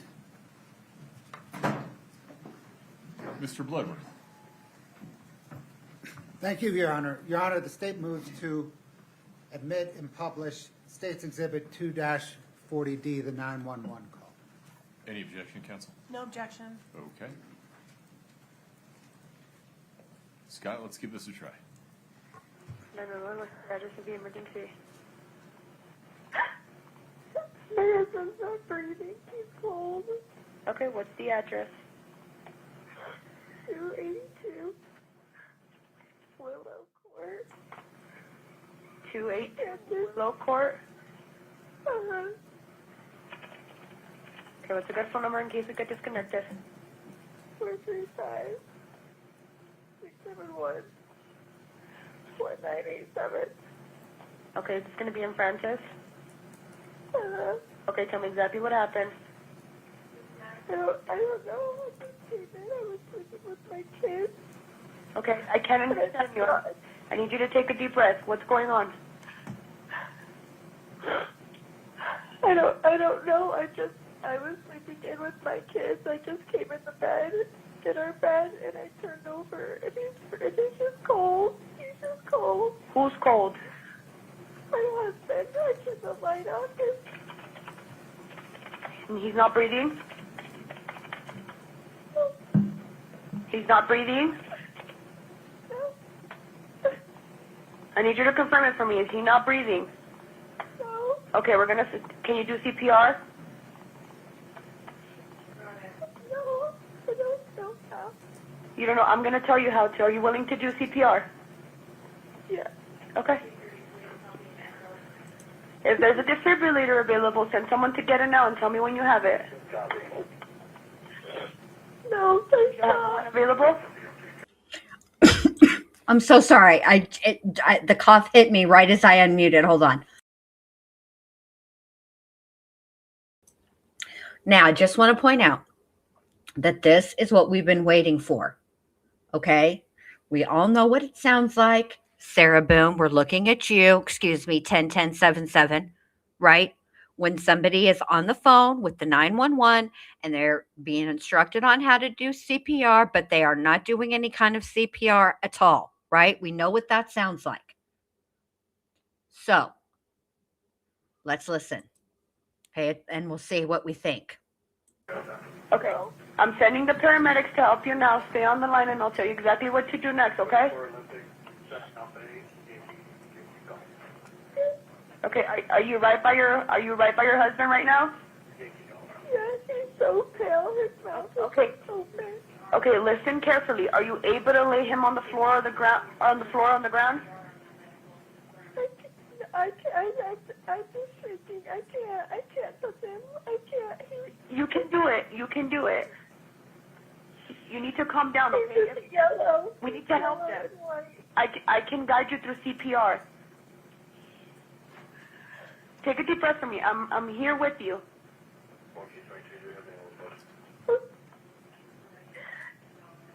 He doesn't have a pulse.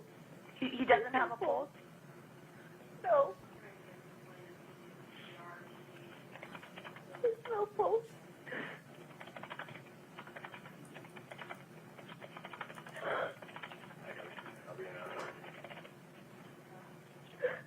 Okay. I'm here with you. I'm here with you. We need to get him help. If you need to put me on speaker, put me on speaker. I'm gonna guide you through CPR, okay? Okay.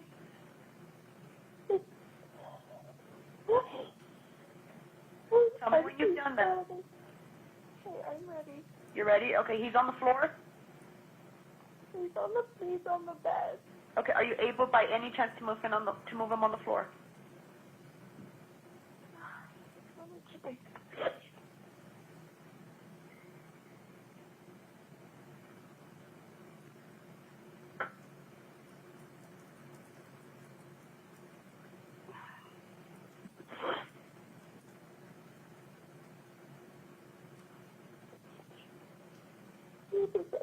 spots on it. I don't know what's happening. I don't know what's happening. I'm here with you. Are you not able to, you're not able to move him to the floor? Go out, go out, go out, go out, go out. Don't come in here, don't come in here. Oh my God, my sister. You're not able to move him to the floor? Just listen carefully. We just need to get him on the floor. Don't worry about hurting them. No, he's just too heavy. Is he still on the bed? Yes. Okay, if there's a sheet or a blanket under them, can you loosen it from the mattress? Yes. Okay, stand at the side of the bed closest to them and remove anything under the head. Okay. Okay? I need you to pull the sheets towards you and slide them off the bed. Don't worry about him falling. We just need to help him now. Okay. Tell me when he's on the floor. Oh, thank you so much, Little Red. I appreciate that. Queen of Comedy on YouTube. Hugs back to you. Thank you, babe.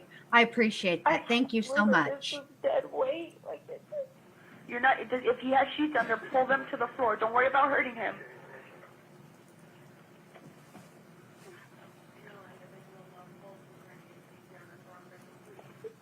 Can you please send somebody?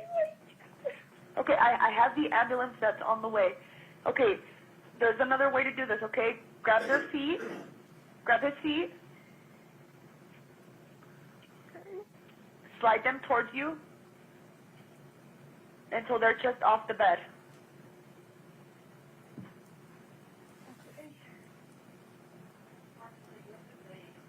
How old is your husband? 39. 39? Yes. Okay. Okay, were you able to pull his feet off the bed? I'm pulling. Okay, now grab the arm closest to you and pull the rest of the way off the bed. Again, don't worry about the fall. We just need to help them now.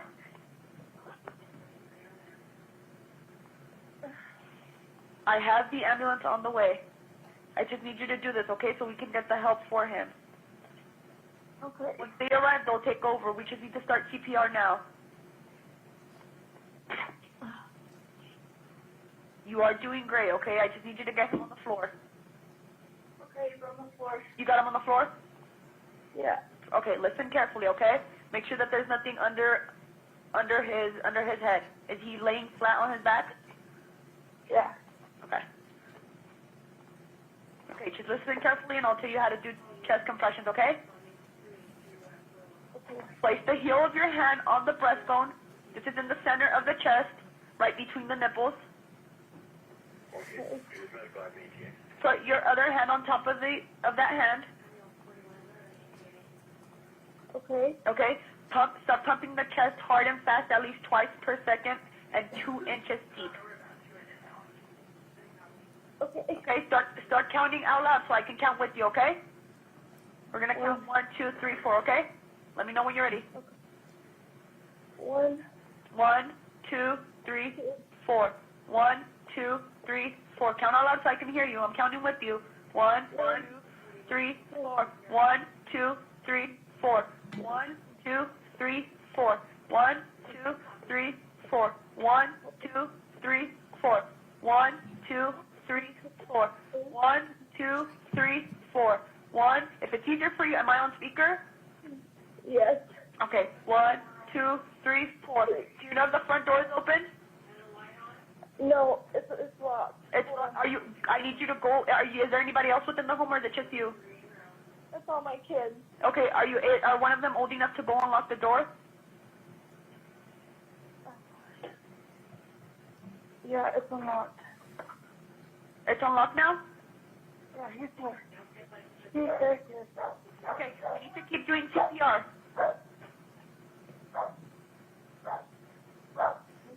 He's in here. Okay. Do I keep him on the phone? Yes. Keep me on the phone. Go unlock the door and come back to doing CPR. No, he's here. He's here. Okay. He's in my Firefighter Monaco is on scene. I'm beginning CPR, chest compression. Okay, is the ambulance there with you? Yes, not yet. Ambulance is en route. Oh. Okay, are we doing CPR still? Yes, he's doing CPR. He's doing CPR right now. Okay. Oh my god. Oh my god. Oh my god.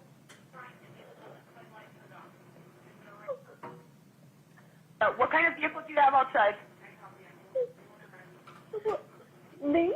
I don't have a vehicle outside. White Toyota 4Runner.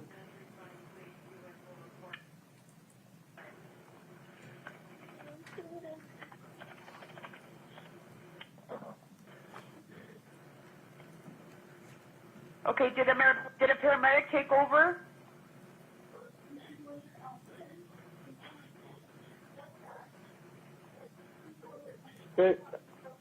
Paramedics haven't arrived yet. We're in the back. We're in the back bedroom. Yeah.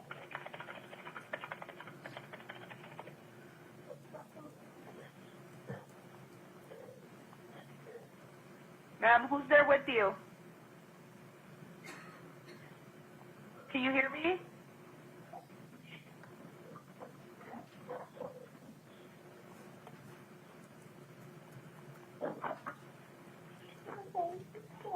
Okay, okay.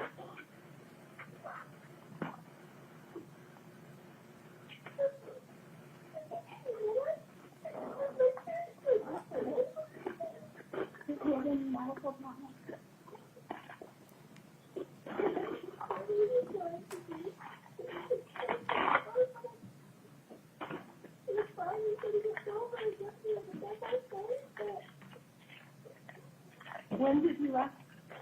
You weren't talking to your phone.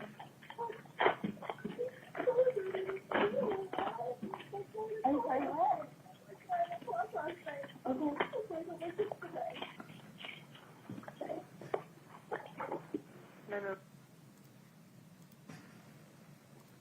Mr. Bloodworth. Your Honor, the state calls Detective Jamie Woody. Okay, let me just say this. I think it was Ellie getting there before the ambulance. Neat. Yes, because she kept saying, he's here, he's here. And if Kouri had called somebody over to the house before calling 911, you know we would have heard about that. You know what I mean?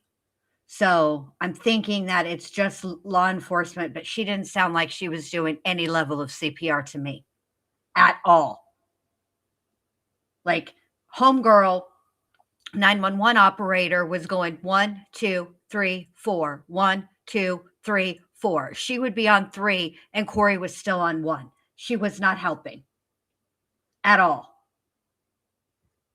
Yes, at least someone was trying. Exactly, Daria, because it damn sure wasn't Kouri. All right, here we go.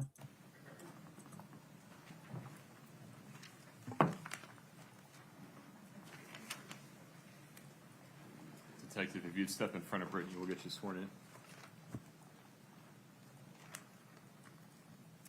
Do you solemnly swear the testimony you're about to give in the matter before the court to be the truth, the whole truth, and nothing but the truth, subject to the pains and penalties of perjury? Thank you. Have a seat.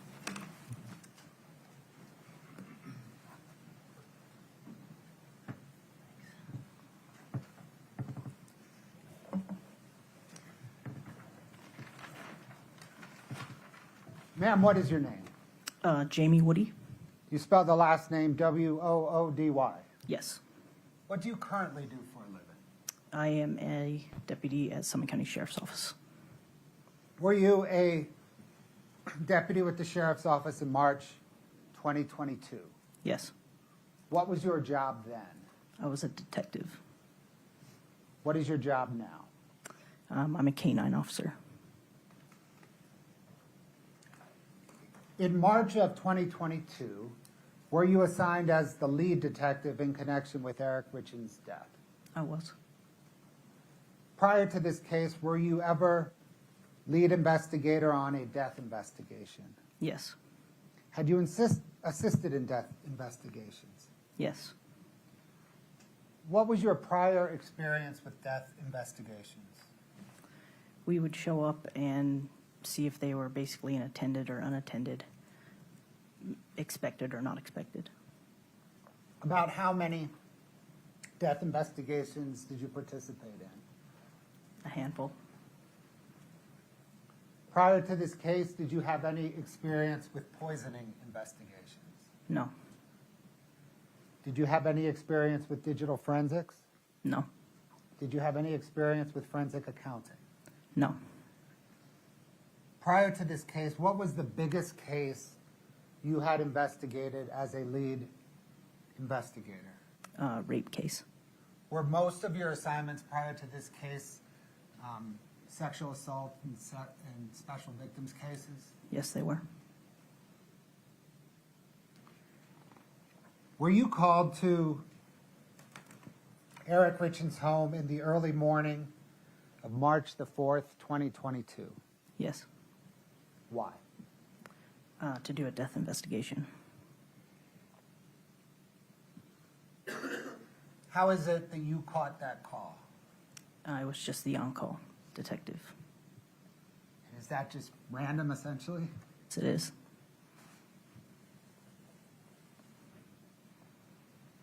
When you arrive at a death scene, I think you just mentioned this, are you first trying to determine whether the death was medical or potentially suspicious? Yes. In this case, was the death scene the bedroom where Eric Richins' body was? Yes. When you arrived at the Richins' home, what did you first encounter? I ran into his sister at the bottom of the driveway. I spoke to her briefly. I went in and spoke to the initial officer that was on scene, and I did interview some of the witnesses there. When you met with his sister in the driveway, do you remember which sister? Amy. Did what she told you inform you how you approached what you did once you entered the house? Yes. What did she inform you? Your Honor, can we approach? Of course.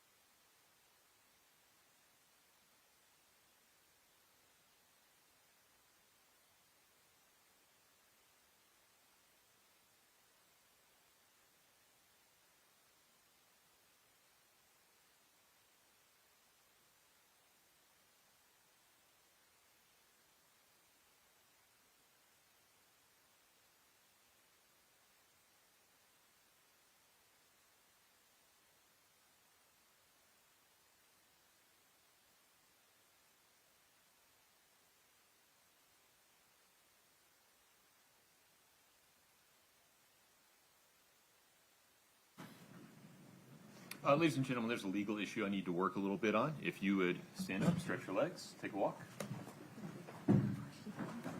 All rise for the jury.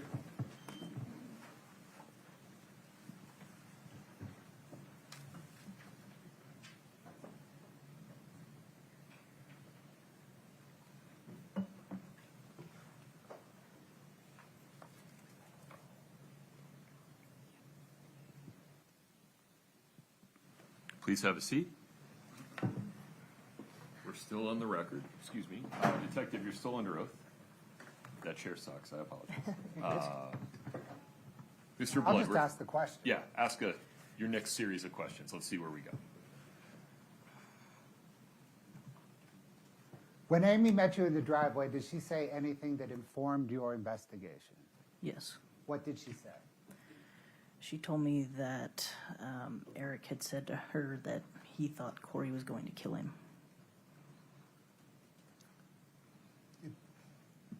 Then did you go into the house? Yes, I did. Ms. Nestor, were there any questions about anything else that Amy said to her that you'd want to ask? Yes, Your Honor. Let me pull up her report really quickly.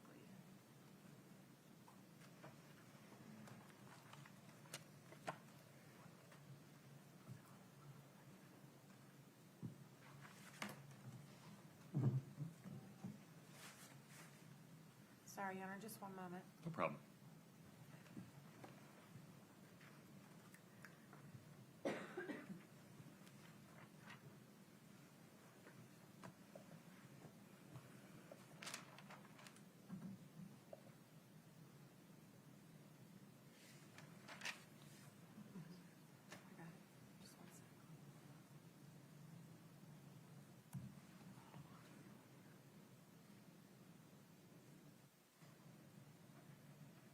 Okay.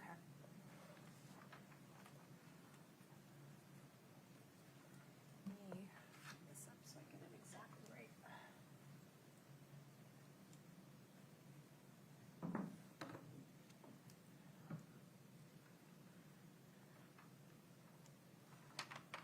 All right, so I want to make sure, because it appears from your report there were 2 conversations with Amy. So I would like to make sure we're talking about the same one. Okay. When you first arrived and you saw Amy in the driveway, you're saying that is when she told you that Eric said that Kouri was going to kill him?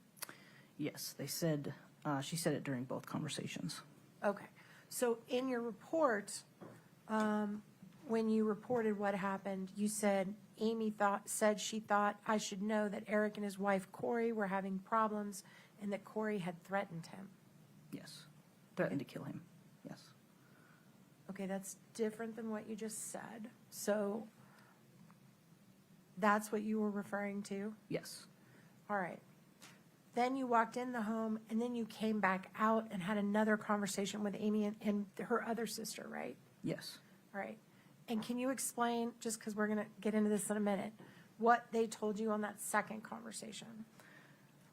I'm trying to remember. They said they had been fighting a lot and that Kouri was erratic when she was drinking and that Eric had told them that she had threatened to kill him. And did Amy tell you that Kouri found out recently she wasn't the beneficiary anymore and that because of that she threatened to kill Eric? She told me that at some point, but I can't remember when. Okay. So she told you that Kouri had found out he had basically made her not a beneficiary? At some point, yeah. Before he died? She said that at some point, but I don't remember when she told me that. Okay. Do you remember when you had that first conversation with Amy, any specifics about when that statement was made to his family, under what circumstances, or any details about the statement? No.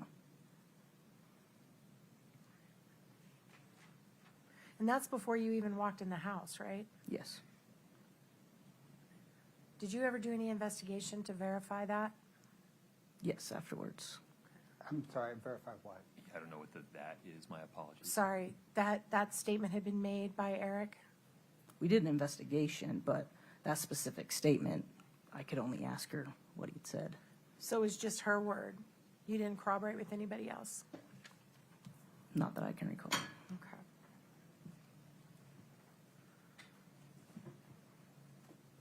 And what about that statement changed the way you behaved when you went into the house? Because I think that's the question he was asking you. It just made us look at it with a more critical eye.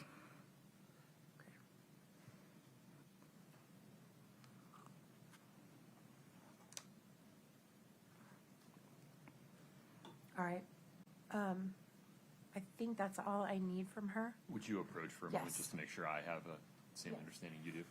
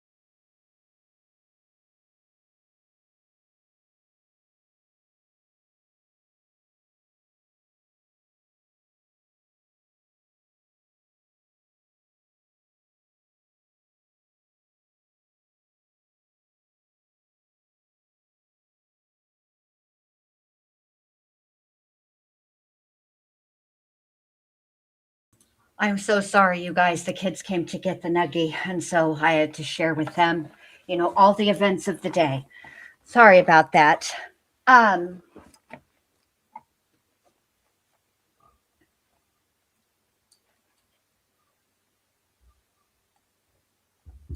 oh, good gosh, what was I going to do?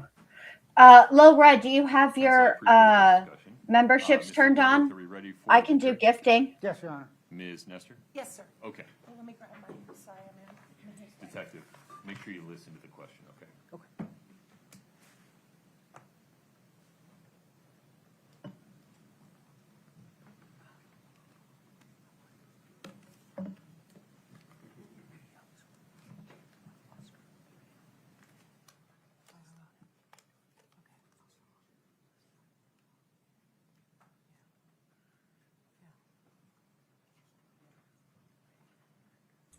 All right, I ended the poll and it looks like 59% of you guys think that it's going to be Miss Nestor who cross-examines O'Driscoll, and 41% think it's going to be Miss Lewis.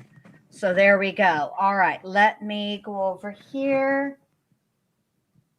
Oh, Karen, you didn't have to do that. Thank you so much. That is so sweet. And Lil Red is the one who got it. Oh, perfect. Oh, wow. Thank you, Karen. That was so sweet of you. Yay, Lil Red. Looky there. I'm looking at the chat to see. Oh, it's so green and I love it. I'll wait to do the gifting. Yay, I'm so glad. Thank you so much, Karen. That was so sweet of you, babe. Look at that. I have just the best chat. I really do. I really do. Thank you, Karen. You're the best. Thank you. Thank you.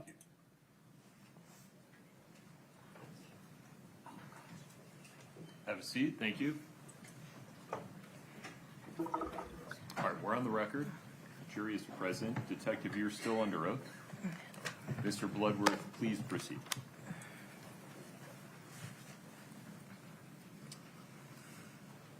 So, ma'am, when you arrived at the house, Amy Richins met you in the driveway. Yes. Did what she told you suggest that Kouri Richins may have been involved in Eric's death? Yes. After you spoke with Amy in the driveway, what did you do next?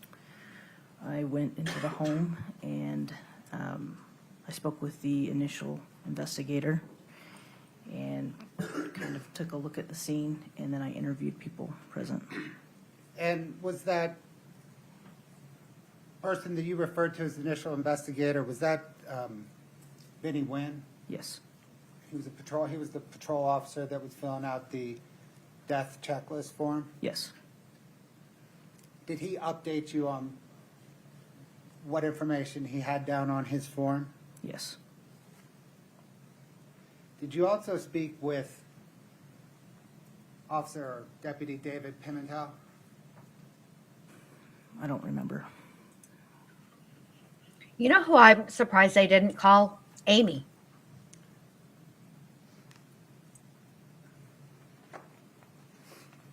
Did you speak with Kouri Richins? Yes. What did Kouri Richins say about what happened the night of Eric's death? She said that they were celebrating something and that they had a shot of alcohol, and around 9 o'clock they went to bed. At around 9:30, one of her kids woke her up with a nightmare, so she went down to their bedroom and stayed there for a while until about 3 o'clock, and then she came back to her own bedroom.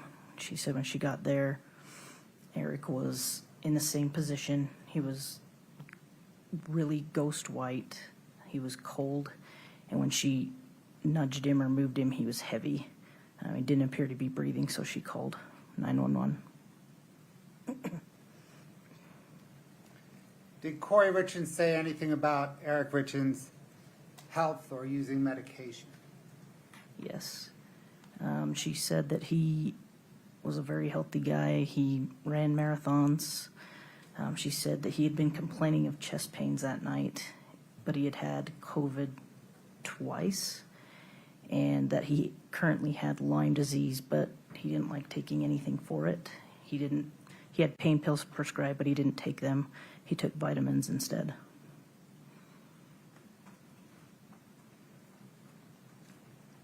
Did Kouri Richins say anything about Eric using street drugs? No.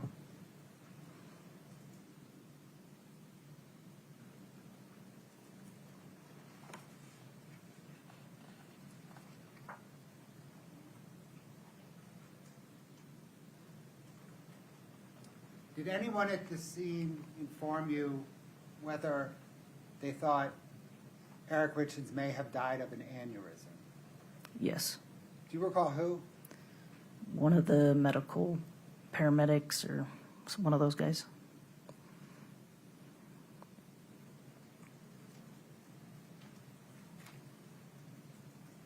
When you looked around the death scene, did you see any evidence of illicit drug use? No. Did you see any evidence of drug paraphernalia? No.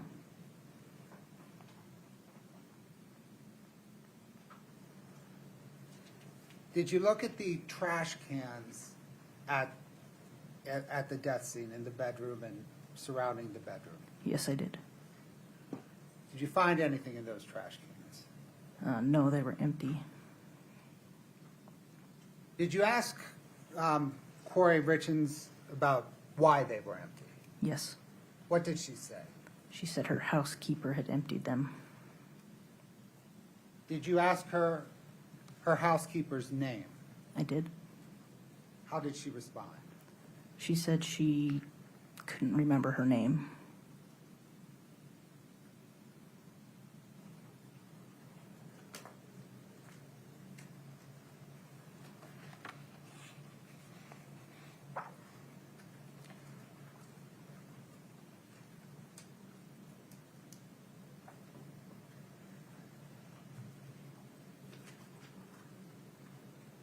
What, as you understand it, are the laws for searching a home when investigating a death scene?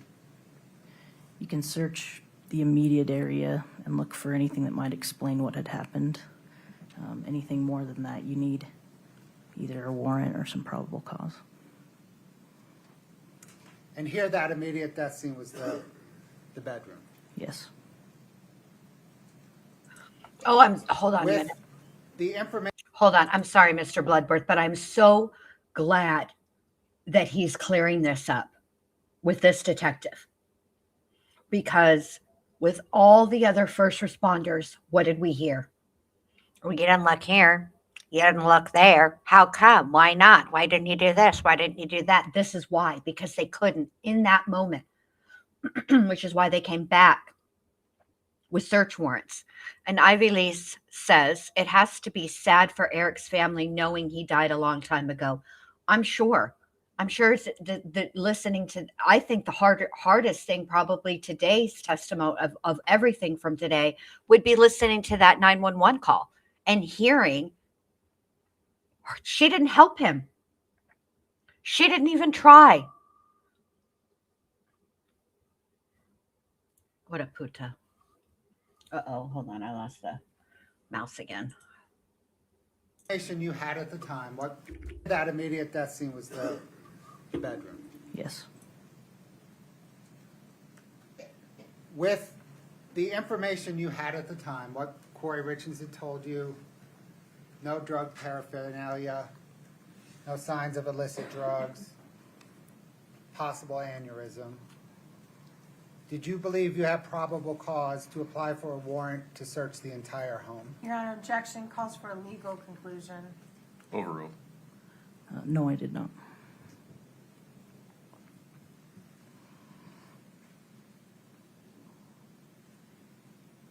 And you asked for consent to search beyond the immediate death scene. Yes. Did you ask for consent to search beyond the immediate death scene? I did. We asked if we could search the kitchen garbage. And why did you ask to search the kitchen garbage? That's where he had been for the last part of the night, and garbages are usually a good place to see if there's any evidence of any kind of illicit drugs or anything like that. Did someone else search that garbage? Yes. Did they find any evidence of illicit drugs? No.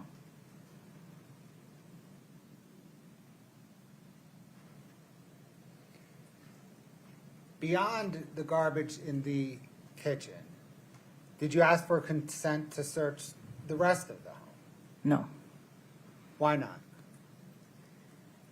At that point, there wasn't anything that said it was a crime.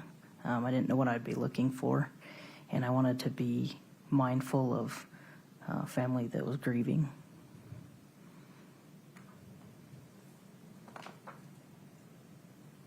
Let me, in a hypothetical, contrast the death scene that night with a fictional one. If you arrive at a death scene at a home and the cause of death is obviously a gunshot wound, but there is no gun near the body, would you apply for a warrant to search that home? Yes, I would.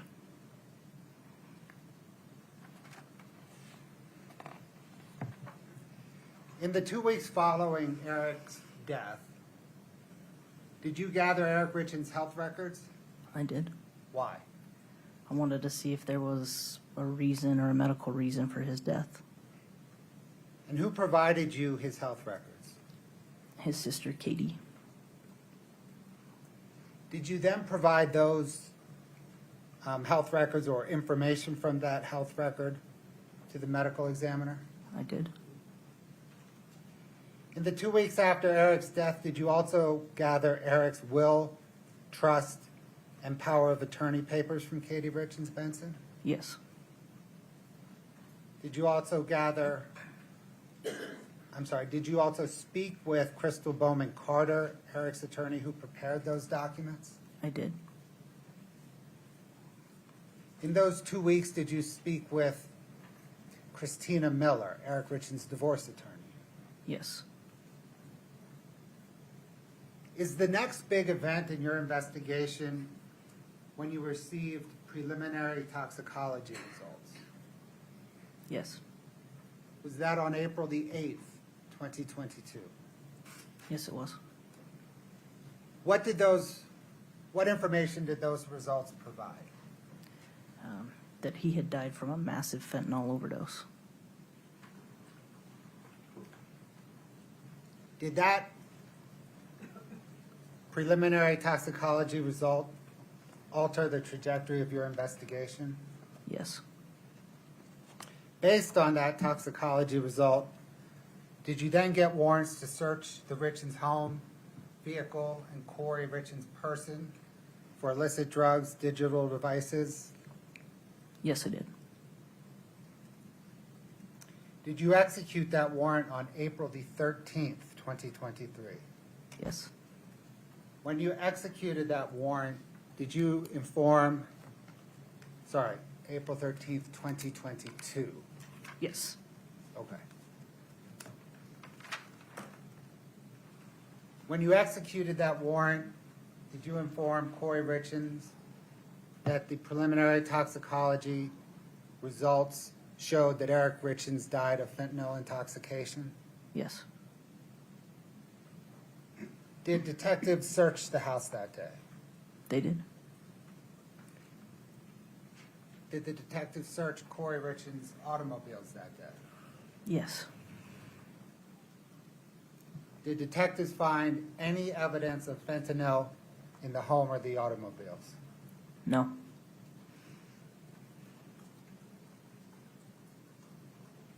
Why did you seek through the warrants to collect Kouri Richins and Eric Richins' digital devices?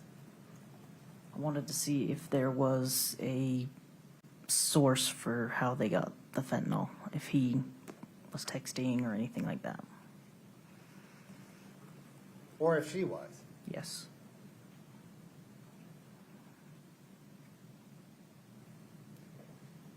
Did you seize Kouri Richins' white iPhone on that date? Yes, Did you also seize Eric Richins' iPhone? I did.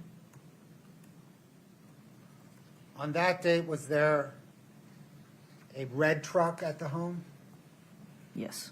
Was there a brown truck at the home? No. Did you seize any THC products? Yes.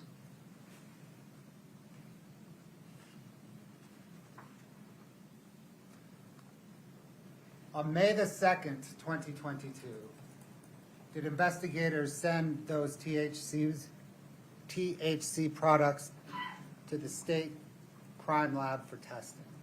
Yes. On March the 4th, 2023, did Brian Holden from the state crime lab send investigators the test results? Yes. And did those test results confirm that there was no fentanyl in those THC products? Objection, can we approach?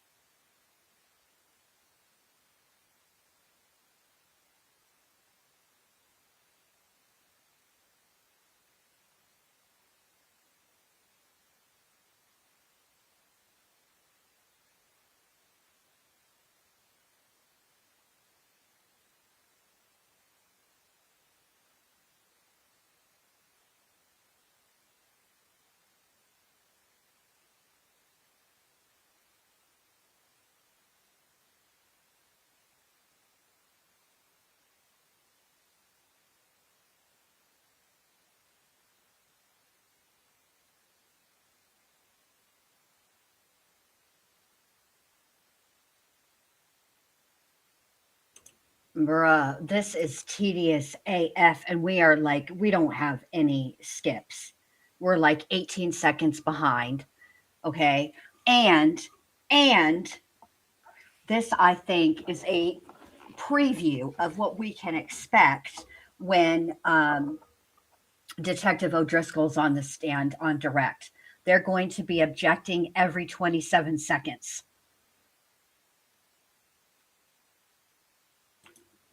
You know what, Lil Red? I love Port Aransas, but, and maybe we can go there, but I, Nuggy really wants to go to Florida. And I want to take her to Clearwater Beach so badly. So that is like, I have something that I need to take care of for myself this year. That's my big goal for 2026, is to do this one thing that I need for myself very badly. And that's what I'm working towards. And then next summer, see, I think she'll be able to appreciate the beach more and a summer vacation more when she's in school. And she's, everybody, fingers crossed that she gets to start kindergarten. Well, this year it'll be in August, but I think she'll appreciate summer vacation more if she is in school.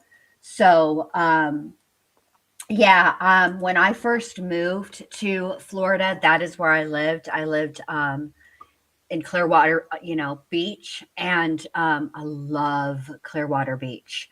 And then we lived in Dunedin, and then we moved to Pinellas Park, and then we moved to Holiday. And I, I mean, there are times, I'm not even gonna lie, when I miss Florida, like, a lot. And but I would trade every beach day ever just to be with the Nuggie. So it's totally worth it. I just miss the weather in Florida. Although, as you guys know, especially those of you guys who've, followed my channel since I had a channel, since I made this channel, I lived in Florida the whole time I've had my channel.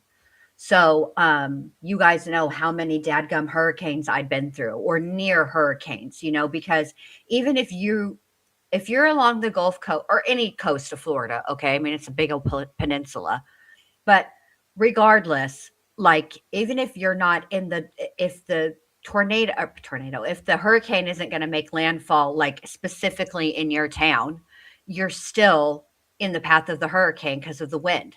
And man, that wind is no joke. Absolutely no joke. And that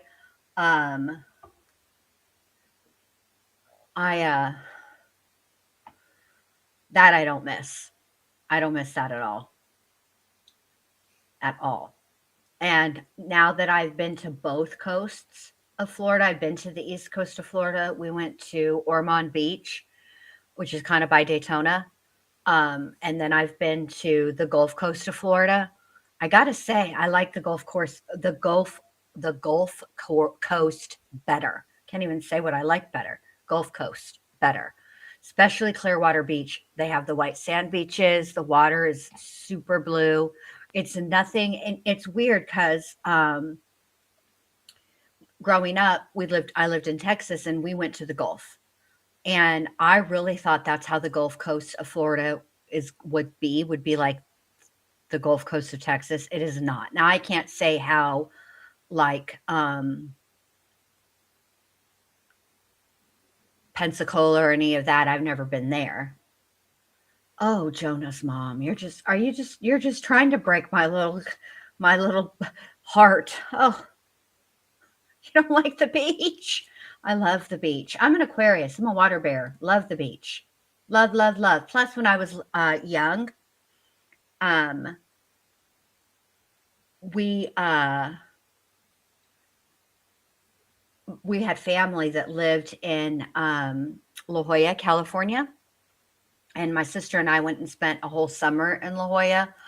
So fun. The beach was beautiful. And that's when I really fell in love with the beach. But when we were young, before we, went to California for the beach, the first beach I ever went to was in Mexico. We went to Rocky Point, and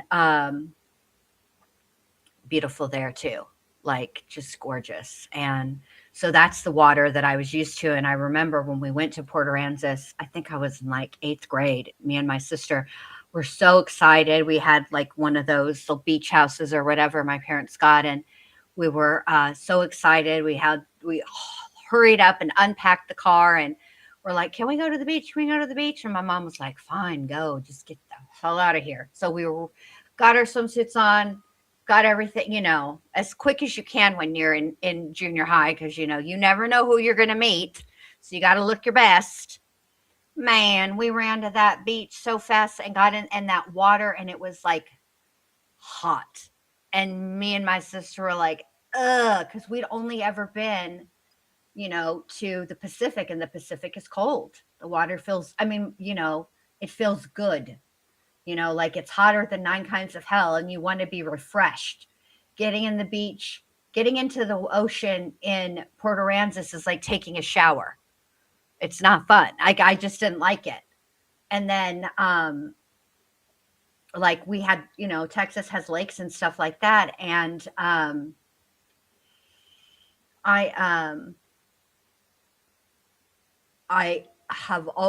used to be anti-lake. And then I had these really good friends, and they had a pontoon boat, and they're like, "Come on, Jen, just go to the lake. It's fun. I swear it's fun." And to be fair, they did have to get me into the cups a little bit, because I don't know, the lake just freaks me out. I don't even know why.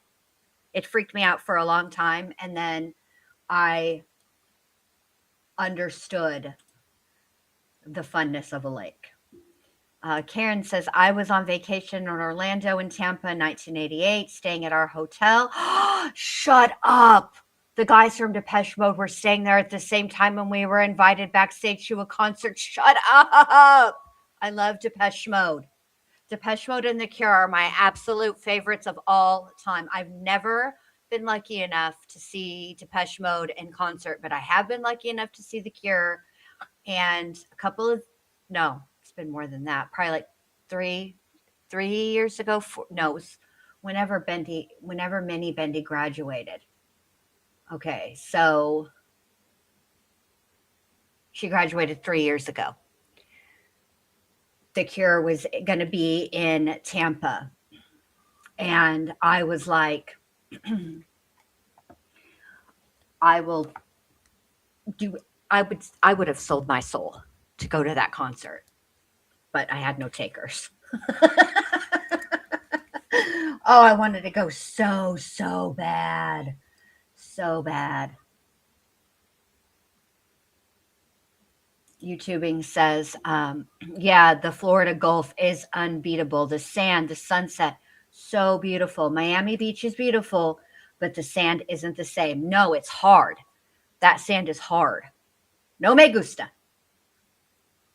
No me gusta. Ladies and gentlemen, thank you for your patience. Pause there for a minute. Mr. Bloodworth, I understand you would like to withdraw the state's last question? Correct, John. Okay. All I ask, folks, is that to the extent you wrote down the last question and the answer to it, just cross that out of your notepads. Okay. Mr. Bloodworth, take it from there, please. Your Honor, on March the 4th, 2022, did investigators send the seized phones to the Regional Computer Forensics Lab for downloading? Yes.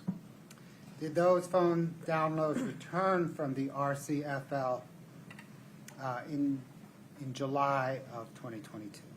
Yes, they did. Did investigators then begin searching through the phone downloads? Yes. Were investigators primarily searching for information on both Kouri and Eric Richins' phones regarding where the fentanyl could have come from? Yes. Brooklyn says 311 concert at Big Easy venue in Boise was my favorite concert of all time. That would have been a fun concert. Minnie Bindi just got to go see. I'm so jealous. My Chemical Romance and the All American Rejects. She has been in love. Like, My Chemical Romance is before her time, really. It's actually her older sister's generation that My Chemical Romance was big, but she's always been like never really into her own never like followed the trends of her generation. And she has wanted to see My Chemical Romance forever, and she got to go, and I know she was, oh god, she was so happy. And I love both My Chemical Romance, and I love the All American Reject. She got me a t-shirt. Sweet, sweet girl. All right, are we gonna see some damn texts? Did investigators find information on either Kouri or Eric's phone about where the fentanyl came from? No. Was that search complicated by deletions in Kouri Richins' phone? It was. Is it fair to say that between waiting for state crime lab results, download results, and sifting through digital information, that from late spring of 2022 through the fall of 2022, that the investigation wasn't advancing very much? Yeah, that's fair.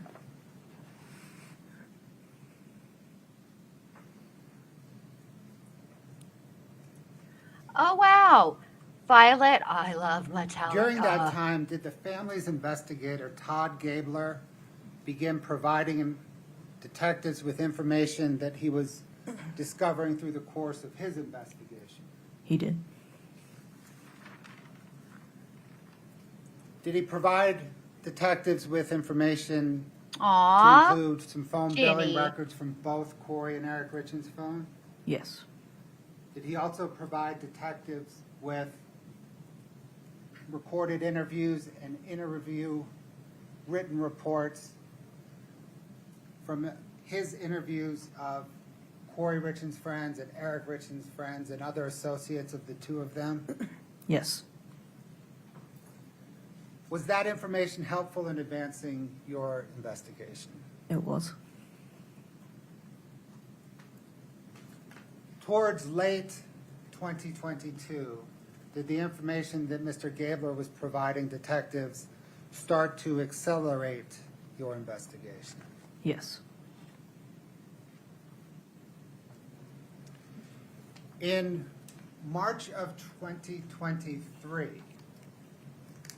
did you transfer from serving as a detective to serving as the canine deputy? Yes, I did. How did that come about? I'd been working to get a dog for years, and when the opportunity came and I was able to get that dog, that was something I really wanted to do. Did Detective Jeff O'Driscoll then take over as the lead detective on this case?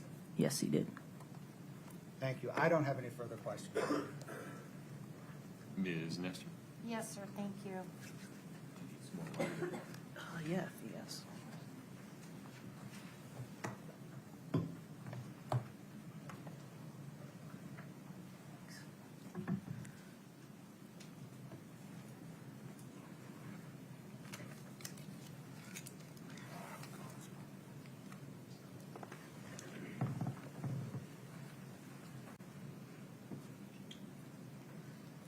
Good afternoon. Afternoon. What's your title now? Just deputy. Deputy. Yes. I want to make sure I call you the right thing. Deputy Woody. Yes. We've met before, but it's nice to see you again. Thank you. Hold on a minute. Miss Nestor, stop playing with these folks. You want to make sure you call her by the right name. Why does that always sound when she says things like that? It just comes out so disingenuous. And you know that the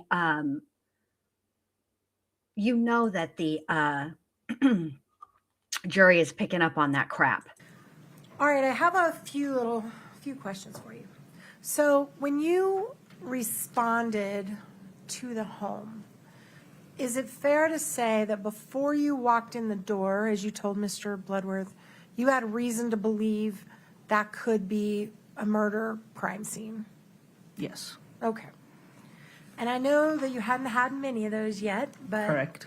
you've definitely responded to overdose calls, right? I have. Okay. So when you went in, and I don't even know if this is part of your typical death investigation, so if it's not, please advise me. But did you have any crime scene tape with you available? I don't remember. Did you put up any crime scene tape to keep people from disturbing a scene?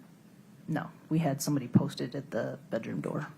All right. And eventually that person left later in the morning. Yes, he was switched out. So there was no preservation of the scene as far as allowing CSI people to come in and do their thing, right? Yes, they could come in and work that scene. But they didn't. The crime scene techs? Yeah. Yeah, they came in. Okay. So who is it that you're referring to were the crime scene guys? That would be Chelsea Gibson. Okay. And then we had somebody from the medical examiner's office as well. Sure. Perfect. Other than Chelsea and the medical examiner person who we have heard testify in this trial, was there anybody else there helping you investigate the scene? There was a patrol deputy. Who was that? I believe, I can't remember which officer it was. Okay, that's fine. So between the four of you, the only area that you searched was the area immediately around the body and then the kitchen trash can, right? The bathroom that was attached to the bedroom as well. All right, did you have consent from Ms. Richins? Did she cooperate with you on that? Yes, she cooperated. And she gave you consent to search the kitchen? Just the garbages, that's all we asked for. That's all you asked for? Yes. All right. And you mentioned that she told you that she couldn't remember her housekeeper's name. Did you ultimately confirm that a housekeeper did come that day and clean the house? I can't remember. If I gave you the name Norma Garcia, does that refresh your memory? No. Okay. So you don't know if you ever confirmed that or not? I can't remember. I don't recognize that name, though. Did you or any of the other three search the large trash cans that were out in the back, in the garage? No. And did anybody search Mr. Richins' vehicles that night? No, we didn't search any vehicles.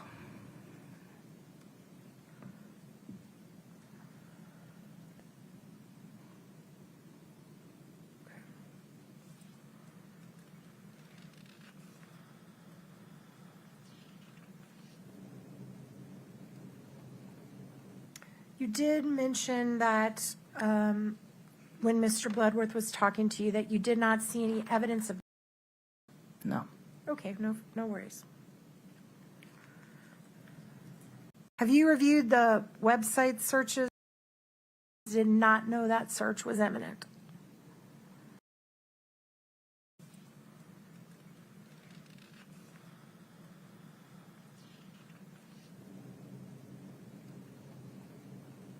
You did mention that when Mr. Bloodworth was talking to you that you did not see any evidence of drug use or paraphernalia. Is that right? Correct. But in fact, wasn't there an empty hydrocodone bottle seized from right next to Mr. Richins' bed? There was. And do you know what happened to that bottle? We took some pictures, but I'm not sure if we took it or not. You didn't put it in an evidence bag? No. You didn't swab it for the inside of it? No, it was empty. Do you know where it is to this day? No.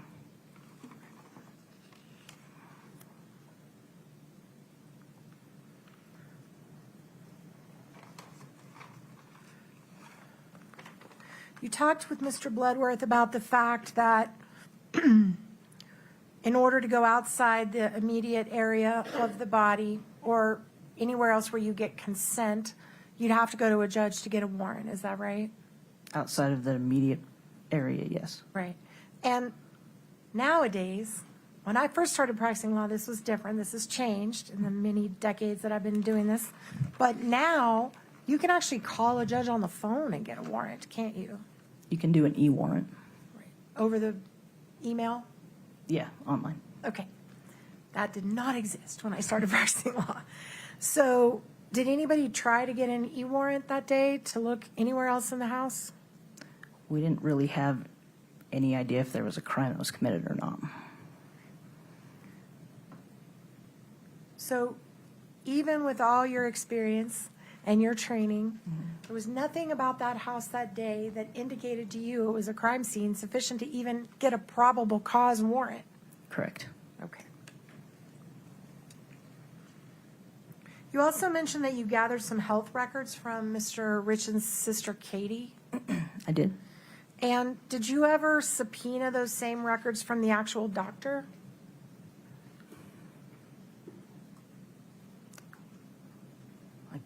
Can't remember. Before you gave these records to the medical examiner, you can't say for sure if Katie removed any part of it or changed any part of it, or if they were actually accurate, valid records, can you? I just read them to her over the phone, but yes, I gave her that information. Okay.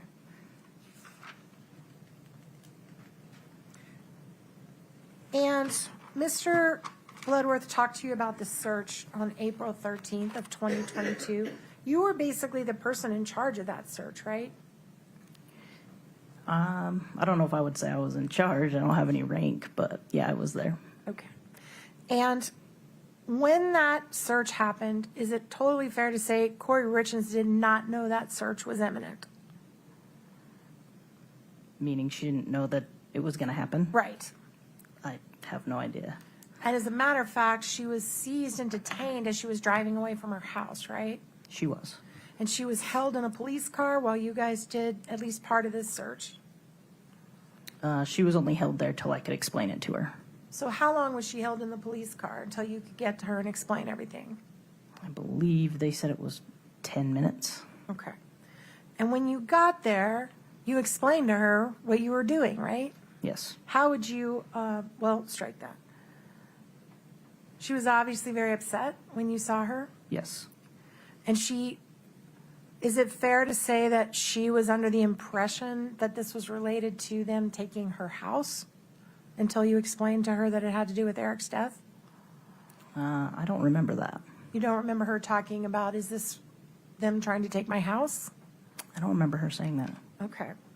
But either way, you told her that day, hey, Eric died of fentanyl. And that was in April. Yes. So just over a month after his death, she knew that you all believed he died of a fentanyl overdose, correct? Yes. All right. Have you reviewed the website searches that the states tried to put into evidence in this case? No. Okay, no worries.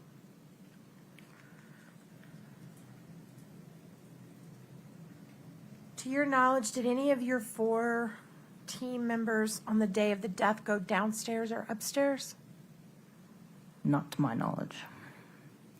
When Ms. Richins told you on the day of the death when you first responded that she had come back to the bed and found that her husband was cold to the touch, did you ask her if she went anywhere else in the house before she laid down? I don't remember. Did you ask her if she went to the bathroom? I don't think I asked that specifically. And I know you like dogs. Did you notice there was a dog in the house? They must have had it put up when I was there, because I never saw it. Did you ask her if she let the dog out before she went to bed? I didn't even know there was a dog. Did you ask her if she went to the kitchen and got a glass of water? Nope.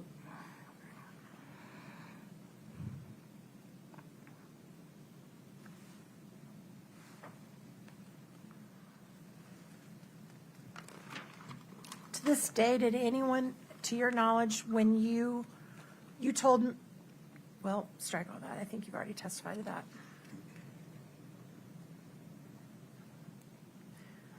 You did mention that you went through everybody's phones, is that right? Or Eric's and Kouri's phones? Yes, we did downloads. To what extent did you look through Eric's phones? I I mean, there was a couple of investigators just trying to figure out what it all meant. It was all pretty confusing. So what exactly did you look at in Eric's phone? Your Honor, objection foundation, that I think there's a disconnect between you and investigators and who was in the phone. Would you lay a little foundation Sure. for whether this person ever looked through the phone? And this may be my fault. I thought you testified that you were looking through the phones. It wasn't you personally? I looked through some of the downloads at some point, yes. Like the Celebrite downloads? Or what type of downloads? They would have been like call records, call logs. And those are the ones you got from Investigator Gabler? Yes. Okay. So you never actually looked through the guts of what was in the phone? No. Perfect. That was my mistake. Thank you for clarifying that. It's like she says things that are How a often were you talking to Investigator Hold on a minute. Gabler during the time? Stop it. It's like she says, thank you for clarifying that. That was my mistake. It's obligatory.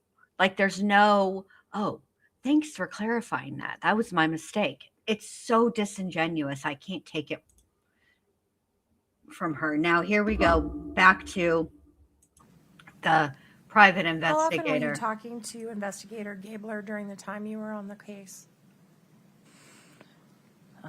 He would send emails sporadically throughout the case while I was there. And how often were you talking to members of the Eric Richins family? They emailed me pretty frequently, but I can't give you a number. Do you recall about a week or so after Eric's death, Katie Benson sending you a multi-page timeline of everything suspicious she believed Kouri had ever done in their lifetime? She did send a timeline at some point. Going back years? I'd have to look at it again. I can't remember. Okay.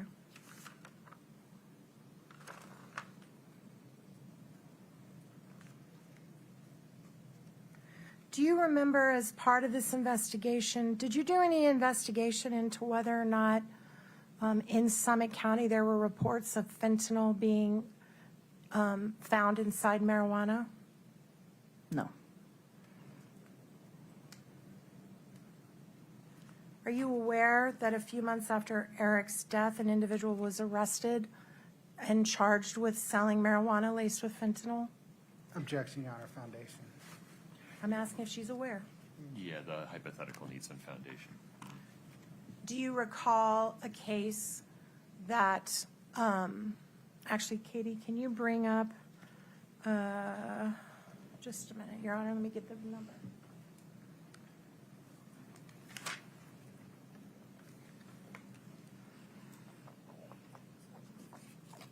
TG1. Yeah, TG1. Just for the witness only, Your Honor. Yep.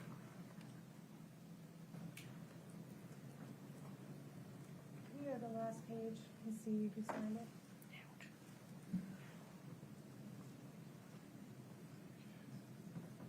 Go back. Counsel, would you approach for a minute? Yes, Your Honor. Please, Your Honor, please lecture the defense counsel on being prepared. You have all the opportunity in the world to sit and listen to direct questioning. You know the questions you're going to ask on cross have to be based on direct, right? Why are we not prepared for this damn case that you want to talk about? For the love of Pete!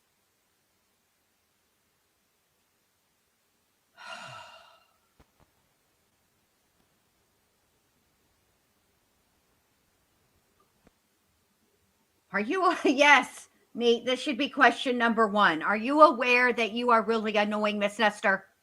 Has it escaped your attention?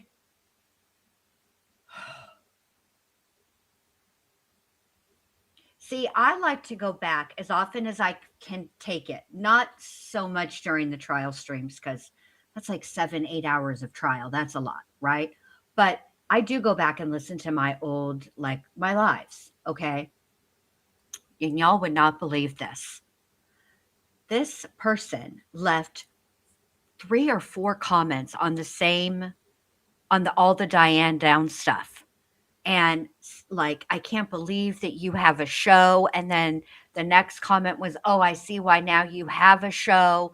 All the ads, and you wait for, all you do is talk, talk, talk. Like, bruh, at the very beginning of the Diane Downs videos, I said, this is to discuss these videos. If you want to watch the calls, what were we doing? The interview and the parole hearings. If you want to watch these with no commentary, the link is in the description. The link is still in the description. But this person said, you say too many times. I can't even believe somebody would give you a show. Like, bruh, it's YouTube. Nobody gave me a show. I made a channel and I started putting content on it. You can too. I didn't even reply. But I was like, I appreciate the feedback, but I do listen to my lives back. Okay. And I don't think that I was like, too much. For the love of Pete. I do the best I can. We will. Okay. At no time have I said I'm a professional journalist or anything of the sort. I'm not even a professional human. Just rude to be rude. Take control, please. Do you recognize the document that's in front of you? No. Are you, okay, then that's fair, take that down. Did you ever provide to investigator Gabler, the private investigator, reports from cases where people were being arrested for dealing fentanyl in Summit County? That doesn't sound familiar. So that if he got those, they did not come from you. I don't believe so. That doesn't sound familiar. Totally fair.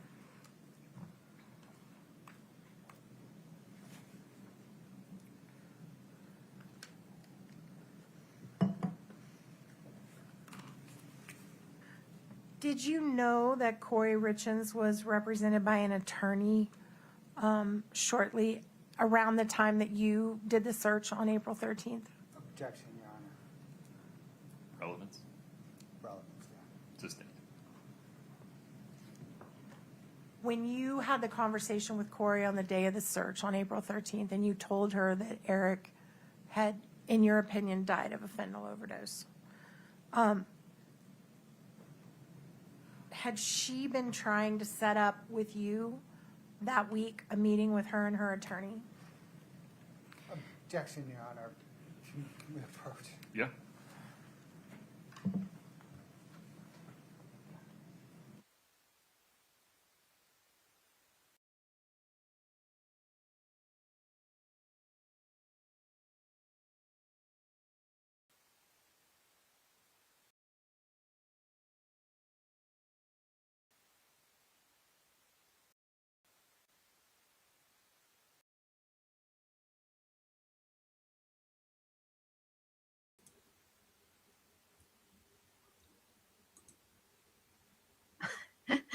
Thank you, Jonah's mom. Jonah's mom said, I am the and police. You would know if you overuse it. I know.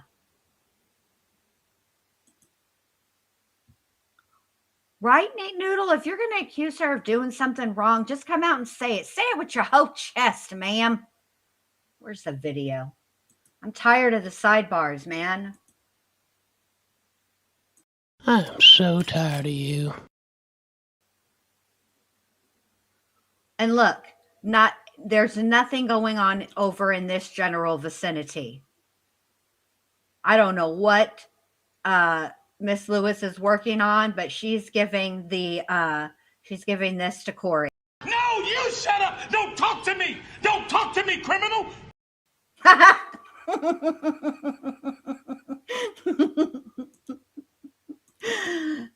Don't talk to me. Don't talk to me, criminal. It's the best. Yeah, say it with your whole chest, Miss Nestor. If she did something wrong, tell her. Are we going to be getting through this anytime soon, for the love of Pete? Been here for 11 billion hours. You've asked 3 questions. When you interviewed Kouri on the day of Mr. Richins' death,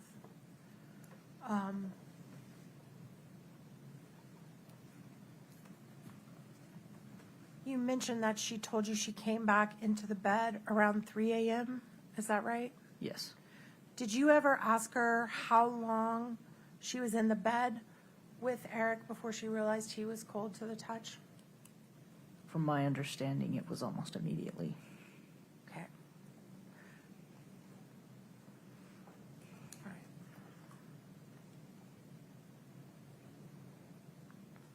And you reviewed the 911 call that we all heard here today, right? You listened to the 911 call. I haven't today, and I don't remember listening to it. Okay. You never listened to the 911 call? I might have at some point, but I don't remember it. And she certainly, Kouri Richins never told you, hey, my husband's a big drug addict. He's probably overdosed. Check for drugs. She did the opposite, right? Correct. She told you he was pretty healthy. Yes.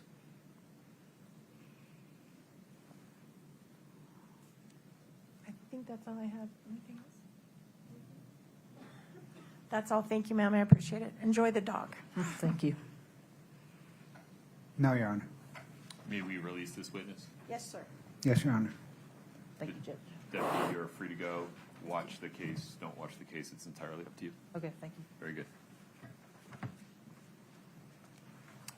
Mr. Bloodworth, I've lost track of the witness list for today. Another witness from the state for today?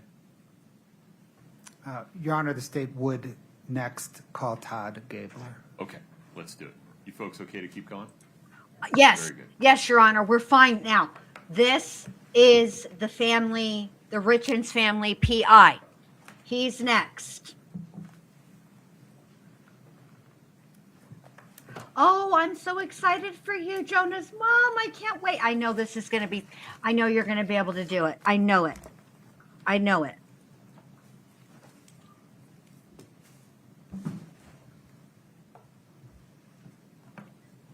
A brief point of privilege. Everybody just stay put for 1 moment. This will make sense in a moment. Oh, boy.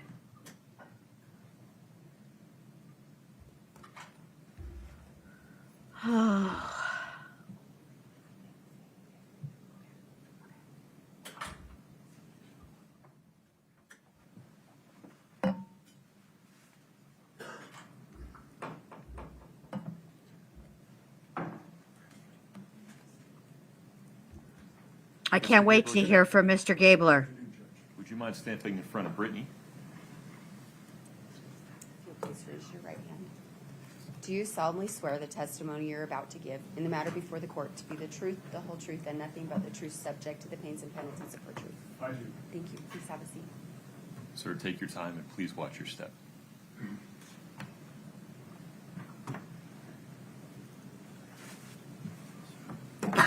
Thank you.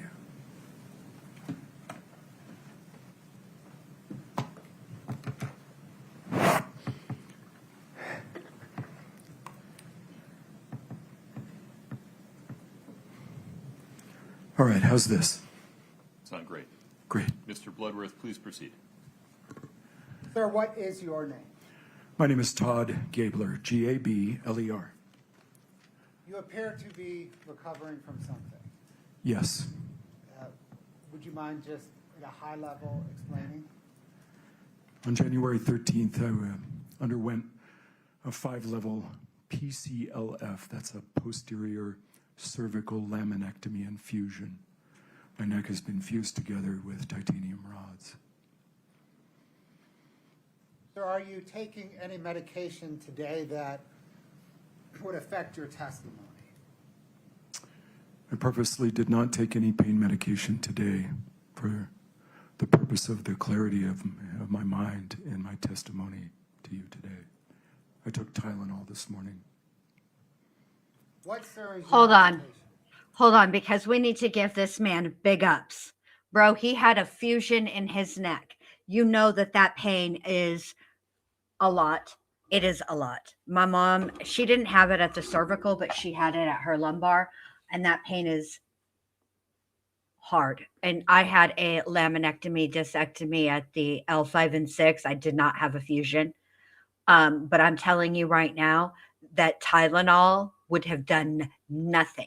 So this big ups to to Todd Gabler for, he's got to be in pain, and he intentionally and purposely only took Tylenol so that he would not have taken any medication that would impair his testimony or his recollection. So thank you, Mr. Gabler. I'm a licensed private investigator in the state of Utah. How long have you been a private investigator? 34 years. Hold on, just one more quick thing. Chicken Lady says, I'm back. Hen Lu and Poppy send their love. Hen Lu is named after me. I didn't get the exact count of souls Hen Lu claimed today, but given her appetite, one can assume quite a few. Well done, Hen Lu. Well done. All right, let's keep going. What, sir, is your investigative experience that is relevant to this case? Well, over the course of 34 years, Yes, Nate. The day's fruit basket goes to worked on Mr. approximately Gabler. 100 homicide cases. I have been active in the trials of perhaps a dozen or maybe more homicide cases over the course of my career. I have extensive experience in a specialty in digital forensics, which allows me to examine digital devices, phones, computers, other things of a digital nature to uncover information that may have been deleted, destroyed, or altered. I can't really think of anything else that is sort of a 30,000-foot view of what would be important to the jurors in this case regarding my experience. Well, sir, of those 100 or so homicide cases, how many have you worked for the defense? All of them. I have always sat on that side of the room, standing in between the state and a defendant. And you mentioned, sir, that you testified about 12 times. Have you ever testified for the state? Never.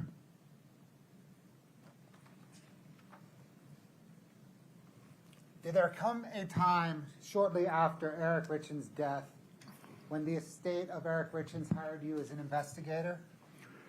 Yes. Do you recall about when? I was first contacted by Crystal Bowman Carter, an attorney. I believe that would have been early to mid-March of 2022. She asked that I contact her client, Katie Richins Benson, regarding the death of her brother, Eric. She gave me a broad sketch of what she knew about what had occurred regarding Eric's death. And it was a very short conversation, very professional, very to the point. And then it was a few more weeks before I first spoke with Katie and Clint. That's Katie Richins Benson and Clint Benson at their home in Summit County. That was April the 1st, 2022. And was that engagement to investigate the death of Eric Richins? Well, that was part of the investigation. I was under the impression that I had been hired at the instance of the filing of a lawsuit by the defendant in this case against Katie for the trust money and the control over the trust that Eric Richins had created. And to be clear, the lawsuit involved Katie Richins as trustee. Correct. And when you're interacting with Katie Richins, it is in her capacity as trustee. Correct. Or personal representative of Eric Richins' estate. Correct. What, if anything, sir, did you inform at that meeting with Clint and Katie? What, if anything, did you inform them of how you conduct investigations? Right. So I talked with him about some of the various facets of an investigation, how it would proceed. I've already talked to you about the qualifications that I have in digital forensics, and so I talked a little bit about that, about the need to get a hold of phones and computers and other things that would have evidence of either a wrongful death or some mismanagement of finances that was being alleged in the case. For all my clients, it's basically the same speech. You're hiring me to find the truth. The truth is sometimes very difficult for us to accept. I've often said that the truth is half what you most fear that it is, and half what you most desire it to be. And you cannot separate those two from the truth. I told them that they would have to accept the truth about what happened to their brother, no matter what that truth was. If he took his own life, they would have to accept that. If someone was responsible for his death, they would also have to respect my investigation and accept that truth. They agreed. Sir, from that point forward, did you conduct an independent investigation? I did. Sir, who paid for that investigation? I was paid by Clint Benson, but my understanding is that the legal sort of line of authority for which I was engaged was for the estate and Kitty Richins Benson as the personal representative. Did you bill them at your customary rate? I did. I continued to bill them at the rate that was established at the time of my engagement, even though my hourly rate increased during the course of my investigation. They enjoyed a lower rate essentially because of the time that they engaged me. Did anyone else pay you for your investigation? No. Did anyone from the Summit County Sheriff's Office direct your investigation in any fashion? No. Did you conduct your investigation entirely independent of the Sheriff's Office? Yes. Did you provide information from your investigation to the Sheriff's Office? Yes, on many occasions. And before providing it, did you receive approval from your client? Yes, that is part of the standard operating procedure. It would be a crime for me to, under the Utah Private Investigators Regulation Act, to have any file materials go to anyone else but my client without my client's permission. So the standard course would be that I would discuss my findings with my client, and we would discuss handing that over to the sheriff's office. In every case, information that we thought important to the investigation was handed over, and there was no event, no occasion upon which we decided not to turn over something to the sheriff's office. Full disclosure. That was the rule. Sir, was that flow of information one way from you to the Sheriff's Office? Oh, yes, very much so. I initially tried to get the 911 audio call that the defendant in this case had made, and the Sheriff's Office denied my request under the Grandma law. I appealed to the county administrator for Summit County. She also denied my request. It's common for police agencies to be one-way streets. So it was not uncommon for your request for information to be denied? Correct. My investigation proceeded regardless of whether they were providing me any information or not.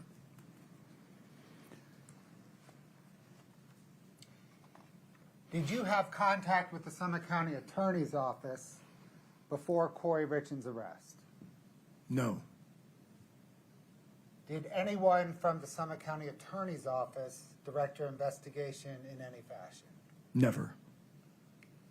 Did you conduct your investigation independent of the County Attorney's Office? Yes. On June the 15th, 2023, after Kouri Richins' arrest, did you receive a subpoena from the County Attorney's Office for your investigative file and any forensic data that you had collected? I did. Did you provide that material to the County Attorney's Office in response to that subpoena? I did. I produced 2 hard drives. One contained what I call the logical and physical investigation file. That would be interviews, audio recordings, photographs, videos. That was a fairly large file. And then the second hard drive that I provided a few weeks later was all the computer forensics, the digital forensics, the examinations of the C&E computer, a clone of Eric's iPhone, and some other digital data. Did you begin your investigation with a hypothesis? Yes. A number of hypotheses appeared clear to me in this case. My investigations are hypothesis testing exercises. That's just a fancy way of talking about something that we all do every day. We look at a situation and we evaluate what that is. Is there evidence that supports our hypothesis that that is what it is? Well, if we're looking at a red light, our hypothesis may be that traffic should be stopped, and we look around for data to verify that hypothesis, that indeed there are cars that are stopped at that red light. In this case, it was clear to me that 2 hypotheses needed to be looked at. Number 1, Eric took his own life as a matter of accidental overdose. Number 2, Kouri Richins surreptitiously had Eric ingest a massive amount of fentanyl and killed him. So, as the case proceeds, and I see new data, I see phone data, I see computer data, I interview people, I look at documents or things or other devices. All of that data gets fed into one of those 2 hypotheses, both of those hypotheses. Does this confirm it? Does it deny it? Does this evidence make it more likely that this hypothesis is true or less likely that this hypothesis is true? Does this evidence preclude the possibility of one of the hypotheses being true? So that hypothesis testing continues throughout the investigation, and sometimes a permutation of the hypothesis comes along. We have to change the hypothesis just a little bit to allow some of the data to fit that hypothesis. Not large permutations in this case, pretty straightforward, 2 competing hypotheses. Sir, you just mentioned that in testing your hypotheses, you conducted some interviews. Yes. What, sir, is your process for conducting interviews? So my process is to always have a recording device active for any of my interviews whenever possible. This eliminates any possibility for me to be biased or unclear in my reporting of what was said during that interview. It also protects me in a liability scenario if someone were to allege that I had done something improper or had offered them material for their cooperation, anything like that. That would all be protection for me by recording that contact. So that is the primary objective of documenting an interview. Later on, when I report it, when I summarize that interview and in writing, because it's hard to get a lawyer to listen to an entire interview. There's some difficulty that they have with that. So they need a summary sheet about what the interview was about. and I type those up based upon the recording that I made, and I typed up those later, or I may have an agent type those for me from the recording, and then I'll review the report and sign off on it, and then it'll go into the file. So that would be my process with respect to an interview, all interviews. Approximately how many interviews did you conduct in this investigation?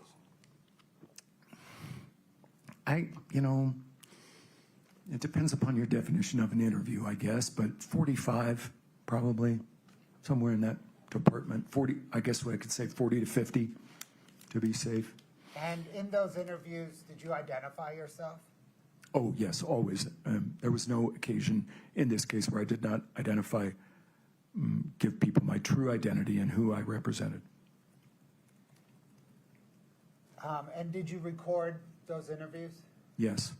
I think there were a couple of occasions where I could not get a recorder fast enough, but other than those couple of occasions, they were all recorded.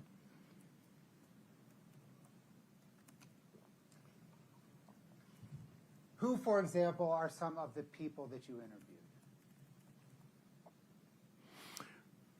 I interviewed friends and associates of Eric's. I interviewed friends and associates of Kouri's. I interviewed a number of people involved in Eric's business and personal life. I interviewed family members, both the Richins family, and I attempted to interview family members of Kouri's family, but was not successful in gaining their cooperation for an interview. So that was generally who I interviewed. And was the purpose to test your hypotheses? Well, yes. I'm interested in getting those interviews done from as many people as I possibly can from both sides of the camp so that I can get the largest possible data set to feed into that hypothesis testing scenario. Did you pass your interview recordings and written reports along to the sheriff's office? I did. Sir, as part of your hypothesis testing, did you analyze Kouri and Eric Richins' cell phone billing records? I did. How did you obtain the records? Eric and Kouri's cell phones were being paid by C&E Stonemasonry. They were Verizon accounts, and I obtained the the billing records from C&E, from Allie Wright, with the authorization of Cody Wright. There were 2 productions of telephone records from C&E. The first one was for the period of January 2022 through May of 2022. The second production was May of 2022 through February of 2023.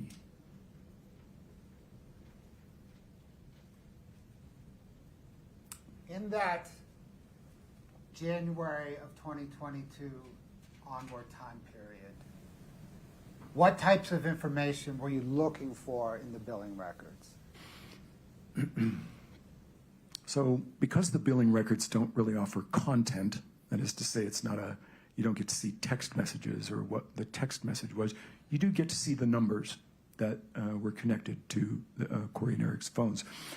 So we first of all decode that number to a name. We try and figure out who that is. And we fill in every instance where that number occurs with that name. And then we begin to count the total number of contacts with that phone number.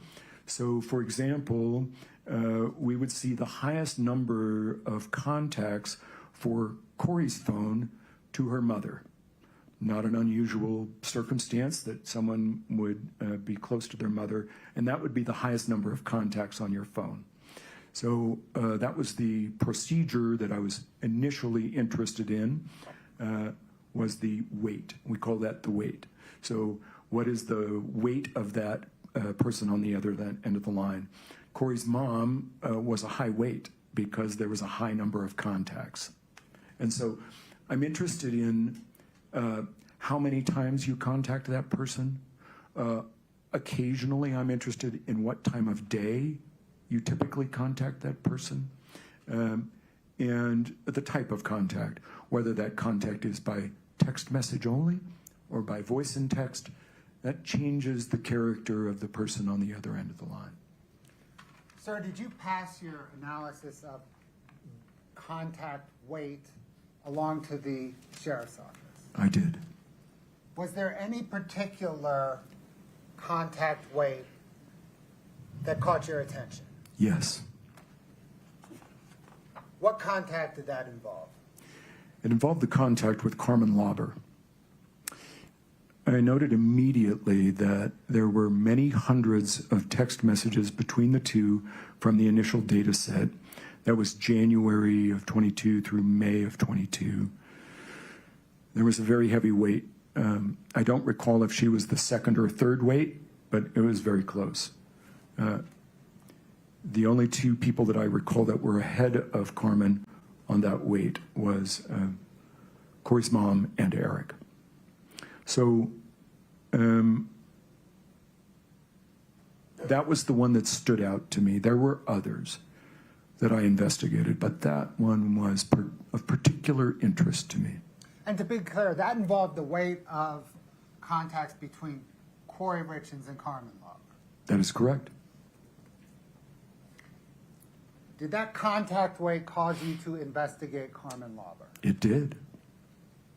What did you determine?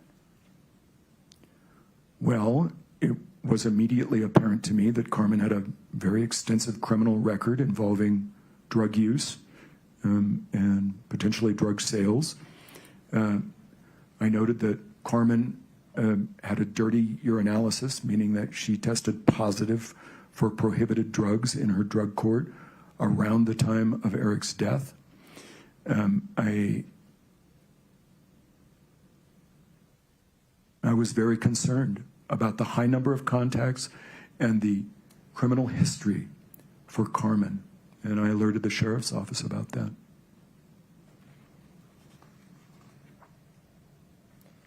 As part of your investigation, did you search the Richins home? Yes. When did you first search it? I believe it was May the 8th of 2023. That was the day that it was released by the sheriff's office. It was an estate asset. Kouri's lawyer, two of her lawyers from Ray Quinney Nebaker, had showed up as soon as the sheriff's office had departed. And I had arranged for security to stand watch at the house after the sheriff's office released that. So I engaged in a conversation with counsel who wanted access to the home, and it was eventually agreed that one of the lawyers would accompany me on an inventory of the property, all of the assets in the house, all of the items in the house and the detached garage. And so that lawyer stayed for a couple of hours and then left. I never saw them during my search of the property again. I continued to search the property for 4 or 5 days, and then that was the end of my contact with the house initially. And what was your process for searching and documenting your search of the Richins home? Right. So GoPro video, chest mounted typically, sometimes mounted on the head, and a backup audio recorder just in case something happens to the camera. At least I've got an audio recording of what I'm talking about, where I'm at, what I'm looking at. So that is the procedure for documenting those. There's also photographs that are taken. They're also with respect to documents. I scanned with a scanner many thousands of pages of documents in this case from the detached garage office. So that was the general procedure for being at the house. There was at least one occasion that I can think of where I was called over to the house and I didn't have my camera with me, so my video camera. So I used the audio recorder and my camera on my cell phone to document things. I think that was in 2024. So with that being the only exception, that would be my process. And was Clint Benson present at the home whenever you searched the home? And I guess by present, I mean in the home, not necessarily leaning over your shoulder.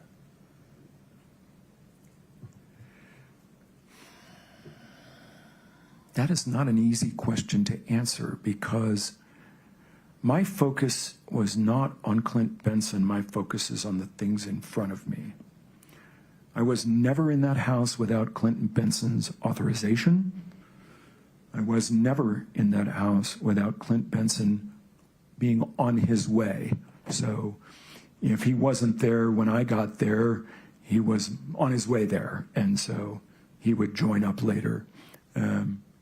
It's possible during the May searches that Clint had left the house while I was documenting things in the house. I think that was particularly true of the detached garage office, where I was spending maybe 8 hours in a day just scanning documents, just feeding documents into a scanning device. So I think Clint was likely not there during that. He was generally there? He was generally there, I would say so, yes. And you were recording with your GoPro the whole time? Yes, with the exception I noted, yes. Did you ever remove, well, other than your recording equipment, cameras, audio, GoPro, all of that? Yeah. Did you ever bring anything into the home? No, I did not.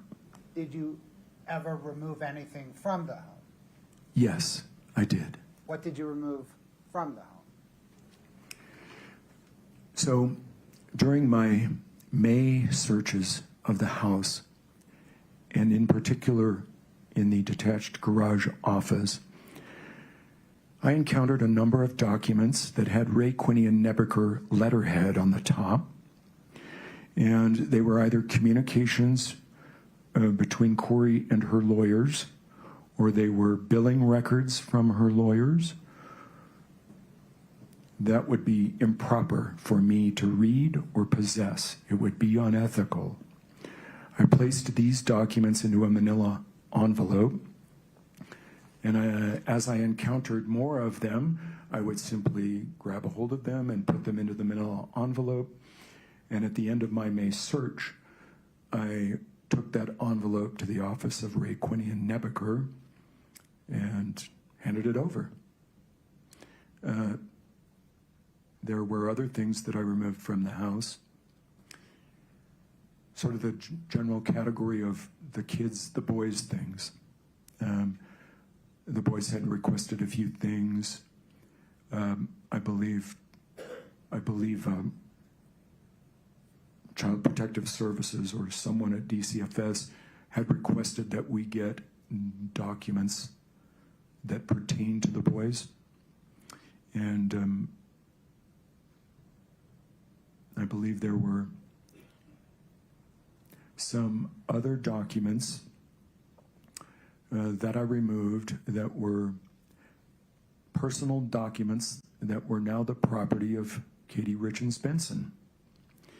These documents involved vital records, birth records for Eric, other vital documents that, we would generally safekeep for ourselves, and I turned those over to my client.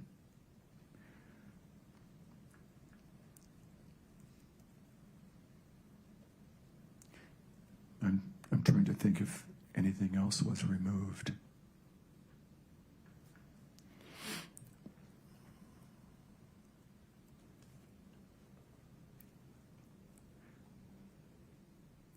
any item that I considered to be evidence was removed by the sheriff's office, not me.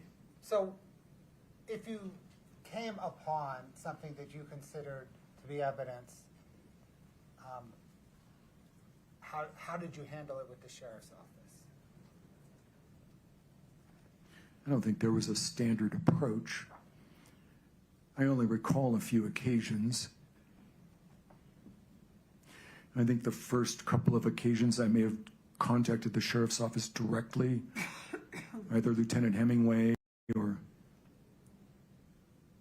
I can't recall the others. And then on one occasion I contacted Travis, the investigator with your office, and then subsequently spoke to the sheriff's office about removing an item. And is it your understanding that the sheriff's office would then get a warrant and come to the house to seize whatever item you thought might have evidentiary value? Yes, I was there for one of those occasions. Thank you, sir. I don't have any further questions. Thank you.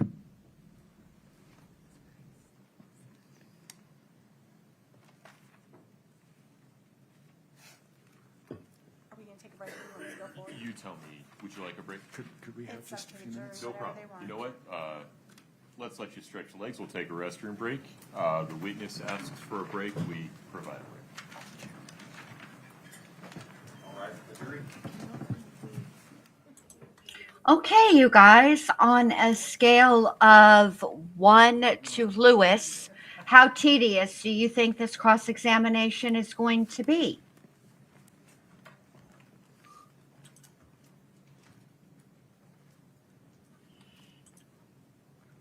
Mr. David, may I ask you a question? Would you like the opportunity to use the restroom? Okay. I'm sure you know this, but Yes. you cannot speak to anyone during Yes. the break. All right. If is 10 minutes enough time, sir? 5 is plenty. All right, we'll say 10. We'll be off the record until 3:40. Thank you. All right. 3:40 is in 2 minutes if we skip ahead. So here we go. We're going to the live. They have not come back. What do you guys think? I frankly appreciate this kind of testimony because I think he's affable.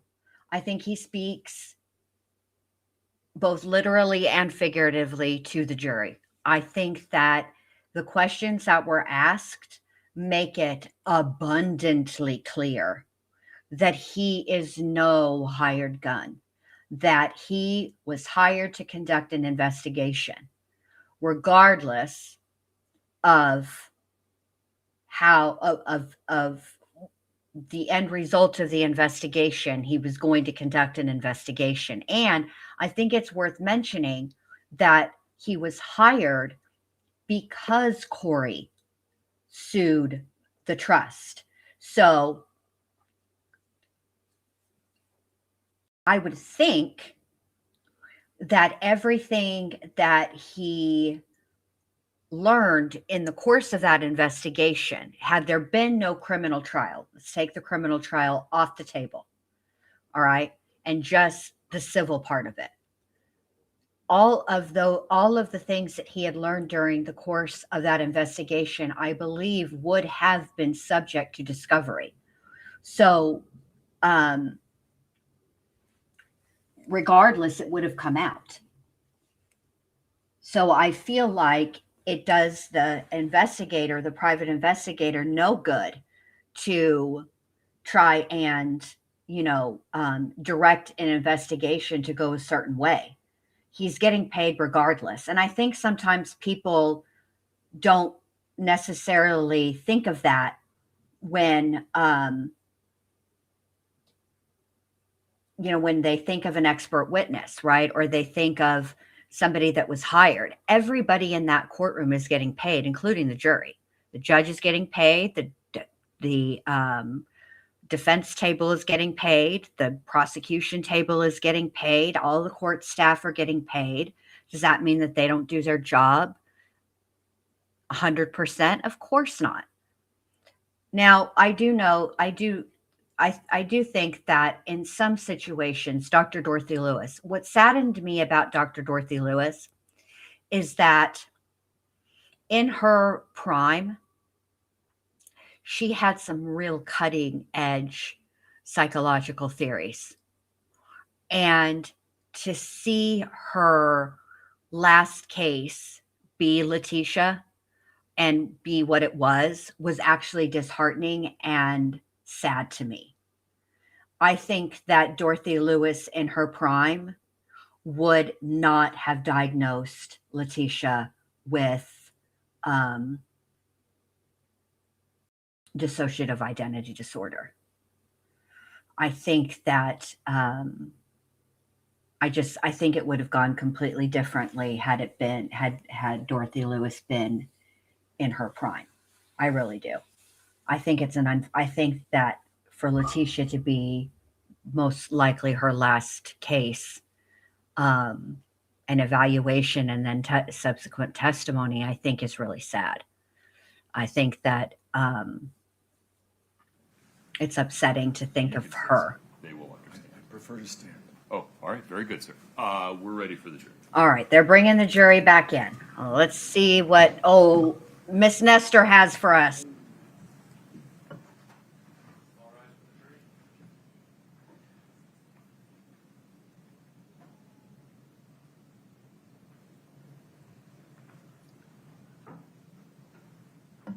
Please have a seat. Thank you. All right, folks, have a seat. Thank you.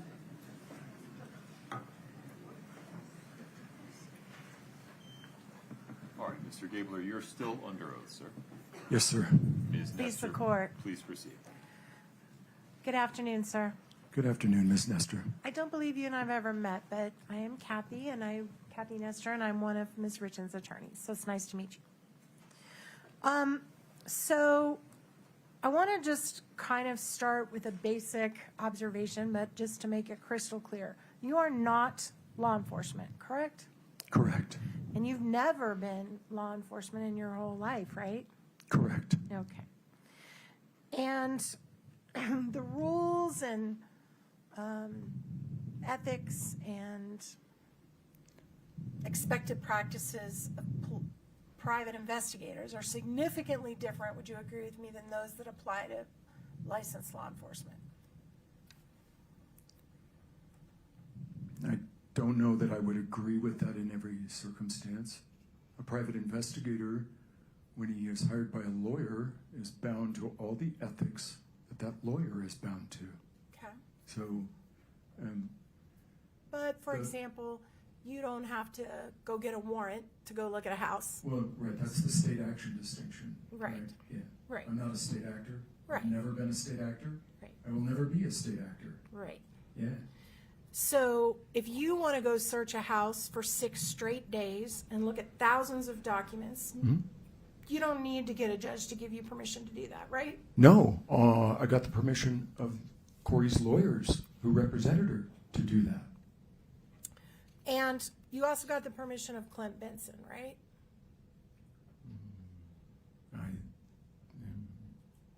Yes. And in fact, Clint gave you a key. Yes. And you had that key to use at your discretion. Yes. And there were times when you would go to the house and Clint was not there and you would let yourself in, right? I believe that my testimony covered that, and that was that Clint was aware that I was there, and he was either on his way or there with me. But you agree with me, and you have videos, I believe, that back this up, that there were occasions where you would go to the house, Clint was not there, you'd use your key, and you'd go in. Yes. And there were occasions where you would be spending hours and hours and hours in the office, because I've watched all the videos. Yes. And you would be there alone without Clint anywhere around you. Yeah, I don't need supervision, counselor. Perfect. I was conducting an investigation, independent investigation, and he had given me the key, trusted me with that, and I was authorized to enter the premises at will. Right. Then if you've watched hours and hours and hours of those videos, then you know exactly what he did. So what's the BFD, ma'am? So if he got on the stand and said you were never doing anything outside his eye, that would be false. Well, from his perspective, he had knowledge of my presence there, as I have testified every time I was there. Fair. So from his perspective, it may look different. But you agree with me, sir, that there's hours and hours and hours of video of you alone in that office going through things. I think that I've already testified to that. Okay.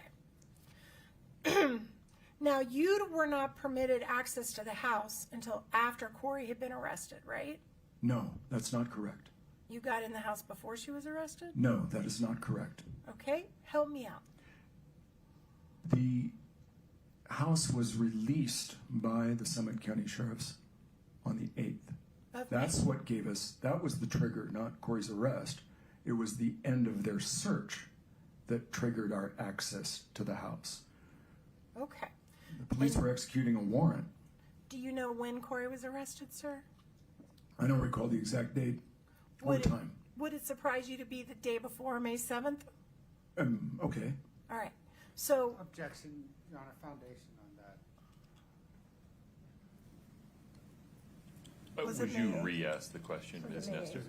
sorry, was it would it surprise you if it was the same day, May 8th, that you got access to the house? It would not surprise me since I do not recall. Okay. And during the time after Eric's death, but before Kouri's arrest on May 8th, did you ever go inside the house for that entire year? I'm sorry, could you ask that again? Sure. During the time between when Eric Richins died on March the 4th, Yep. in the early morning hours Yep. of 2022, Yep. and May 8th of 2023, were you ever inside the house at any point in between those times? No, never. Perfect. So the first time you ever got into that house, over a year had expired since Eric had passed. Yes. Okay. And you mentioned the police had executed a search that day before they released it to you, right? Yes. And do you know how many times prior to that the police had searched that house? No. Okay. And then you've also testified here, I think very honestly, that on repeated occasions you notified the police, hey, there's something you missed. You might want to go back to the house and find it again. I mean, I'm not going to adopt your characterization, but it is true that I called them back to that house when I discovered something that I thought was evidentiary. How many times? Oh, I don't know, 4, 5. So on at least 4 to 5 occasions, Yeah. you found things the police had missed. Yeah, oh, that's been my experience throughout my career. And you The told police them, never sorry. get everything, ever. Right. Well, It's not going to true argue. in every case I've ever handled. Sure, not going to argue with you on that one. Yeah, it's true. So they come back because you call them and say, hey, I found something, come back, here's where it is. Yep. And they know you're doing that. They know that you have full access to this house, right? I don't know what they know. I They- can't answer that. Well, you're calling them every time you find something. Well, what opinion they formed in their mind is not within my knowledge. Okay, fair. True, you called them every time you found something. That I thought was of evidentiary value in their investigation. And True. did any of them ever say, you know what, we're good, stop calling us? No, I don't recall that at all. So then the converse of that is they encourage you to keep doing that. Well, no. That is not the converse of your hypothetical, and I do not agree with your assessment. Okay? Did you feel like you were helping them? I was following the instructions of my client to turn over anything I thought was relevant to the criminal investigation.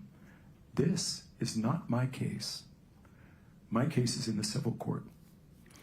Anything that we thought was of value to the criminal case, we turned it over.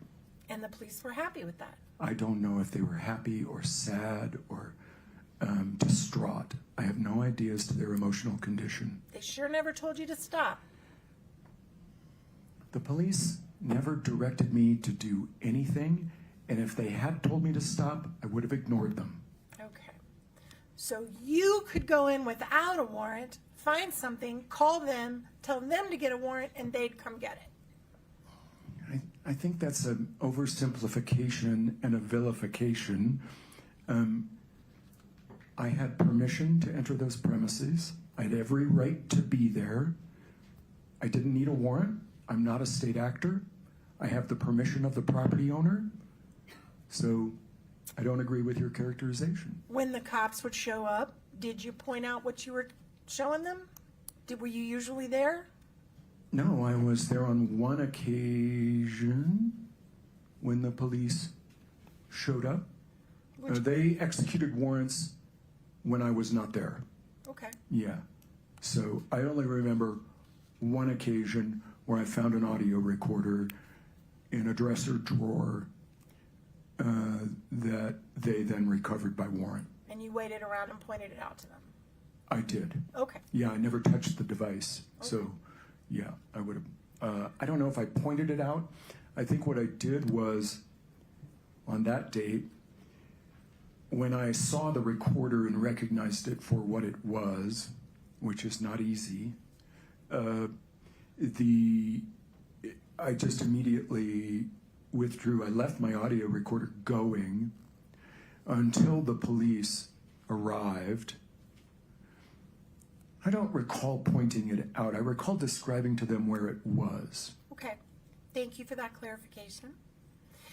So then, there was one occasion where you found something that was a letter purportedly written by Eric called the My Princess letter. Do you remember that?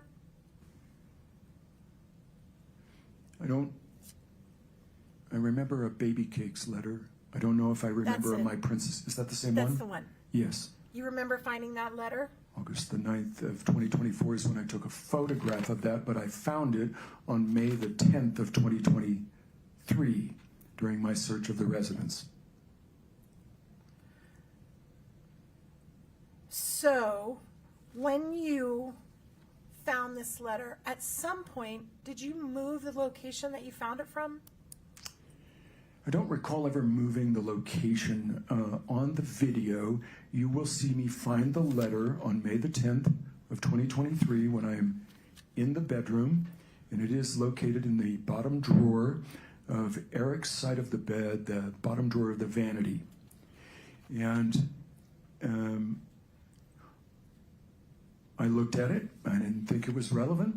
I put it back down on the drawer. On August the 9th of 2024, when I photographed it on the bed, I do not recall if that letter was on the bed or whether I went and retrieved it from the vanity. But there is video.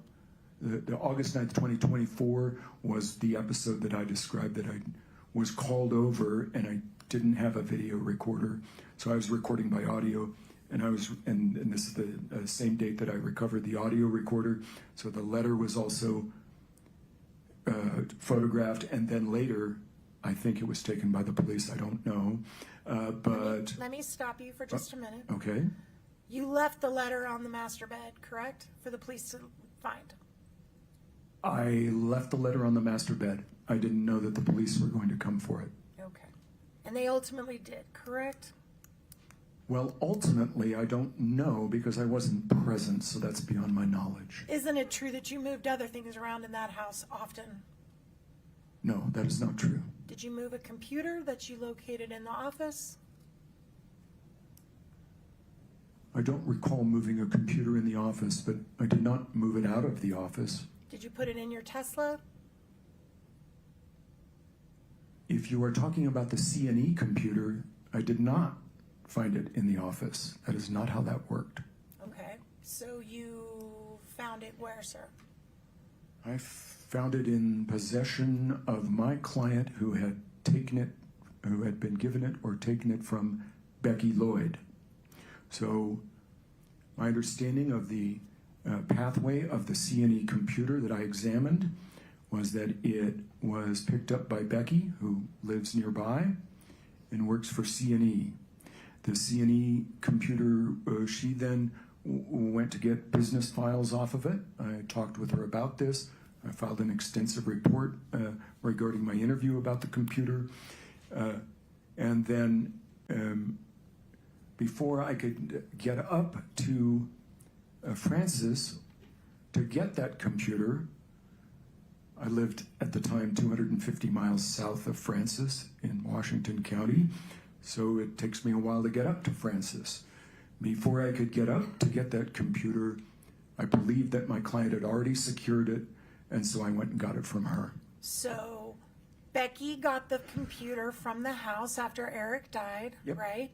Correct. Then Becky gave it to Katie, Correct. and Katie gave it to you. Correct. And then all of that, no law enforcement ever put hands on it. Correct. And at some point, you took it back up to the office to go through it? No. Well, there's video of you going through that computer in the office. Well, I suppose that I may not have remembered that I went through a computer in that office, but the C&E computer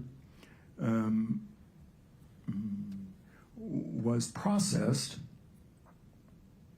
at a location in Midway, and I recall that there was a what I want to say is an obvious missing hard drive location.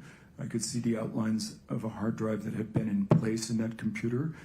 I became suspicious that the hard drive had been removed prior to me getting to that computer. I later sourced that missing hard drive to an upgrade that was performed by a computer company at the request of C&E. The hard drive contents were transferred to a solid state drive, and I did locate that inside the computer. Okay. So can we play for the witness only clip TG10? We're going to play without sound, right? Yes, sir. No sounds necessary. Okay. I'm going to kind of wait till we get to the computer part.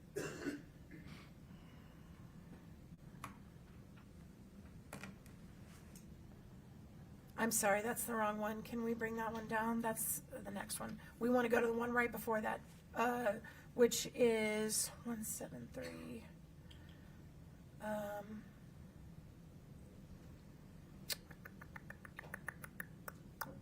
It's GXO 10073. Do you have that one? Okay.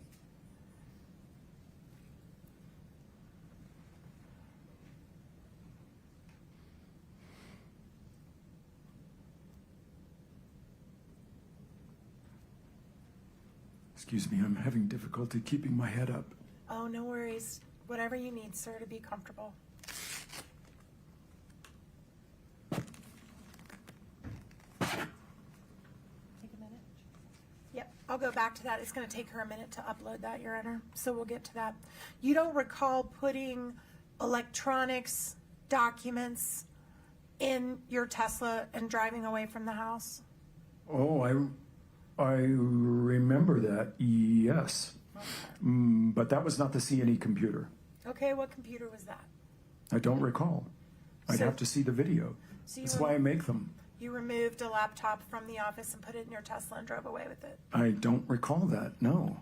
I do not. That would have been my, if there was a laptop in that office, it was mine. Okay, well, we're going to pull it up in just a minute. I'll help Fantastic. refresh your memory. Yeah.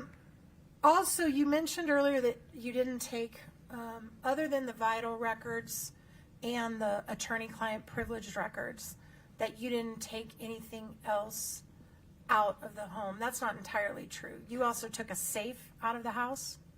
Yeah, I described that by report, but that house, that safe was returned. Okay, so you went into the house with your own key, correct? Yes. You went into the family, I believe is in the master closet, is that right? Where was it? Yes.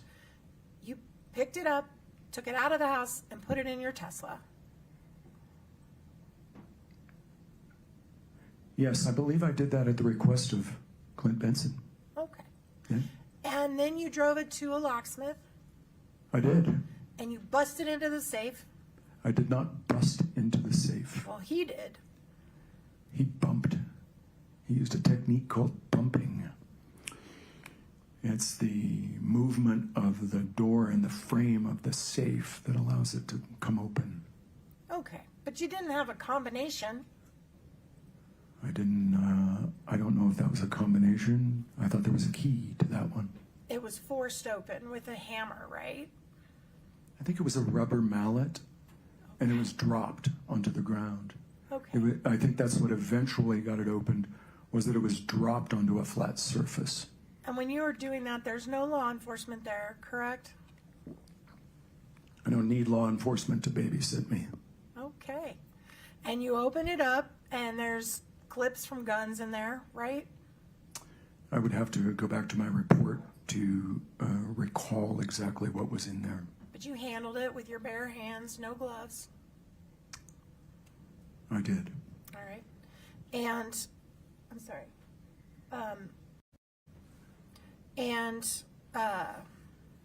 You also found an unusual residue in the safe. Do you recall that? That you touched with your fingers? I don't recall that. All right.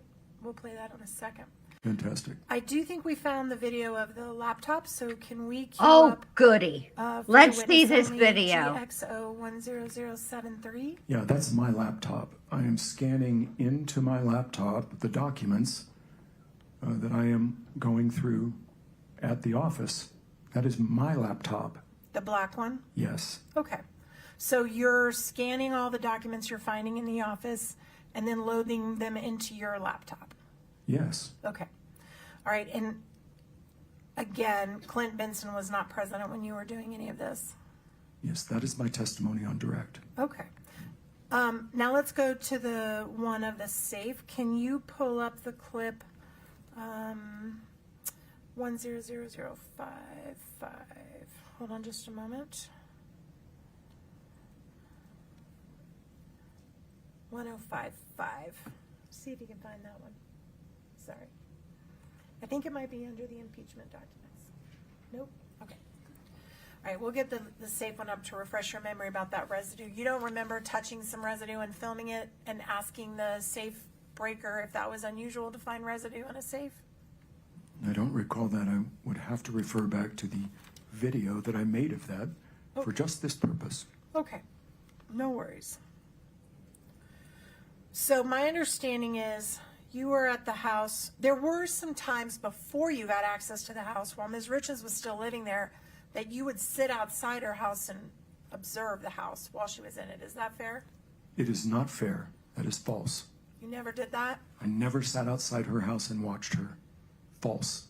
Not on March 9th of 2023? Correct. Not on April 12th of 2023? Correct. Hold on. How could he have watched her on March 9th of 2023 if Kouri was arrested March 8th? Oh, no, that would have been May. Okay, I thought I had something. God, Nestor, you're giving me the dumps. But you did put trackers on their cars, is that right? I did. And that's a secret device that you put on someone's car so you can follow where they're going without their knowledge? So GPS tracking devices are generally covert, and there's good reason for that. I put GPS devices on Kouri's vehicle and two of Lisa's vehicles, one of which was being used by Kouri's brother, Ronnie. So her mother's cars and her car. That is correct. And how long did you track these individuals? I think there were different times for different vehicles. I don't recall the exact amount of time, but that'll be in the file that you have. And did you turn over your reports on every single place they went for months to law enforcement? Yes. And you know that law enforcement is required to have a warrant to do that. Well, they have to get a warrant, and I have to go through a different procedure that is prescribed by Utah law to appropriately place those devices. Did you track anybody else's car in this case? I want to say yes. Yes, I did. Who else is? There were some vehicles that I suspected that Carmen Lauber may be utilizing.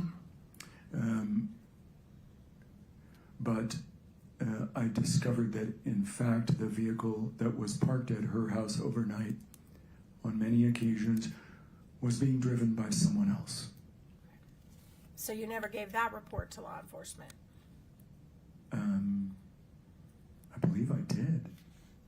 You gave the Carmen Lauber tracking report to law enforcement? Yes, it wouldn't be named Carmen Lauber, though. What would it be named? Oh. I want to say there were a number of people that were associated with her residence. That's all right. If it's There was someone that, Nick Bonsavage. There was another young man who were frequenting that residence, and I believe that vehicle that I tracked from that residence was seen there overnight on multiple occasions. okay. I really don't remember, because the point of that was to track Carmen Lauber. And when I discovered that it wasn't Carmen driving the car, I removed the device. Okay. Law enforcement was also providing you, I believe you said that Mr. Bloodworth asked you if you got information from law enforcement, and you said no. Is that right? No, that is not right. Okay, please correct me. Well, I would have discussions with law enforcement. I could garner an understanding. I could read between the lines, if you want. In fact, you went to meetings with law enforcement about this case, didn't you? Oh, yes. How many times did you have meetings with them? I don't recall. I don't count them. Okay. The number is not relevant to me. Well, you appreciate it might be relevant to me? Can you try to remember? Half a dozen? Okay. Can you pull up TG 11 for the witness meeting? I can't stay muted, you guys. I'm sorry. I'm going to have outbursts. Make it bigger. All right, sir, do you recognize that? Oh. Can you see it? I can see it. Do you recognize it? Give him a minute. He's thinking.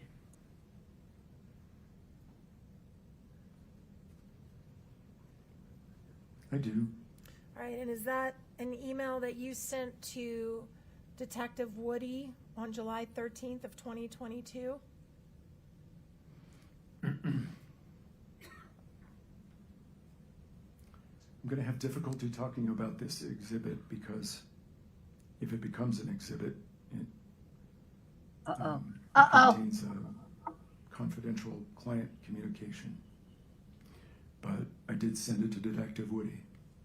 Okay. Your Honor, I would object to Mr. Gabler being required to testify regarding any claim.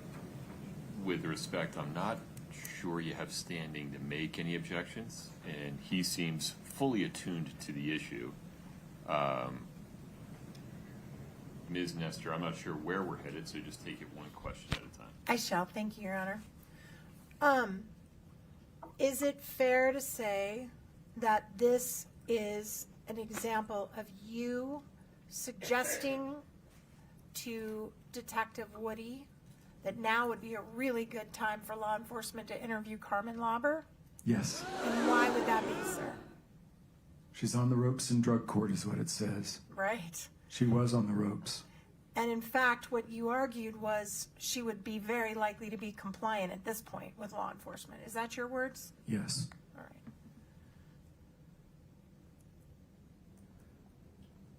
Also in here, you accuse Kouri of lying about the name of her house cleaner. Yes. And the lie that you said Kouri told was that her house cleaner was her cute cleaner, Norma.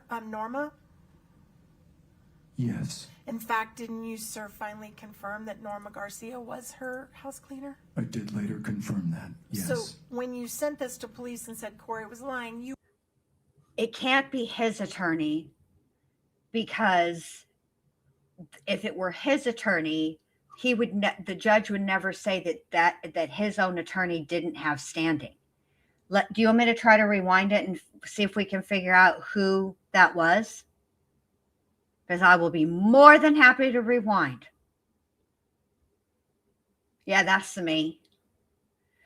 I got to do something, you guys. I've been up since 4:30, okay? It's 5:11 right now. If I don't have outbursts and make noises, I'm going to fall asleep. Not that I'm not interested in this. I'm just tired AF. Should we rewind? What do you guys think? Let me see.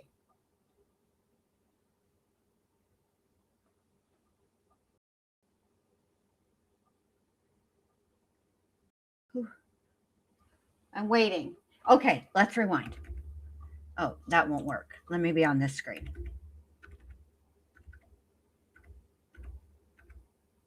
All right, let's see if I can get to it. She's on the ropes in drug court. Example of One question. Questions? If it becomes an I'm going to have difficulty talking about this exhibit because if it becomes an exhibit,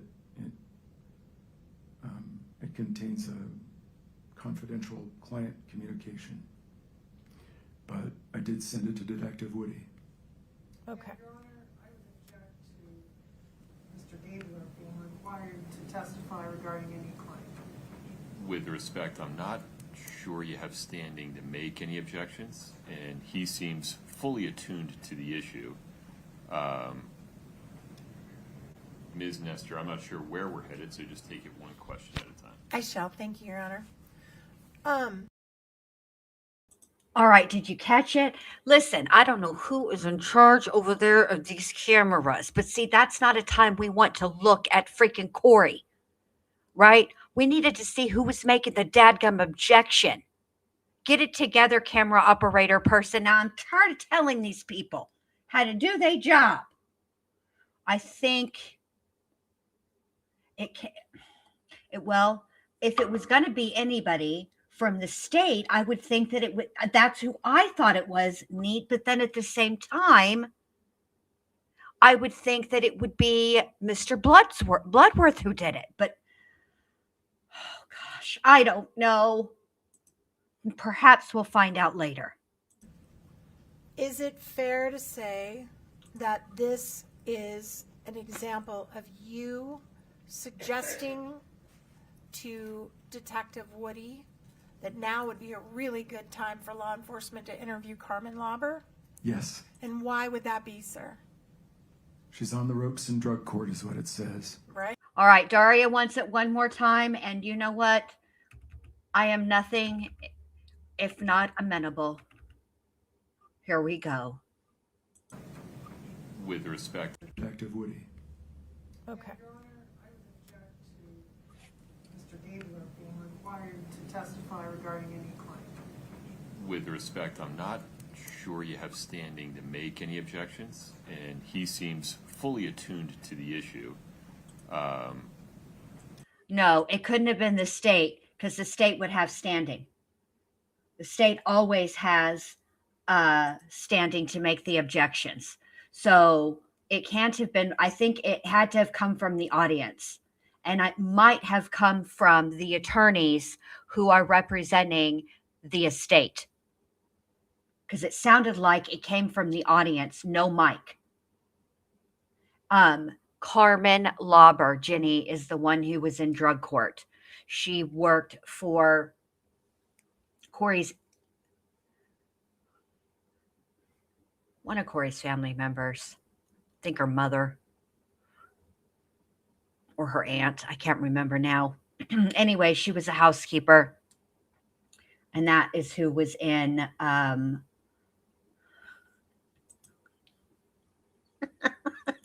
Hi, Laura Howens.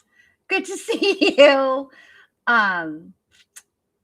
Yeah, that's who that is. All right, here we go. All right, are we good? Yeah, because there's no way that the judge would tell the state they didn't have standing because the state would have standing. It's the state. But I think it was from the audience, and that's why it wasn't mic'd.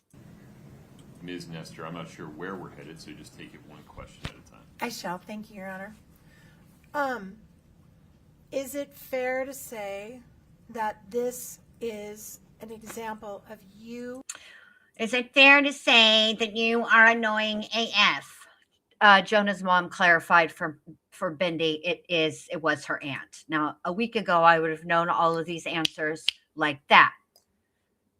Today, sadly, not so much. All right, Nestor, let's listen to you one more time. Fair to say that this is an example of you suggesting to Detective Woody that now would be a really good time for law enforcement to interview Carmen Lauber? Yes. And why would that be, sir? She's on the ropes in drug court is what it says. Right. She was on the ropes. And in fact, what you argued was she would be very likely to be compliant at this point with law enforcement. Is that your words? Yes. All right. You are aware, and this is another example of law enforcement is going to conduct their investigation. Do you hear the language that he is using respective to cops? He said it was a one-way street. He said that he doesn't need the cops supervising him. Do you really think the cops in this scenario were real amenable to listening to this gentleman? As I find him very compelling. But you know the popo ain't listening to him, Miss Nestor. Stop it. He ain't directing no investigation for the cops. Cut it out. So in here, you accuse Kouri of lying about the name of her house cleaner? Yes. And the lie that you said Kouri told was that her house cleaner was her cute cleaner, Norma? Yes. In fact, didn't you, sir, finally confirm that Norma Garcia was her house cleaner? I did later confirm that. Yes. So when you sent this to police and said Kouri was lying, you were wrong. I was wrong. Okay. But prior to Norma. Your Honor. Gabler, you need to pause for the next question, sir. Thank you. Very good. Did law enforcement give you access to I'm going to try to use the right word, to folders where you could access their information on like a subfolder where you had a link to their folder? No. Did you provide them with links to your folder? Yes. Oh, God. One of the links you provided. Hold on. It's completely corrupt. He shared link to a Google Drive. That's what she's talking about, to a folder. Girl, goodbye. It's a Google Drive. We know how they work. Don't try to be dumbing it down for the jury. Homeboy had a Google Drive where he stored documents and he shared the link with the popo. Calm down. Download of Eric's phone. Is that right? No. Okay. Did it involve the decoded call logs that you talked about earlier where you figured out everybody's number and name? I'm confused. You're talking about two separate things. You were just talking about Eric's phone. You said no, right? I had an identical copy of Eric's phone that I created from the backup on his Apple iCloud. I may have turned that over to them, but they already had Eric's phone. I didn't need to give them what I had done, which was to trick the Apple server into repopulating a blank iPhone so that I could then forensically examine that iPhone and come up with context from Eric's phone. So I may have given them that information that I created from a clone of Eric's phone. So you had in your possession a clone or an exact copy of Eric Richins' phone? It would not be an exact copy. Only the items that were unencrypted or decryptable from the Apple backup would be on the cloned phone. For example, encrypted data would not be present for biometrics, for his Apple Watch. If he was wearing a biometric watch, that is all encrypted. That would not come back to a new cloned phone. But all of the text messaging, the web histories, the call histories, all of that stuff will will be present on that clone. So you had access to all his texts? I don't believe I did. Why not? And this is maybe a stupid old lady question, but explain to me why you didn't have access to his texts if you downloaded everything off the cloud. You said all of his texts. Okay. I don't believe I ever got all of his texts. How far back did they go? I don't recall the date at this time. I would have to refer to the file material to know the exact date of the first event on the phone. So how much time did you spend reading through his texts? Well, I don't recall exactly. I could refer back to some records to come up with an answer for you. It would have been a number of hours. Hundreds of hours? No. Okay. I mean, in this case, Right.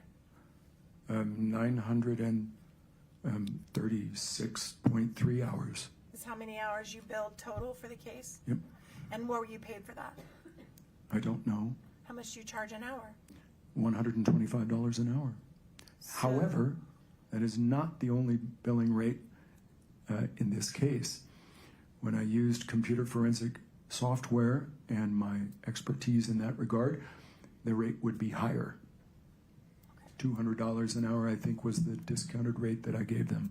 So I'm really bad at math. Please forgive me if I get this wrong. Yeah, well, we're both in the same place. We're talking about over $100,000 you made on this case. I would say so, yes. Okay.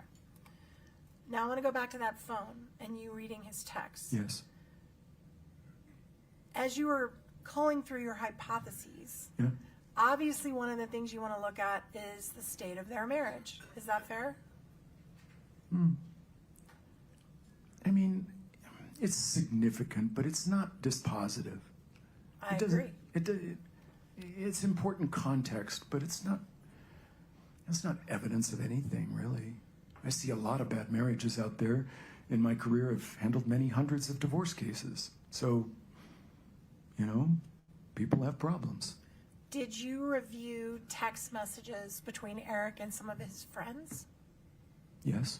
Did you review text messages between Eric and Bryce? Bryce Knudsen? Yes. I don't recall specifically, but if they were there, I probably looked at them. Okay. Your Honor, can I have just a moment?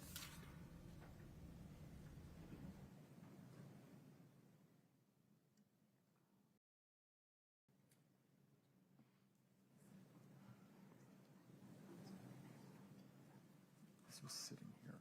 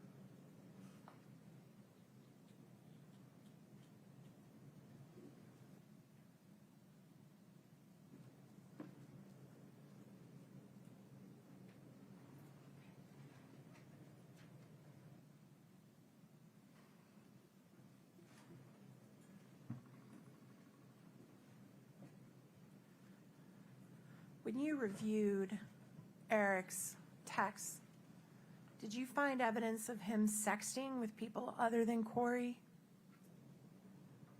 I don't recall that. I did investigate allegations of an affair with Eric. Okay, but that's not my question. My question is, do you recall seeing texting, as the kids say, on Eric's phone with people other than Kouri?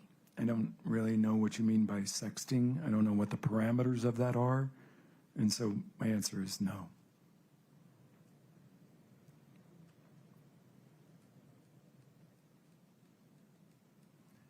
Okay.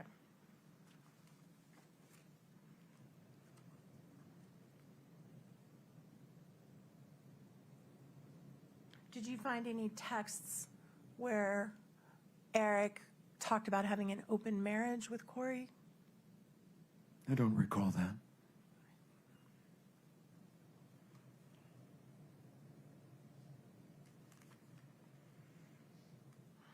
At some point, were you investigating cases that were being prosecuted in the Summit County area around the time that Eric died, where people were caught distributing fentanyl? Yes. Did you gather affidavits from cases where fentanyl was being sold in the Summit County area? Yes. And did you ever follow up on any of those investigations, or did you just stop by gathering the affidavits? Well, they were plugged into the hypothesis testing matrix. I considered them for their proximity being in Summit County and for them involving fentanyl. In each of those cases, I found no relationship to this case. Okay.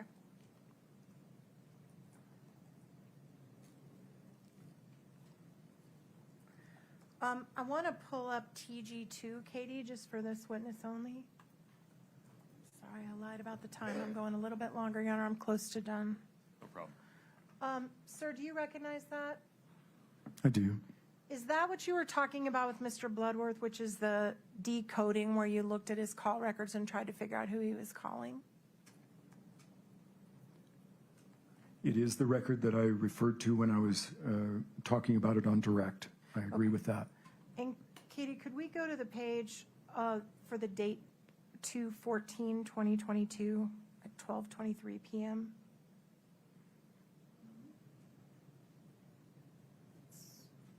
It's a ways down.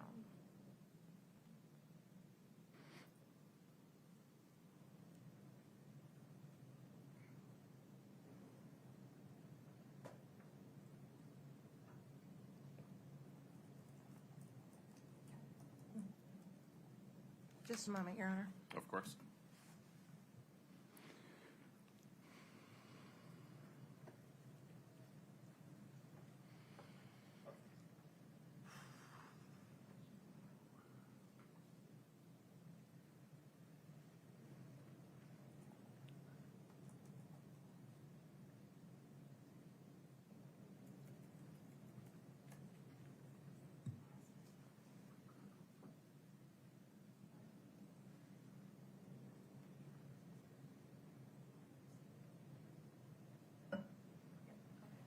All right, sir, we've blown up a section. Does that refresh your memory about what you determined a call that was made on December 14th at, Give me the date one more time.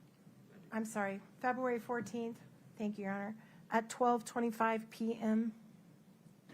Well, this is not a record that I created, but I recognize the format, and it appears to be that Eric Richins' phone had an incoming call at 12:25. Can you look at the call right above that one?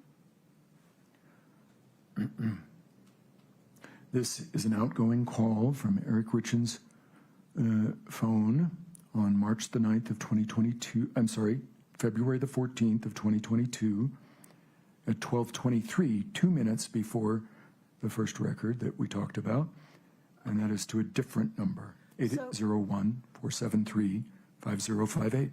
So as part of your investigation that you were doing on the mirror phone, you could at least identify a call that was made by Eric at 12:23 p.m. on February 14th, right? I'm confused. We're looking at an invoice record from a carrier, and you're asking me about his phone. Those are two different things. Did this invoice come from his phone No, billing records? from his carrier, from Verizon. Right. Okay, I just wanted to clear something up. So I looked it up. Hawaii and most of Arizona do not observe daylight saving time, remaining on standard time year round. While Arizona largely opts out due to extreme heat, the Navajo Nation within the state does not observe daylight savings time. Additionally, U.S. territories like Puerto Rico, Guam, and American Samoa do not change time. So the Navajo Nation in Arizona, and I forgot about that. My bad. Here we go. That's not a record from his phone. That's a record from his carrier. Understand. Two different things. So according to the bill from his carrier, Yeah, he made a call at 12:23 p.m. on February 14th. correct. Okay. Objection, there's a 901 problem here. I'm done with it, Your Honor. Hold on. You got to approach for a moment, if you would. You don't get to just say there's he makes an objection of a 901 problem, and you don't get to say, oh, I'm done with it now. And you dropped crap on the floor and he had to pick up after you. See, this is why the friendship door between the defense table and the state table remains closed. Because of your shenanigans, ma'am.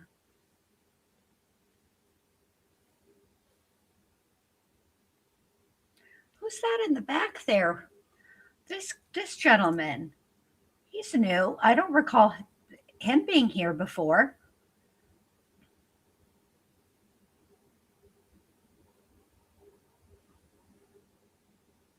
That's some good hair, though.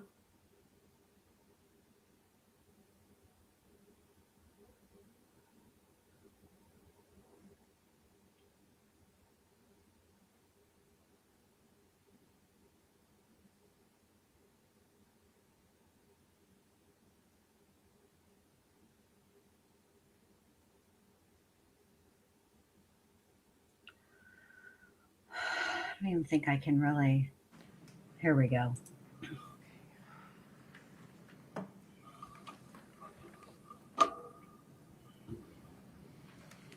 Sorry. He didn't. You're silly. That's what, you know what, from now on, whenever something doesn't go my way, I'm just like, I'm done with it. Or any trips to Mexico as part of your investigation in this case? No. Ma'am, listen. Now, I know that you're going to be barking up this Mexico tree, ma'am, but I don't know if you know how things roll in Mexico, okay? You think this gentleman can just roll up in Mexico and they're going to tell him all the things that he wants to know? He's an American citizen, and he's asking about things that are also illegal in Mexico, okay? Speaking as a Mexican, I don't appreciate your tone, lady.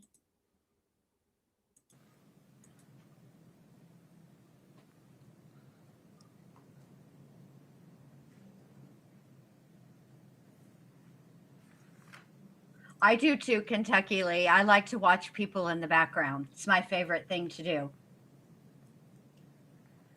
You mentioned you interviewed 45 to 50 people. Hi, Coffee and Somewhere around Skeletons. 40. Good to see you, babe. Yeah, it's an approximate number. I have no method of calculating that number. It's approximate, based upon my memory. Did you ever interview Kouri? I did. I spoke to Kouri. She called me on January the 19th of 2023. All right. And she voluntarily spoke to you She called me. and talked to you voluntarily? She did. And I stopped her. I told her it would be inappropriate and unethical for me to continue the conversation outside the presence of her lawyer. I then texted her lawyer and had a phone call with her lawyer about the propriety of her client speaking without her presence. Okay. I then So requested that Kouri submit to an interview multiple times. All right, stop. Okay? Don't reveal what anyone else said to you. Okay. The point is, Kouri called you to talk to you and tell you her side, right? I don't know what her intentions were. She seemed very angry that I had contacted one of her business associates. I Uh-oh. believe that was the reason she called me on that date. Oh, dear. And so you never, to this day, have sat down with Kouri and heard her version of what happened? No, despite my repeated requests. Okay. She called you.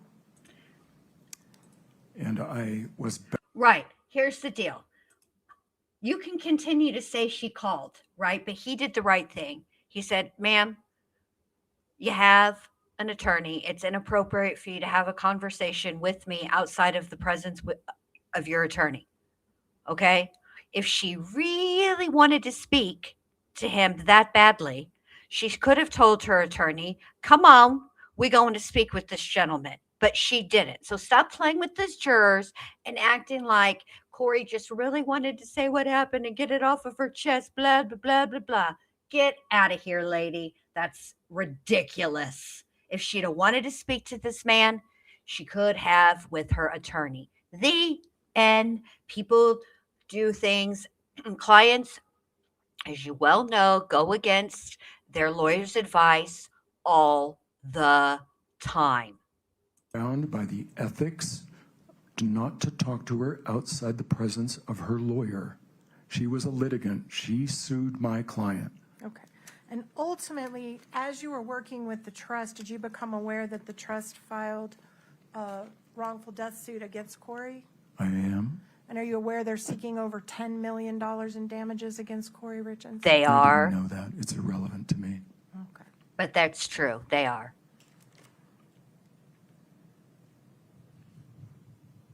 Okay, court's indulgence for just a moment, Your Honor. Oh my God. We've indulged you all day, Nestor.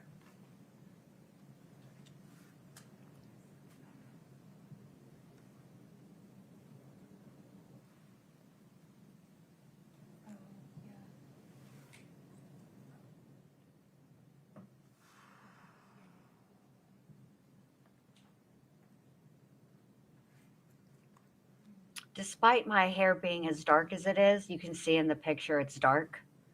I have white hair. My grays or whatever are coming in white.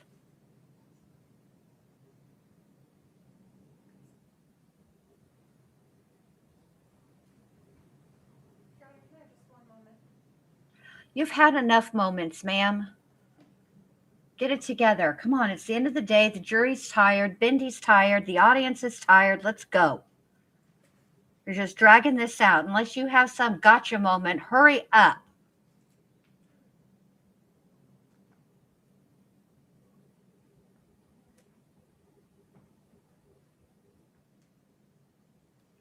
Kouri's sweater looks like it was made from another sweater. That's all. I released it like 11 billion times. She said she's almost finished and it never comes.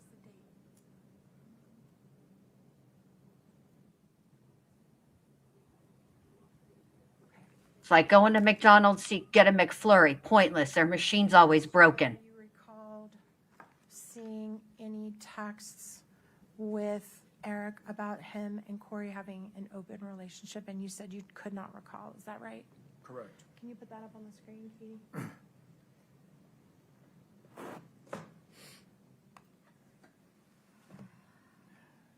You gonna publish it for the jury? Do you recall looking at that text? I do. You've seen this one? I believe I have. It's a joke. It's a joke? It is. It appears to me to be a joke. Did you see the text around this text? I did. So you have reviewed the text between Eric and Bryce? I don't know.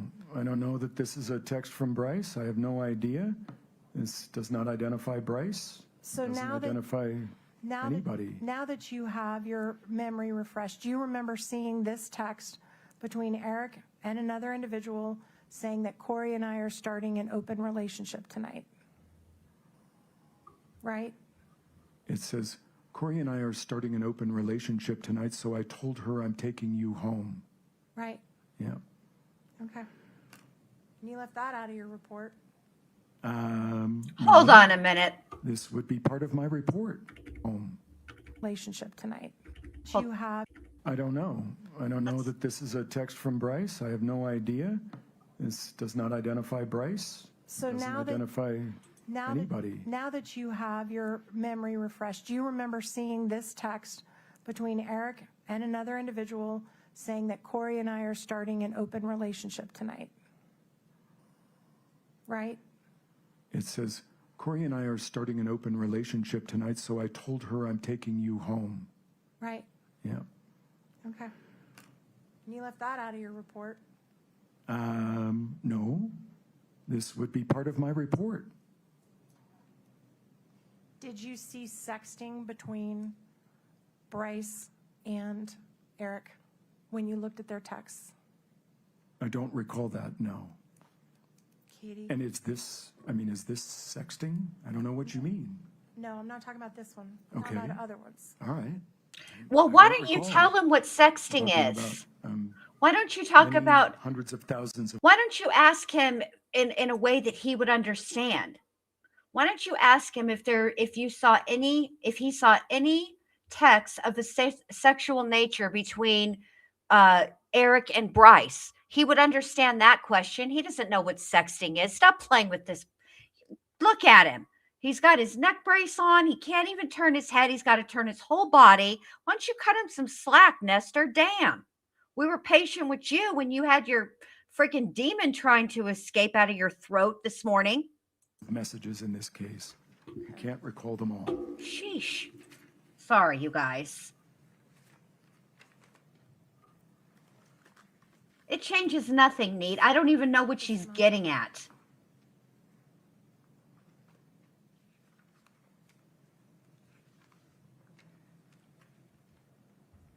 Court's indulgence for just a moment. To the 6 people who just left because of my outburst, I'm sorry. I apologize. It was this is ridiculous. It was I don't think, Ivy Lise, I don't think that Kouri wrote that text. I think it was, people joke. Can I show you this other text right here and see if this refreshes your memory? I've told Dr. B many a times during texting with her, I'm fixing to get in the shower. Don't get spicy or some shit like that. People talk to each other like that. Friends talk to each other like that.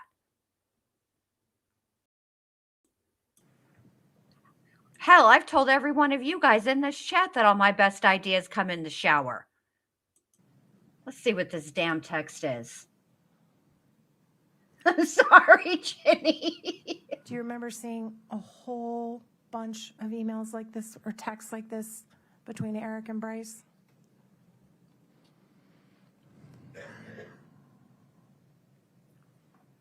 Oh, look at her face. Honestly, no, I don't remember. Like I say, there were hundreds of thousands of messages in this case. I don't remember even 1% of them. As I look at this, I mean, it just makes me laugh. It doesn't appear to be serious. So how many of these joke sextings did you review that Eric did? I don't understand this to be sexting. I think you're wrong about that. Oh. I resist your characterization.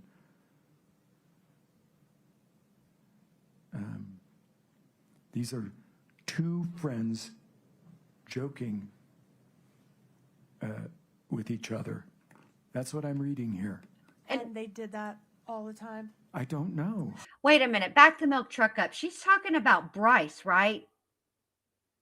Bryce, the one that was at at his, I don't want to say that it was a celebration of life, because really what it was is people coming by the house offering their condolences to Kouri. And, remembering, because it wasn't anything formal. It was just really impromptu. People gathering, getting ready for the funeral, I believe, on the 5th. So I wouldn't say it was a celebration of life. And I wouldn't say it was to celebrate Kouri closing on the house because Eric's friends were there. I think that this is just guy talk. And I think that Miss Nestor has her panties in a bunch over nothing. She thinks she's fixing to have some kind of fucking Matlock moment here, and it ain't happening, sis. Sorry for you. Hundreds of times. If I had the records, and then I could answer your question, but I don't remember all of these messages, and yeah, this is a joke. Did you review all of the texts between Bryce and Eric? I think at one time I would have gone through every single text message that was available to me on Eric's cloned phone. So, do I recall it? Well, I mean, I recall that it was a bit mind-numbing. There was a lot there. Nothing particularly stuck out in my mind or memory about those messages. Did they repeatedly talk about having sex acts together? I don't recall. Did they repeatedly talk about oral sex together? I don't recall. Did they talk about anal sex together? Also don't recall. But you read them all, I'm sure that I did. and it's all joking. Knowing what I know about Bryce and Eric, yeah, that's how I interpret it. So you do remember reading things of this nature, and you interpreted it all as joking. No, as I sit here today, I interpret it that way. I would have interpreted it that way back at my original reading of it. That doesn't mean I recall it. It means I have an opinion about what I thought then. That's different. And what did you think then? They were joking? No. What I think now is that this was a joke. I do not have a recollection of this at the time that I first read it, but if I had a recollection of that time, I'm sure it would be the same as it is today. And if there were these tens of 20s of 50s of these types of emails, all of them would be jokes? Sustained. That's it. That's all I have, Your Honor. You did nothing with that. Anything further from Mr. Gabler? Sorry, you guys didn't mean to cough in your ear. Yes, Your Honor, thank you. The text, there are a bunch of to-dos locker room talk from August of 2018. That was my read of it, yes. There wasn't any serious read that Eric Richins and Bryce Knudsen were engaged in some homosexual affair? Zero. In all of the text messages you reviewed, did you see any evidence of Eric using illicit street drugs? No, I looked and I could not find.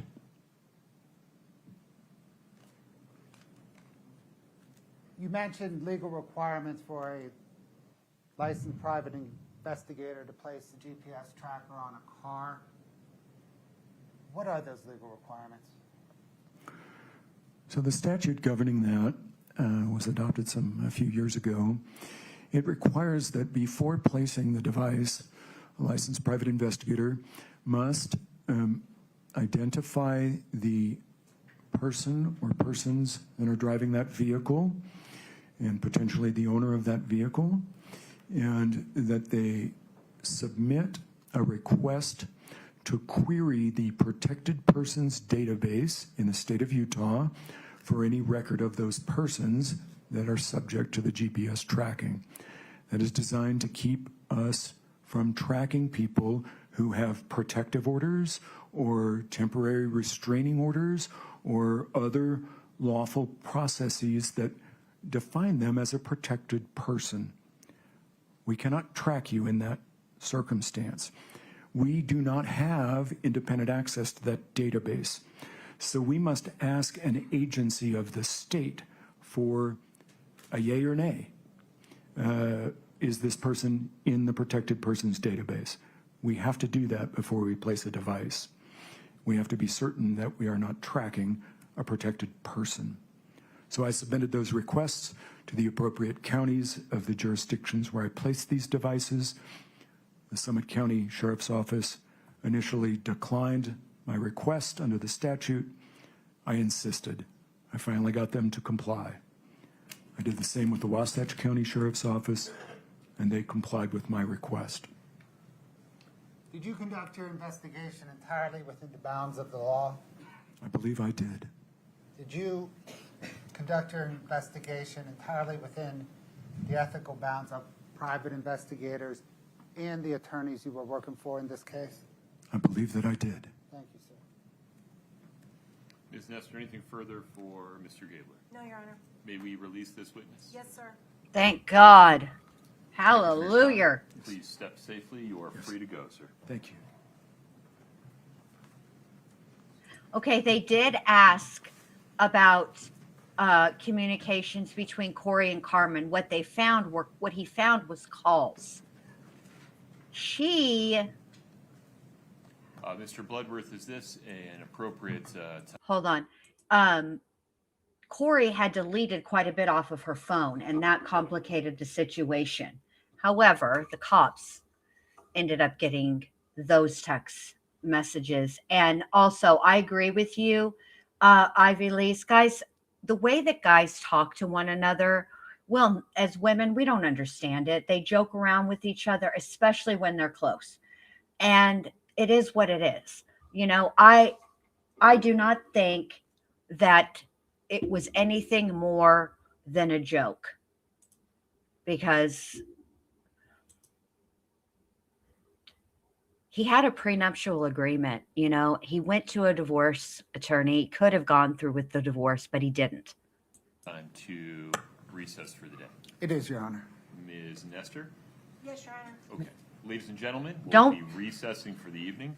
As always, Don't please do leave, not you speak guys, about the because case. I don't know what's going to Please happen do not after allow this. They anyone still have to speak hash you out about the it. next witness. Please do not watch, listen, or read anything about the case at all. Please do not do any research about the case. To allow me and the attorneys to talk about some legal issues that hopefully will keep us efficient during the presentation of testimony. He couldn't get he could not get texts from Carmen and okay, so let me start again. I'm sorry. Let me answer your question correctly. Okay. The only reason that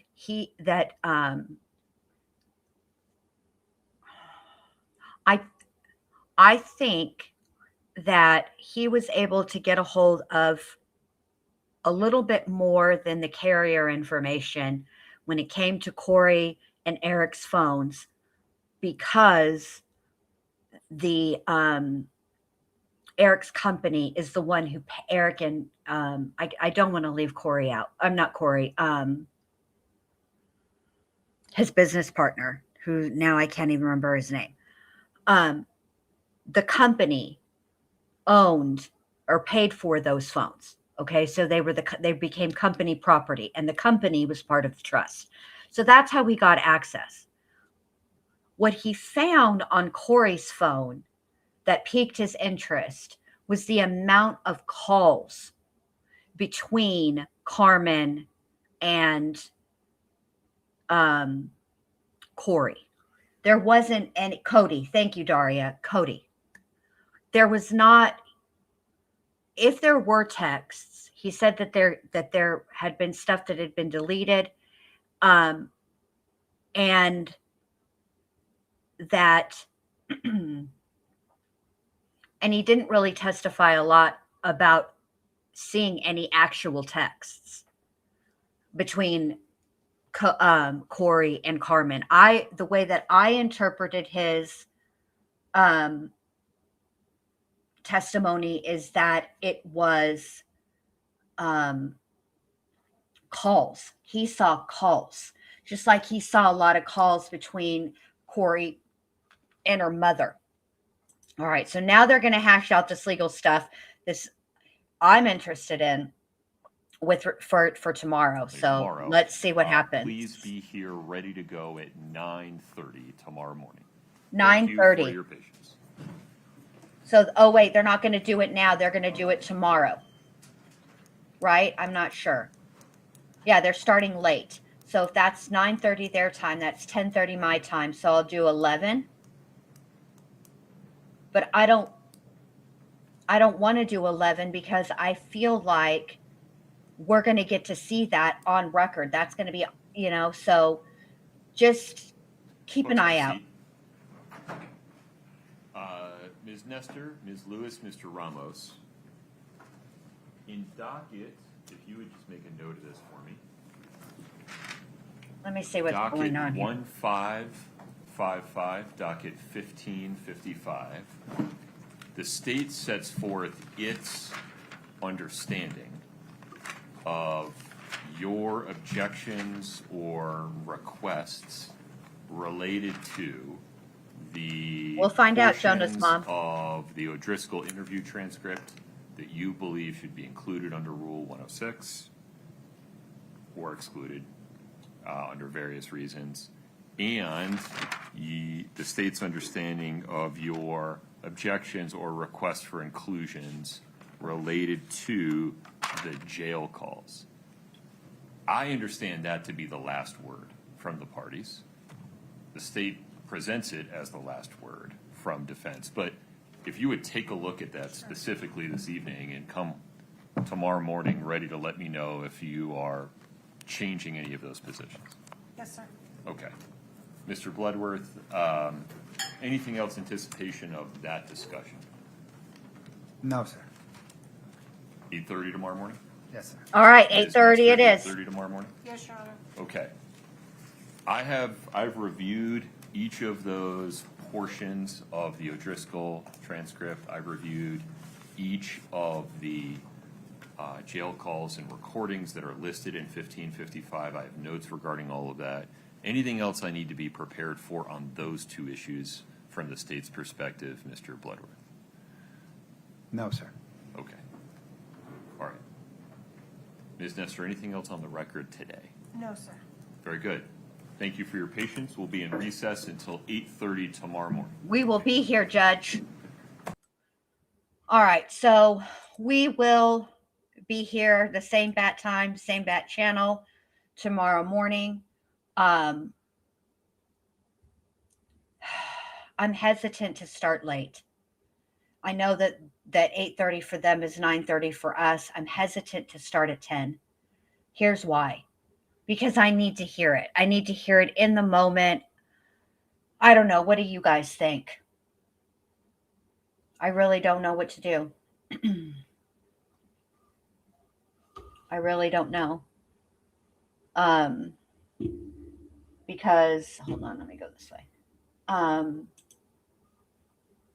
I want us to be able to get through like lunch and stuff, and be able to skip through that. But also, I feel like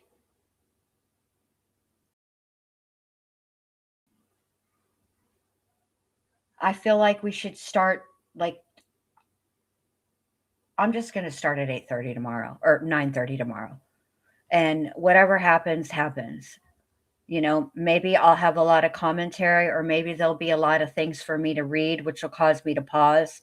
And then we can skip through then we'll have skips. But I really want to see, I really want to see the arguments made between them. And I really want to get, YouTubing, I couldn't figure that out. YouTubing says, right, what is the point that if he was secretly bi, it wasn't murder? How did this lady pass the logical reasoning part of the LSAT? I don't know. I don't know if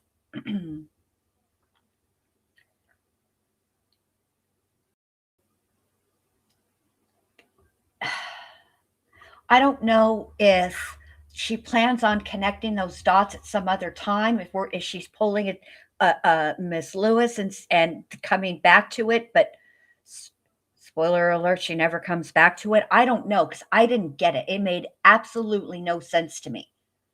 I don't understand. Is it the point that he had a secret life and they didn't investigate Mexico, so that's where all of this came from? How can that be? That completely contradicts. Now you've got me getting yelly. Look what you do to me, Nestor. Don't appreciate this. Got me all yelly. That completely contradicts the autopsy. And by the way, I get wanting to protect your husband's reputation, okay? But when the paramedics are there and they're trying to save your husband's life, you don't think it might be a good, that's not the time to protect reputations. Okay. That's the time to be like, look, my husband has a problem, so that they can help him. The more information they have, the better that paramedics and first responders can help him. Do you know what I mean? It just, I don't know. It just seems ridiculous to me, and I didn't appreciate it. Becky P, what up? What are you in? You're so late, babe, but it's good to see you. I hope we see your face tomorrow. Tomorrow's a big day, you guys. Detective O'Driscoll testifies. We're going to get jail calls. We're going to get transcripts. Carmen Lauber has not been released from her subpoena. Could the defense call her? Who knows? It's all up in the air. All right. So thank you so much, everybody, for being here, hanging in with me, enduring the tedious and pedantic that was today. However, I appreciate it very, very much. If you have not done so, please do your girl a favor. Hit that like button, hit that dislike button. I leave it to your good judgment. Either way. But just know that I appreciate you being here. And